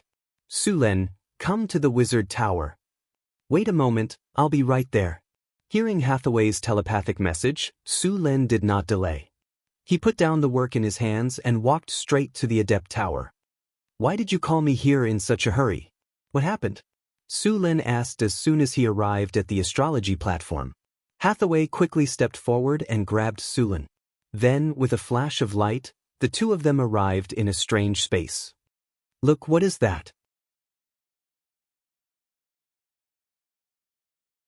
Su Lin only felt his vision blur, and then he arrived in a strange space. Following the direction of Hathaway's finger, he saw a 3-meter-tall golem shining like diamonds appear in front of him. Is this a diamond golem? Su Lin recognized the colossus at a glance and exclaimed in surprise. Yes, the diamond golem. Hathaway said proudly, for this big guy, I've spent a lot of precious materials. But it's all worth it, Hathaway said as she came in front of the diamond golem. With a flash of light, the sleeping diamond golem slowly woke up. Master. The golem's cold mechanical voice sounded. How strong is it? Su Lin circled the tall diamond golem and asked. Legendary level. Its defense is very high, and its attack is not weak either. You can try it yourself. Hathaway said with a wink. That's good, but what if it's broken? Su Lin said eagerly. That's easy. Hathaway smiled slightly, and then a dazzling light rose from her body. Mirror dimension. A strange light instantly enveloped Su Lin, and then he felt his body enter a strange space. The whole space seemed to be silver white, and in front of him, there was a person who looked exactly like him. This is... Su Lin stared at Hathaway with wide eyes. Hathaway smiled and said, this is a legendary level spell, Mirror Dimension. It can create a mirror world, and in this world, it can create a perfect mirror clone.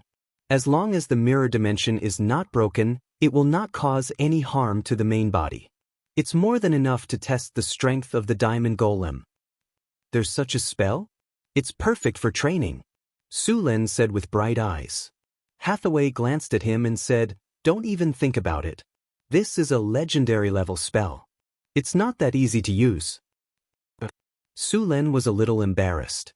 It seemed that it was impossible to use this spell as a training ground. "Okay, control your mirror clone and train with the diamond golem." Hathaway snapped her fingers, and the diamond golem was instantly activated. Su Len did not hesitate. He took out the storm halberd and rushed up. Clang. There was a muffled sound. The diamond golem did not care about Sullen's attack at all. The storm halberd smashed against it, and sparks flew. The diamond golem directly slashed down, and the heavy greatsword came down with a whistling sound that tore through the air. Bang! Rocks flew. Sullen's figure turned into an afterimage. He dodged the diamond golem's attack and jumped to the side in an instant. What's going on? Why is the power of my weapon so much weaker? Su Len stared at the diamond golem and asked. Your legendary level weapon can't be completely simulated with the mirror dimension spell, so it's only at the level of a high-grade magic tool. Hathaway shrugged. Although the mirror dimension was powerful, it required a lot of energy to create a clone of a legendary level tool. Now that she had made the golem, it would be difficult to make Sullen's weapon. That was why Hathaway did not make one. The mirror dimension was actually used by mages for group fights. Brilliant arcanists could create a large number of mirror clones to attack the enemy. These mirror clones could basically reach 80% of the original strength, apart from the equipment. You're discriminating. It's not fair. Sullen's face darkened. Although legendary-level warriors were powerful, they relied more on their equipment than legendary-level wizards. A bare-handed legendary-level warrior and a legendary-level warrior with equipment and weapons were two completely different concepts. Fortunately, Su Len was not a pure warrior. You'd better hurry up and deal with the golem. Hathaway winked mischievously and then said to the golem, "Big guy, beat him up for me." "Yes, master," the diamond golem said in a deep voice, and then rushed towards Su Len with heavy steps.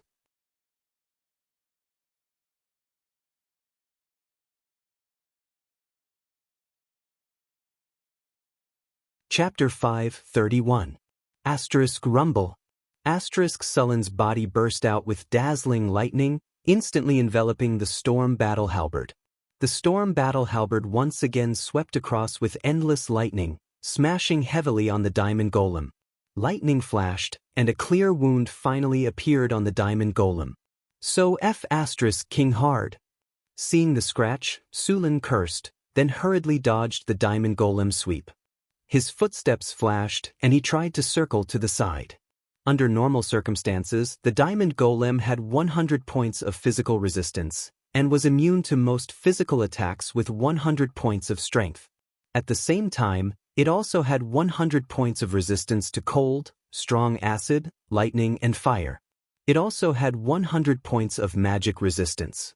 In simple terms, any elemental damage below 100 points and magic damage below 100 points would have no effect on them.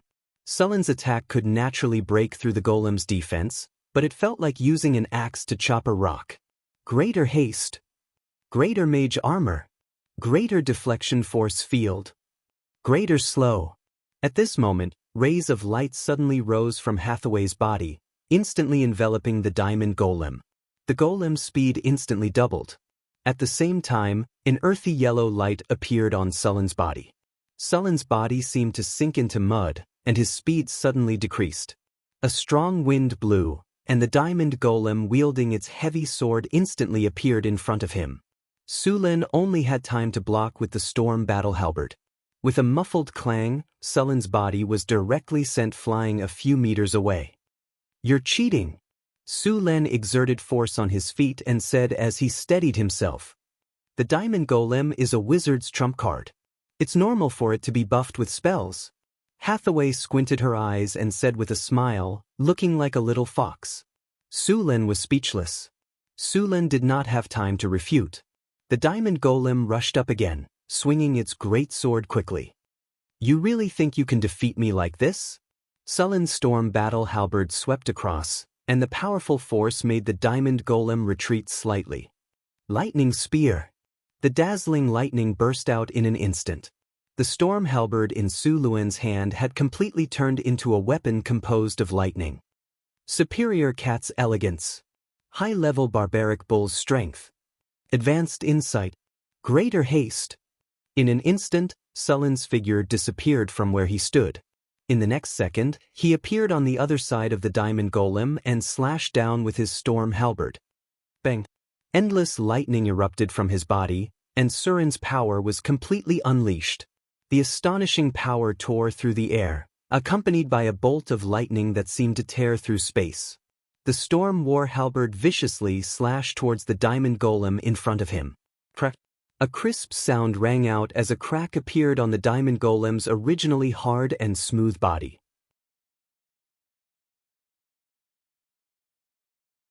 This crack gradually expanded, and then, with a bang, a palm-sized hole appeared on the diamond golem's body. It's really hard, but I still smashed it. Sullen's figure disappeared again. At the same time, the giant sword in the diamond golem's hand suddenly swept across, and the strong wind all hit Sullen's position just now. After using his full strength, Sullen's figure accelerated again, and with the help of Blink, he completely disappeared in a flash. Su Lin continued to attack, and afterimages appeared around him. The diamond golem kept attacking, but it had no effect. This kind of fighting style was something that even legendary rogues who were proficient in shadow travel could not do. Although they could escape into the shadows, they could not completely disappear. Even shadow travel had limitations. The number of times a rogue could use shadow travel was limited, and it could not be used in places without shadows. After using his full strength, Su Lin fought to his heart's content. In a short period of time, a large number of scars appeared on the diamond golem's body. The originally crystal-like body became bumpy and full of cracks. Thunder Fury Slash. A bolt of lightning appeared, and the powerful lightning power turned into a blue chain, instantly blocking the diamond golem's movement. It's over!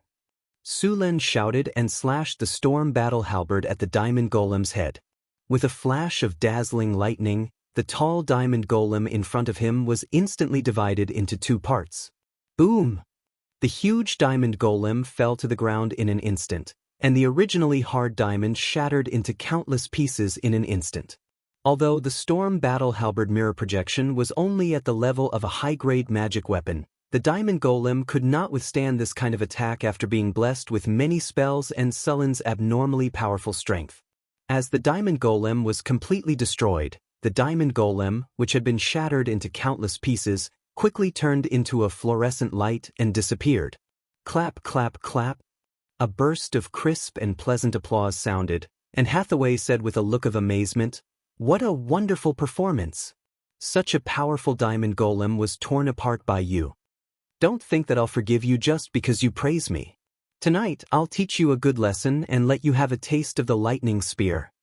Su Lin waved his hand and dispersed the lightning.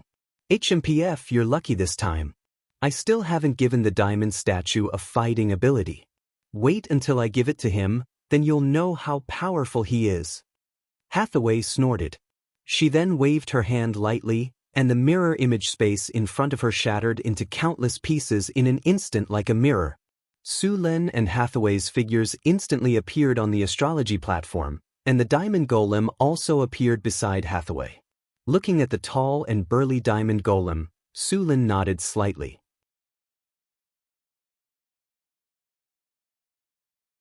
Although he had been suppressing the diamond golem in the battle just now, this did not mean that the diamond golem was weak. After all, Sullen's strength was already at the high legendary level, and his character level had reached level 30. For this diamond golem to be able to withstand his full power for so long, it was already very powerful. "How many of this thing are you going to produce?" Su Lin asked. "Two. The cost of building a diamond golem is a bit high, so 2 is more than enough. Next, I'm going to try to build other golems. Hathaway let the diamond golem go back to standby. Although the diamond golem is powerful, it also has its flaws. It doesn't have magic attacks, and it's not very effective against some special enemies. The golem army not only requires strength, but also cooperation. There's going to be a lot of money to burn next. Hearing Hathaway's figure, Su Lin couldn't help but click his tongue. The diamond golem was the lowest cost among the legendary golems. For example, the arcane guard cost at least 2 million kinar, and the magic breaker was even more expensive.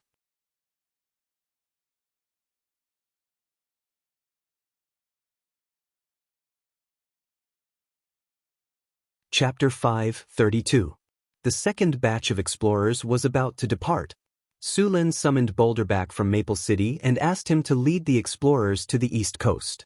Last night, Su Lin severely taught Hathaway a lesson and made her beg for mercy under his thunder spear. He went in and out 7 times and killed all of them. When Su Lin woke up the next day, there was a hubbub outside. Su Lin carefully removed several warm and fragrant bodies beside him. He simply washed and went out. Outside, Su Lin saw Boulder and the caravan of North Town coming back with him. Boulder had sent a batch of shipwrights from the Kingdom of Florence to North Town. Boulder brought back a lot of people. The construction of Maple City was still going on, so they couldn't transfer too many people. However, the caravan brought back a lot of slaves from the Kingdom of Florence. These slaves were chained up in groups of 10. They were thin and skinny, and their skin was a lot darker. They looked shorter than the people in North City. Where did you buy these slaves? They don't look like northerners. Su Lin looked at the people in front of him and said. The manager of the caravan bowed slightly and said, Your Majesty, we received your message to recruit shipbuilders, so we immediately went to look for them. Thanks to you, we found these slaves in the slave market. They were slave shipbuilders sold by a company in the southern coastal countries, so we bought them all. These slave shipbuilders were owned by a noble family, but that noble family went bankrupt due to poor management, so they had to pay off their debts. Su Lin nodded slightly and said, How many shipbuilders are there in total? The manager thought for a while and said, There are 117 shipbuilders in total. Apart from them, there are also about 600 ordinary slaves. They are all able-bodied laborers. There are also 30 boxes of tea leaves and 30 boxes of porcelain. They are all stored in the warehouse in the city. Well done.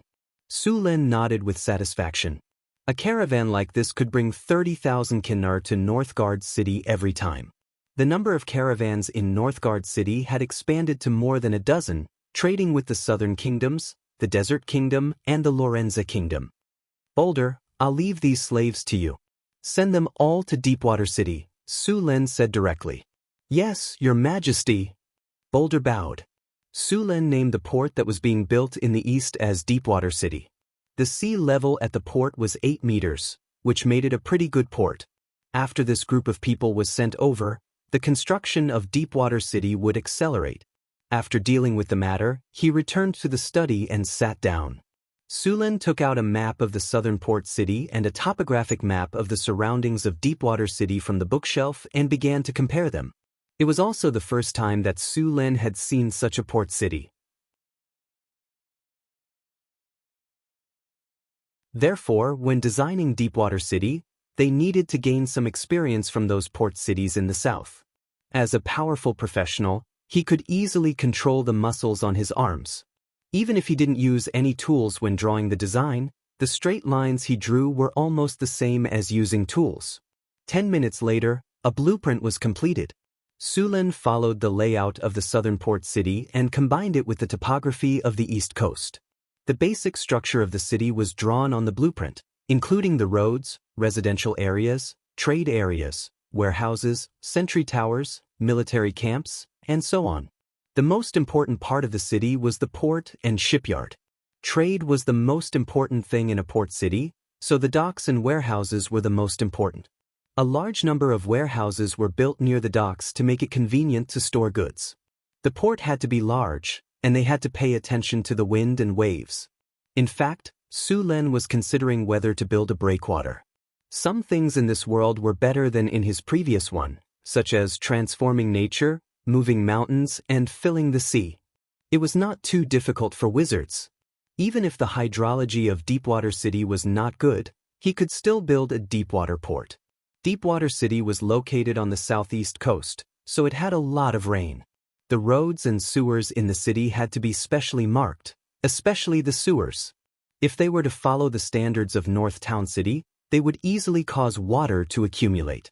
The distribution of toilets and sanitation also needed to be paid attention to. The problem with the sewers was simple. As long as the layout was reasonable and the sewers were dug deep, it would be fine. The main problem was the hardening of the roads. Port cities had a lot of rain, and if the roads were not hardened, they would become muddy, which would greatly affect the transportation of goods. Therefore, the roads in Deepwater City needed to be paved with stone slabs or mud-to-stone spells. Because of the trade problem, port cities had a lot of people. Caravans from all over the world would come here to trade, which put a lot of pressure on the sanitation of the city. At the same time, there was another problem: infectious diseases.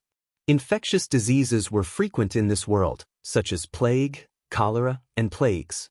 Once these diseases broke out, they would quickly spread. The soldiers in North Town City were fine because they were healthy and had strong immune systems.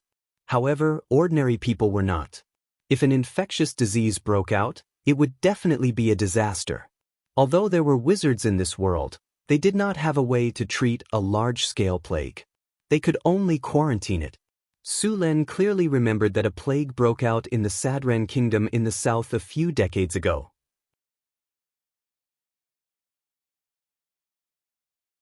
In just 2 months, it spread to the Genoa port in the west of the continent and then to the Kingdom of Kerbal. In just a few months, it had swept across half of the continent. It was said that some small cities were turned into ghost towns.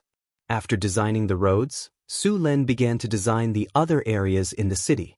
In addition to the roads in the city, they also needed to design a road that led directly to the port. This road would need at least 8 carriages to transport goods. At the same time, the land in the port area needed to be leveled, and the warehouses and berths for the ships needed to be designed. Su Len designed the port, the warehouses, and the berths according to the southern port cities. After all, they had been a port city for hundreds of years. The design of the port and the berths were very perfect. After the design was completed, he began to think about the wizards that would be sent to Deepwater City. A trading city like Deepwater City would not be safe if there were no wizards to guard it. Su Len planned to send André and some wizard apprentices. André had the blood of a water demon, so his fighting power in the sea would be enhanced. Of course, Su Len also needed to arrange a laboratory for him. There was no need to think about a wizard tower.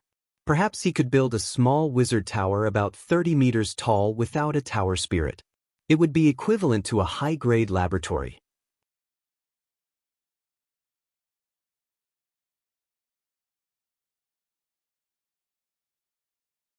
Chapter 5:33. The weather in the northern citadel was very good. The sun was shining brightly. Unknowingly, it was already the month of May. The gentle sunlight was very comfortable on the ground. Su Len had nothing to do today, so he took Hathaway, Alex, Karina, Chrissy, Phyllis, Xanthi, and his 2 personal maids for a picnic. Alex and Chrissy were barbecuing on the grass. Hathaway was chatting with Xanthi and Phyllis. Su Len was lying on Xanthi's soft thighs, taking a nap and enjoying the massage from her soft little hands. Karina was setting up the tableware, and the 2 maids were assisting everyone. Master, I'm done. Do you want to try it? It's delicious, Chrissy said, waving her arms. Su Len waved his hand. He didn't want to be a guinea pig. The barbecue smelled delicious, mainly because of the seasonings made by Frodo. Speaking of which, Frodo's seasonings were getting richer and richer. Even Su Len hadn't seen many of them before. It had to be said that when it came to enjoying life, if the halflings were second, they would be first. Su Len had made all the seasonings he knew in his previous life. Even if he couldn't find the same ones, he would find some that tasted similar. Master, do you want to try it? It's delicious. Chrissy didn't give up. She took the barbecue directly to Su Len. She looked at Su Len with her big eyes. After all, what bad intentions could a succubus have? Among the women in the northern citadel, Hathaway liked to study magic. When she had nothing to do, she would sit on the balcony and make a cup of tea and enjoy the sunshine. Chrissy liked to raise pets. Her three-headed dog was now the size of a calf. Alex liked to read books, not magic books, but fairy tales and travel books. Phyllis liked to make some snacks. Xanthi liked to follow Phyllis. Perhaps because they were both nobles, the two of them liked to have afternoon tea together. Karina often taught the drows all kinds of tricks. The two maids liked to eat sweets. Of course, they also liked to make delicious food. Sulen basically didn't care about their little hobbies. As the king of Beifeng Principality and the owner of this place, he was very easy to talk to. The aroma of barbecued meat filled the air. The little succubus happily raised the meat and handed it to Sulen, looking at him expectantly. Looking at Chris's expression, Sulen couldn't refuse it directly, so he took it and took a bite. It tastes good. Hee hee, it seems that I have a talent for cooking. The little succubus said happily. So you're using me as a guinea pig? Sulen pretended to be angry. He then reached out and knocked on Chris's head. Not bad? Let me try it too. Hathaway stretched and grabbed a skewer of barbecued meat to taste. It's a little overcooked. It's totally the seasoning for roasted Frodo. But it's the first time I can roast it like this. It's worth encouraging. A huge black shadow suddenly fell from the sky. Hathaway reacted quickly and instantly raised an energy shield around it. As soon as the shield was raised, a large cloud of dust and grass rushed over and was blocked by the shield. Onyxvaya, you did it on purpose. Be careful, or I'll hang you up and beat you. Sulen looked at the huge creature that fell from the sky with disgust. It was the red dragon girl. With a flash of light, the red dragon's huge body disappeared in an instant and was replaced by a red-haired girl. It was Onyxvaya. Master, I didn't do it on purpose. The little red dragon firmly refused to admit it and ran to Chris to ask for food. This red dragon only knew how to sleep all day long. Often, she would sleep for several days at a time. When she woke up, she would look for food everywhere. Usually, she was nowhere to be seen, so Sulen didn't even have time to ride her. As a mount, you sleep all day long and don't even carry your master. Don't you think that's very dereliction of duty? Sulen said to the little female dragon. At this time, Onyxvaya bit the skewer of barbecued meat and gently stroked it in her mouth. The shiny skewer was pulled out. Her movements were very practiced, and she didn't care about her image at all. Master, I'm close to adulthood now. I need to rest and sleep to grow. How can you bear to let a young dragon like me work? Onyxvaya said as she ate the skewer. Close to adulthood? Sulen was slightly taken aback. A dragon's adulthood didn't have to be 100 years. In fact, this was just a rough number.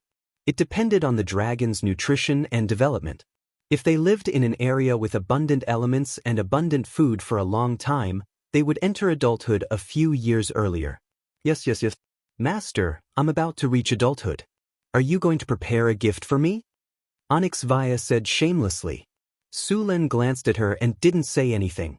Master, as a dragon who is about to reach adulthood, and the most powerful red dragon among the Pentashade dragons, if I go out and meet other people, how can I have the nerve to say hello to them?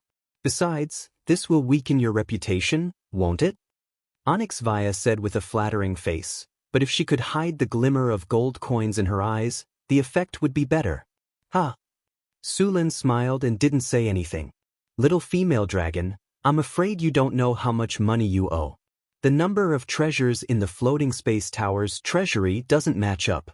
Looking at Sullen's eyes, Onyxvaya was quickly defeated, and then whispered, So stingy. You're so rich, but you're not willing to help a poor dragon like me. I'm so sad. After the picnic, Sulen returned to the study, and a guard hurried over.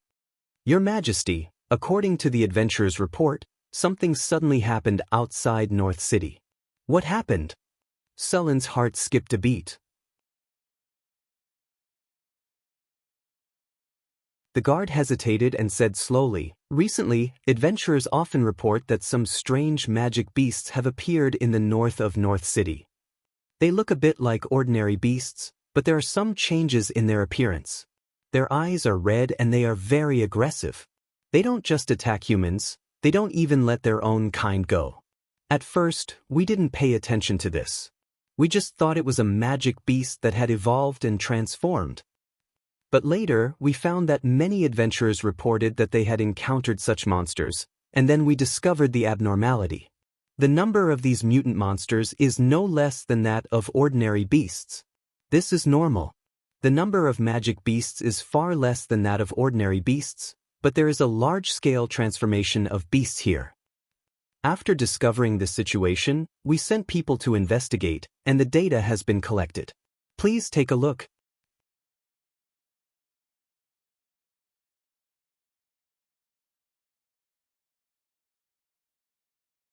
Chapter 5:34. Su Lin took a sheepskin scroll and opened it. It was a map of the northern city with some lines drawn on it.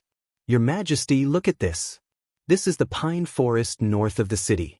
In the past month, we found 5 mutated monsters in this forest, and the number is still rising. Further north, near the Sierra de Lotus, there are even more mutated monsters. We've been giving out quests for adventurers to find the cause, but we haven't found anything. The number of mutated monsters is still rising. Hearing the guard's report, Su Luan's expression turned serious. Although these mutated monsters hadn't attacked the city yet, if their numbers continued to increase, it wouldn't be long before these monsters overran the city, and even northern Garrison City would be affected. Su Lin looked at the statistics and frowned. In just a month or two, the number of mutated monsters had reached 300. The number that hadn't been counted was probably even higher. The northern city soldiers were strong, and they often went out to clean up the monsters. If it were any other noble's territory, they might not be able to hold on. Is it because of the elemental tide? Hathaway asked softly. Su Lin put down the document and said uncertainly, I'm not sure. Did something like this happen when the elemental tide came in the past? By the way, are these mutated monsters only in the northern city, or are they everywhere in the continent? Su Lin ordered the guard, send someone to ask around. See if Maple City and Mirror Lake City have seen these things. Yes, Your Majesty. The guard bowed and left in a hurry. The elemental tide is getting stronger and stronger. The arrival of the elemental tide is a good thing for us, but it's also an opportunity for other species. This is most likely related to the elemental tide. By the way, are there any ancient ruins around here?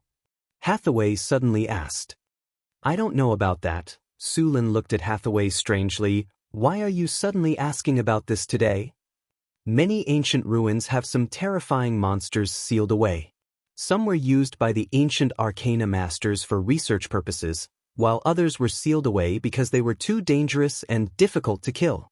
Normally, these things don't have much of an effect. With the passage of time, many creatures will die of exhaustion in the seal.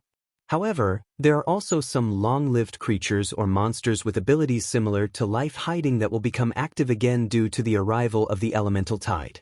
If the ancient seal is damaged, it might not be able to suppress the monsters. If the monster's power leaks out, it might lead to a situation like this, Hathaway said as she adjusted her gold-rimmed glasses. Su Lin looked rather awful. I think that's very likely. After all, we've inherited a mysterious realm left by the ancient arcanists. Since there's a mysterious realm here, it's very likely that there's an ancient ruin here. Oh right, Adept Locke and I also reinforced an ancient seal together. Sullen's face changed slightly. He immediately thought, no, I need to arrange people to search the surroundings carefully. Also, ask the city hall to issue a mission to those adventurers. Guards, guards! Su Lin yelled outside the door. Soon 2 guards hurried in. Your Majesty, what are your orders? The 2 guards asked respectfully. Send someone to the city hall and ask them to search for the ruins around here. Also, issue a mission to those adventurers. Su Lin lowered his voice. Yes, Your Majesty. The 2 guards bowed and quickly left. Hathaway quietly watched Su Lin give out his orders. When he was done, she stood up and said, How about I try using astrology? No, if you fail, you'll suffer a backlash. Su Len rejected without thinking. Hathaway smiled. It's fine. I'm a legendary wizard now. Even if I suffer a backlash, it won't do anything to me. Plus, I still have you, right? That won't do. Su Len shook his head. Hathaway walked up to him and poked his head. If we don't use astrology, how long will it take for those adventurers and soldiers to find it? Also, I've just done some research. The number of mutated monsters is constantly increasing. If we don't get rid of them as soon as possible, we'll be in big trouble. Big trouble? What big trouble? Let's see how I'll deal with them. Su Len snorted. If you don't agree, I'll use it secretly. You'll be sad if I get hurt. Hathaway said when she saw Sullen's reaction. Su Len glared at Hathaway. He knew he had to agree, so he nodded. All right, you can use astrology, but I have to be by your side. If there's any danger, you have to stop the spell immediately. Hathaway agreed and pulled Su Len to the astrology platform. I've made a divination crystal on the astrology platform. It can reduce the damage caused by the backlash. Basically, there won't be any problems. Hathaway said as she tidied up her things. As a northern witch, she had mastered divination spells. The northern witches were proficient in divination spells, but Su Len didn't let her use them because he was worried about Hathaway. Fate was a very strange thing, and so was the future. Although the divination spells could see some fragments of the future was not always the same. Using this kind of spell often would cause the line of fate to become chaotic. Just like a good swimmer who was addicted to cheating, using the divination spells recklessly would eventually lead to the fetters of fate. Then it would be troublesome. At the top of the astrology platform, Hathaway's figure was quietly suspended in the air. Her elegant long hair was dancing in the wind, and a beautifully made crystal ball was suspended in front of her. At this time, a powerful wave of magic came from the crystal ball, and the smell of concentration incense in the whole room became stronger. Su Len looked at Hathaway quietly and didn't dare to disturb her. She was now preparing for the divination ceremony. This kind of spell usually took a long time to prepare. The more difficult it was, the longer it would take. Some even required the cooperation of other wizards to hold a grand ceremony. Under the silver moonlight, Hathaway's figure seemed to be covered with a layer of silver gauze. The Lady of Silver Moon also mastered part of the divination priesthood, and many divination spells were performed with the help of the Lady of Silver Moon. At this time, Hathaway's figure suddenly trembled, and then she suddenly opened her eyes. There was a trace of blood at the corner of her mouth.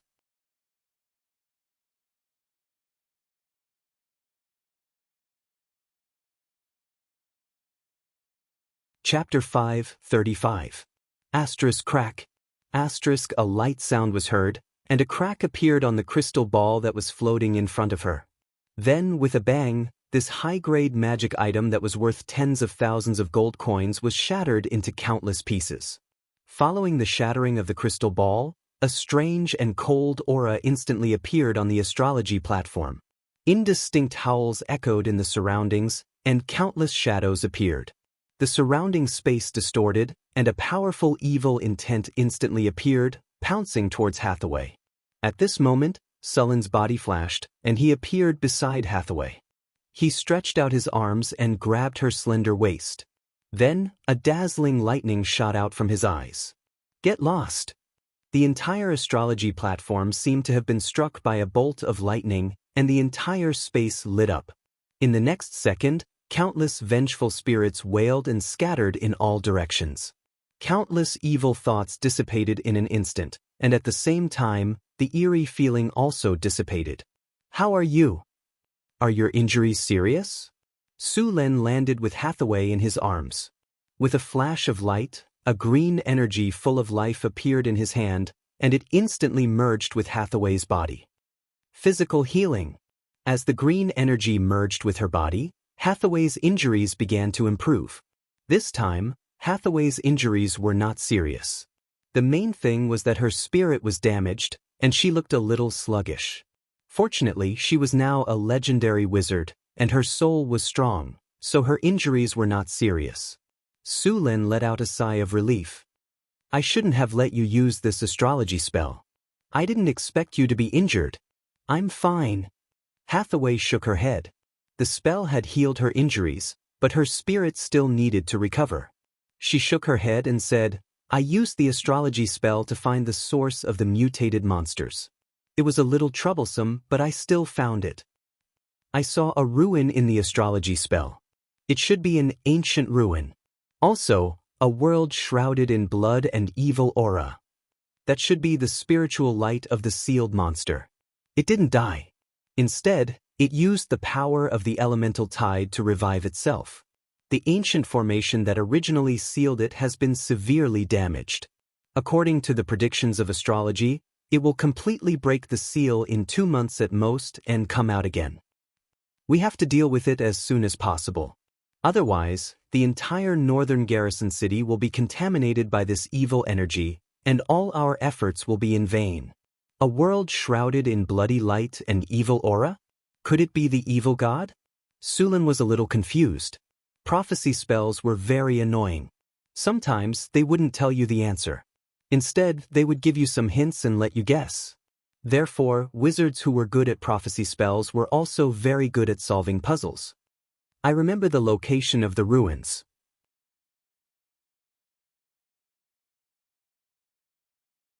It's about 30 miles northeast of the city, Hathaway continued. You should rest and recuperate first. I'll send someone to investigate the ruins, Su Lin said directly. When the time comes, I'll need your help to deal with that thing. Don't worry. My injuries aren't serious this time. It just looks a little scary. In reality, more than 90% of the backlash was blocked by the crystal ball. Hathaway said, smiling. You still need to rest and recover. Su Lin glared at her. All right. Don't be in a hurry to take action once you find the location. The energy of this monster is very radioactive. Those mutated beasts are actually ordinary beasts. They've only mutated after being contaminated by this monster's energy, Hathaway said. Also, don't let anyone below Tier 3 get close. Otherwise, they'll be infected by the monster's energy. I'll tell them to be careful, Sulin said, nodding. Mitchum. My injuries will recover in about 2 days. When the time comes, we'll work together and get rid of this monster once and for all. Hathaway said, nodding. Okay. Sulin nodded in agreement. After learning the truth, Sulin was no longer in a hurry. However, he still needed to get rid of those mutated beasts first.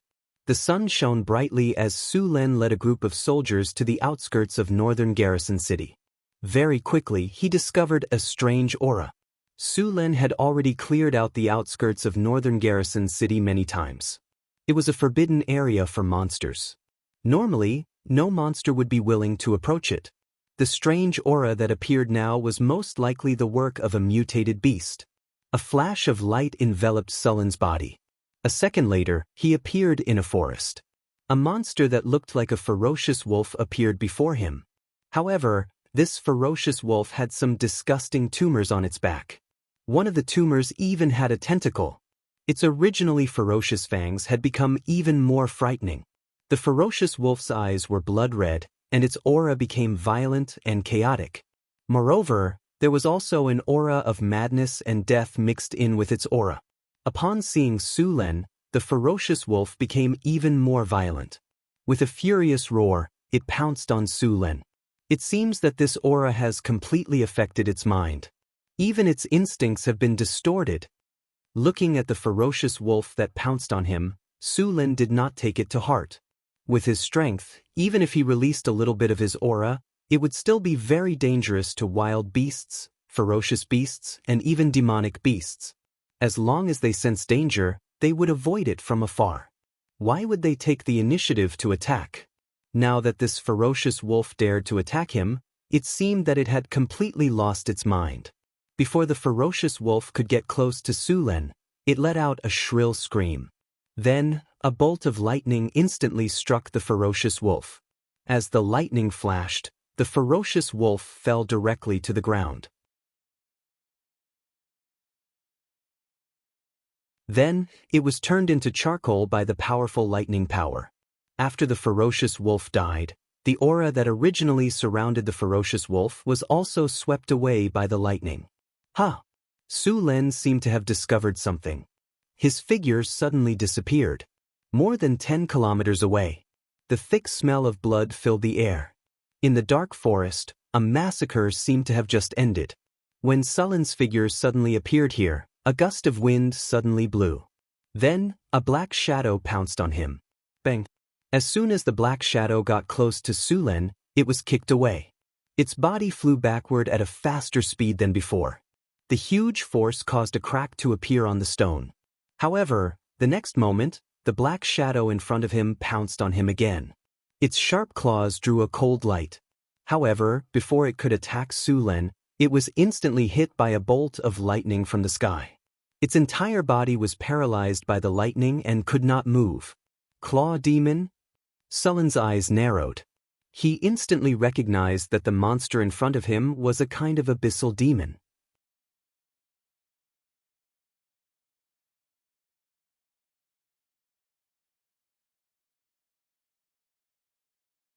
Chapter 5:36.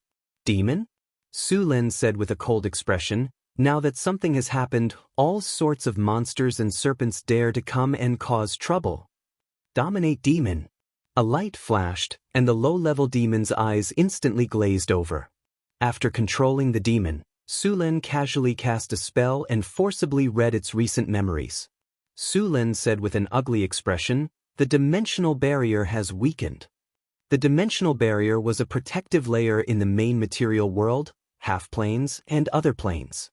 With this protective layer, the demons from the abyss would find it difficult to enter this world.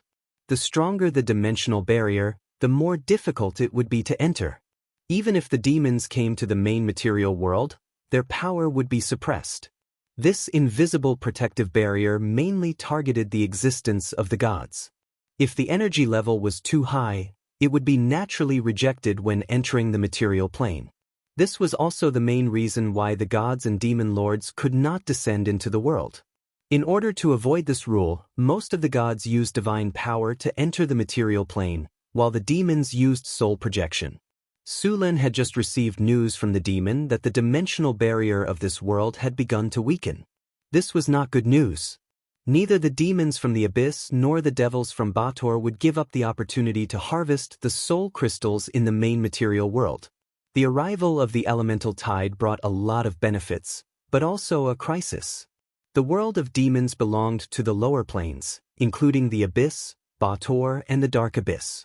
It was usually rich in negative energy, but it was not too close to the death god's kingdom. The Styx River passed through all the lower planes and finally flowed into the death god's kingdom. In the multiverse, the worst thing demons and devils did was to steal souls from the Styx River. The water of the Styx River was not something that anyone could touch. If one dared to touch the water of the Styx River directly with their physical body, they would be eroded by the water of the Styx River. Even the gods did not dare to touch the water of the Styx River lightly. In the multiverse, only the death god could bathe in the water of the Styx River. The water of the Styx River had many strange abilities. The most frightening thing about it was that it could erase anyone's memories. This was because the water of the Styx River was originally used to cleanse souls. After erasing the memories of the soul, it could be reincarnated through the death god. Without the interference of the gods, the cycle of life and death was dominated by the origin sea. Souls would quickly melt after entering the origin sea, and the birth of life would absorb energy from the origin sea. At the same time, the source sea was the birthplace of all laws. When a life form ascended to legend, their soul would have a chance to approach the source sea to comprehend the laws. The origin sea was a special plane. No, it shouldn't be called a plane. It was a special space in the universe that was connected to all planes. Sorcerers believed that the origin sea was the source of life and energy in the multiverse. All souls of life, including the ancient gods, were born from the origin sea. This was the beginning and the end of the universe. At the same time, the source sea was also a very dangerous place. It was a place where life was reincarnated. All souls that entered this place would be completely crushed like a grinder. This reincarnation method was to crush all souls into countless tiny fragments and then reconstruct them randomly. The reincarnation presided over by the death god was much simpler. The death god would erase all the memories of the souls and send them back to reincarnation. Of course, because there were too many souls, the death god would also send most of them to the origin sea. The real task of the death god was to ensure the normal cycle of death and protect the souls from being stolen or damaged by others. Demons and devils would take the risk to enter the Styx River to steal souls, but now that the elemental tide had arrived and the spatial barrier of the material plane had weakened, those demons would not let go of such a good opportunity. Compared to stealing souls in the Styx River, the difficulty and danger of going to the material plane to collect souls were much lower. Su Len cleaned up the surroundings of his territory and returned to the astrology platform. He was waiting for Hathaway to recover, and at the same time, he was waiting for news about the ruins. The Northern Wilderness. In the wilderness, a group of vigilant adventurers was hurrying along. Carlos was wearing a fine chainmail and holding a curved sword in his hand, clearing the path in front. As the sharp curved sword was swung rapidly, the surrounding bushes and weeds were quickly cut down, clearing a barely passable path. Surprisingly, there were a few bald men in this group. Judging from their attire, they should be traveling monks. Since the establishment of the Northern Wilderness, many monks had traveled through this place to travel to the wilderness. Opening a path in this kind of wilderness was very tiring, and they had to be alert at all times. The people in charge of opening the path took turns. Soon, Carlos was replaced by another warrior. Carlos put away his weapon and took out a sheepskin scroll to check. Although paper was very popular now, some important documents were still written with sheepskin in the wilderness. Because of the harsh environment in the wilderness, paper was too easily damaged. "It should be around here," Carlos said as he flipped the scroll. The scroll was a topographic map of the Northern Wilderness.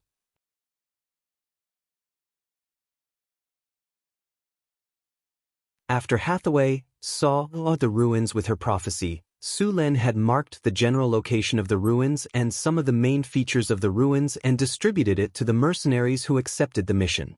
"Stay alert. We're close to the ruins. The number of mutated monsters we've encountered along the way has obviously decreased, but don't be careless. I don't want to give your compensation to your wives." Don't worry, boss. We'll be careful. Boss, I won't give you the chance." The others in the group all shouted. The originally gloomy group instantly became lively. After seeing the status of the group, Carlos secretly sighed in relief. Traveling for a long time in the wilderness would make people feel irritated and tired, but it seemed like the group was in good condition. "Look over there," someone exclaimed. When the others in the group looked up, they all exclaimed. Not far away, a severely weathered broken stone pillar appeared in the weeds. "Ruins. We found the ruins. We're rich. We're rich. I can consider retiring when I go back, buy a few acres of land, buy a manor, and become a manor owner." After that, the adventurers began to clear away the surrounding weeds and shrubs. As the weeds were cleared away, more and more ruins appeared before their eyes. There were broken stone pillars, heavily weathered statues, and stones that had long been indistinguishable. Everything here showed that this was a ruin that had existed for a long time.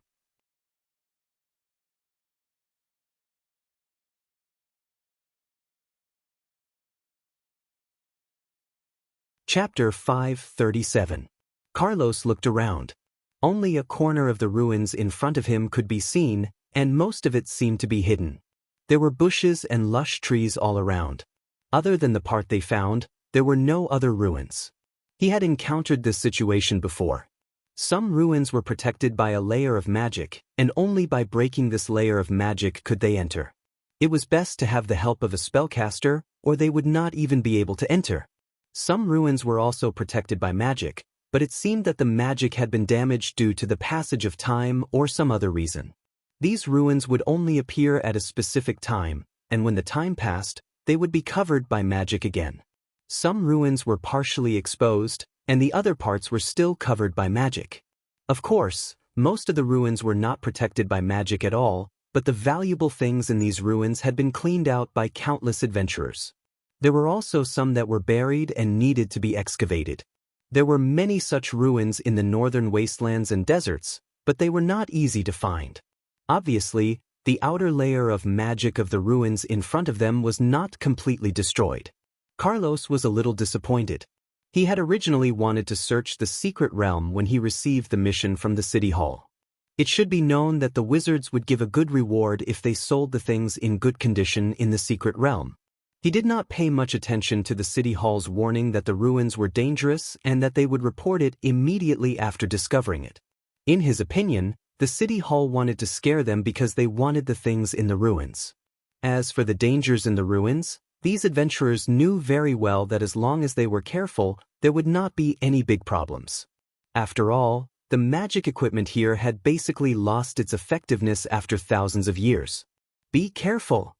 A cry of alarm sounded. All of a sudden, a dense fog appeared in the surroundings and spread rapidly. In the fog, some black shadows quickly pounced on them. The sudden change caught these adventurers off guard, and a few of them were killed directly before they could react. It's a mutant monster, everyone be careful. Quick, get close. Be careful of their sneak attack. Under the cover of the fog, the mutant monsters quickly launched attacks, constantly attacking the adventurers. In a short time, the situation became very dangerous. Be careful, retreat. Carlos roared and rushed forward. The two scimitars in his hands exuded a chilling aura.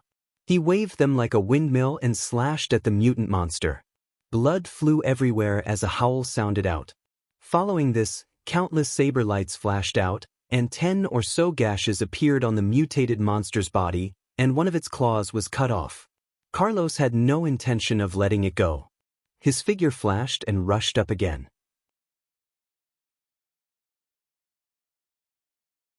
A sharp blade light flashed, and the mutated monster's huge head was chopped off. Only then did Carlos breathe a sigh of relief. Even he could not sustain such a high-intensity outburst for a short period of time. Although he had successfully killed one of the mutated monsters, the situation he was facing did not improve at all. More and more mutated monsters were rushing over from the fog. Let's go!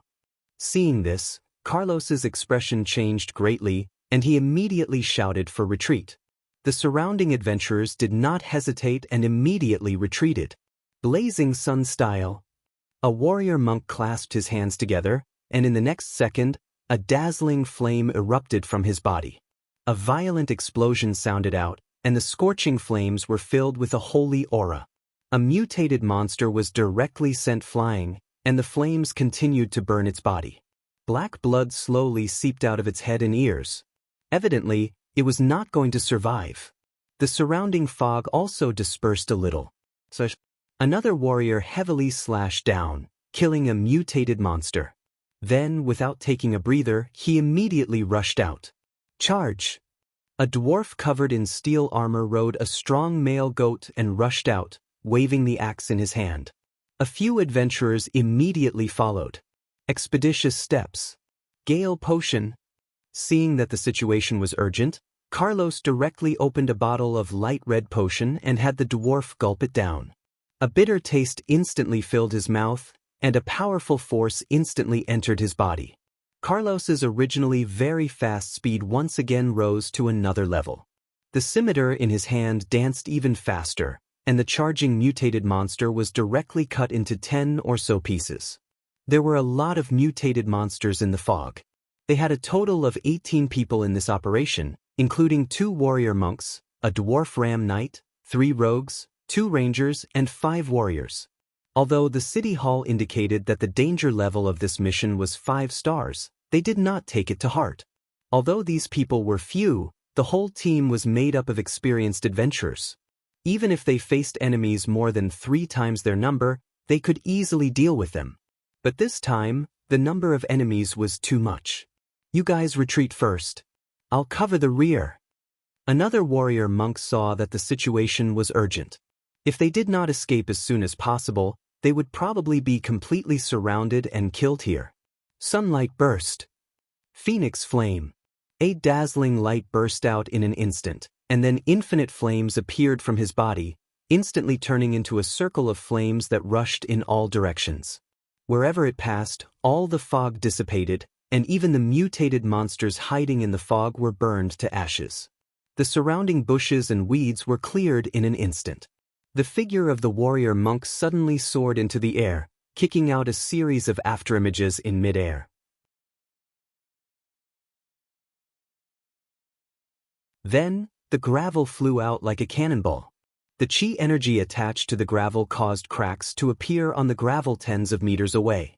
Although those mutated monsters were strong, several of them were killed in an instant under the warrior monk's attack, and a path was opened at once.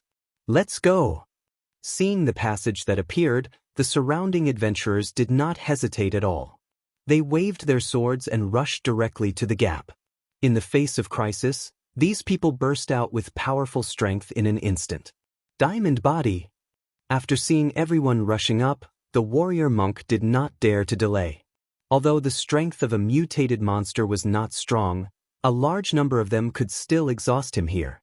"Wind Step." The warrior monk shouted in a low voice, and his body was like a tornado, rushing out in an instant. The surrounding mutated monsters could not stop him at all. The warrior monk stepped on these mutated monsters with the tip of his foot. "Let's go!" The warrior monk's figure shot out from the crowd, and he said with a dignified expression, "Let's leave here first. Find a safe place to inform Northern Town City. The problem here is not something we can solve." That you're tuning in to the Wandering Hero YouTube channel. Don't forget to subscribe and join us on this journey to catch the most captivating stories.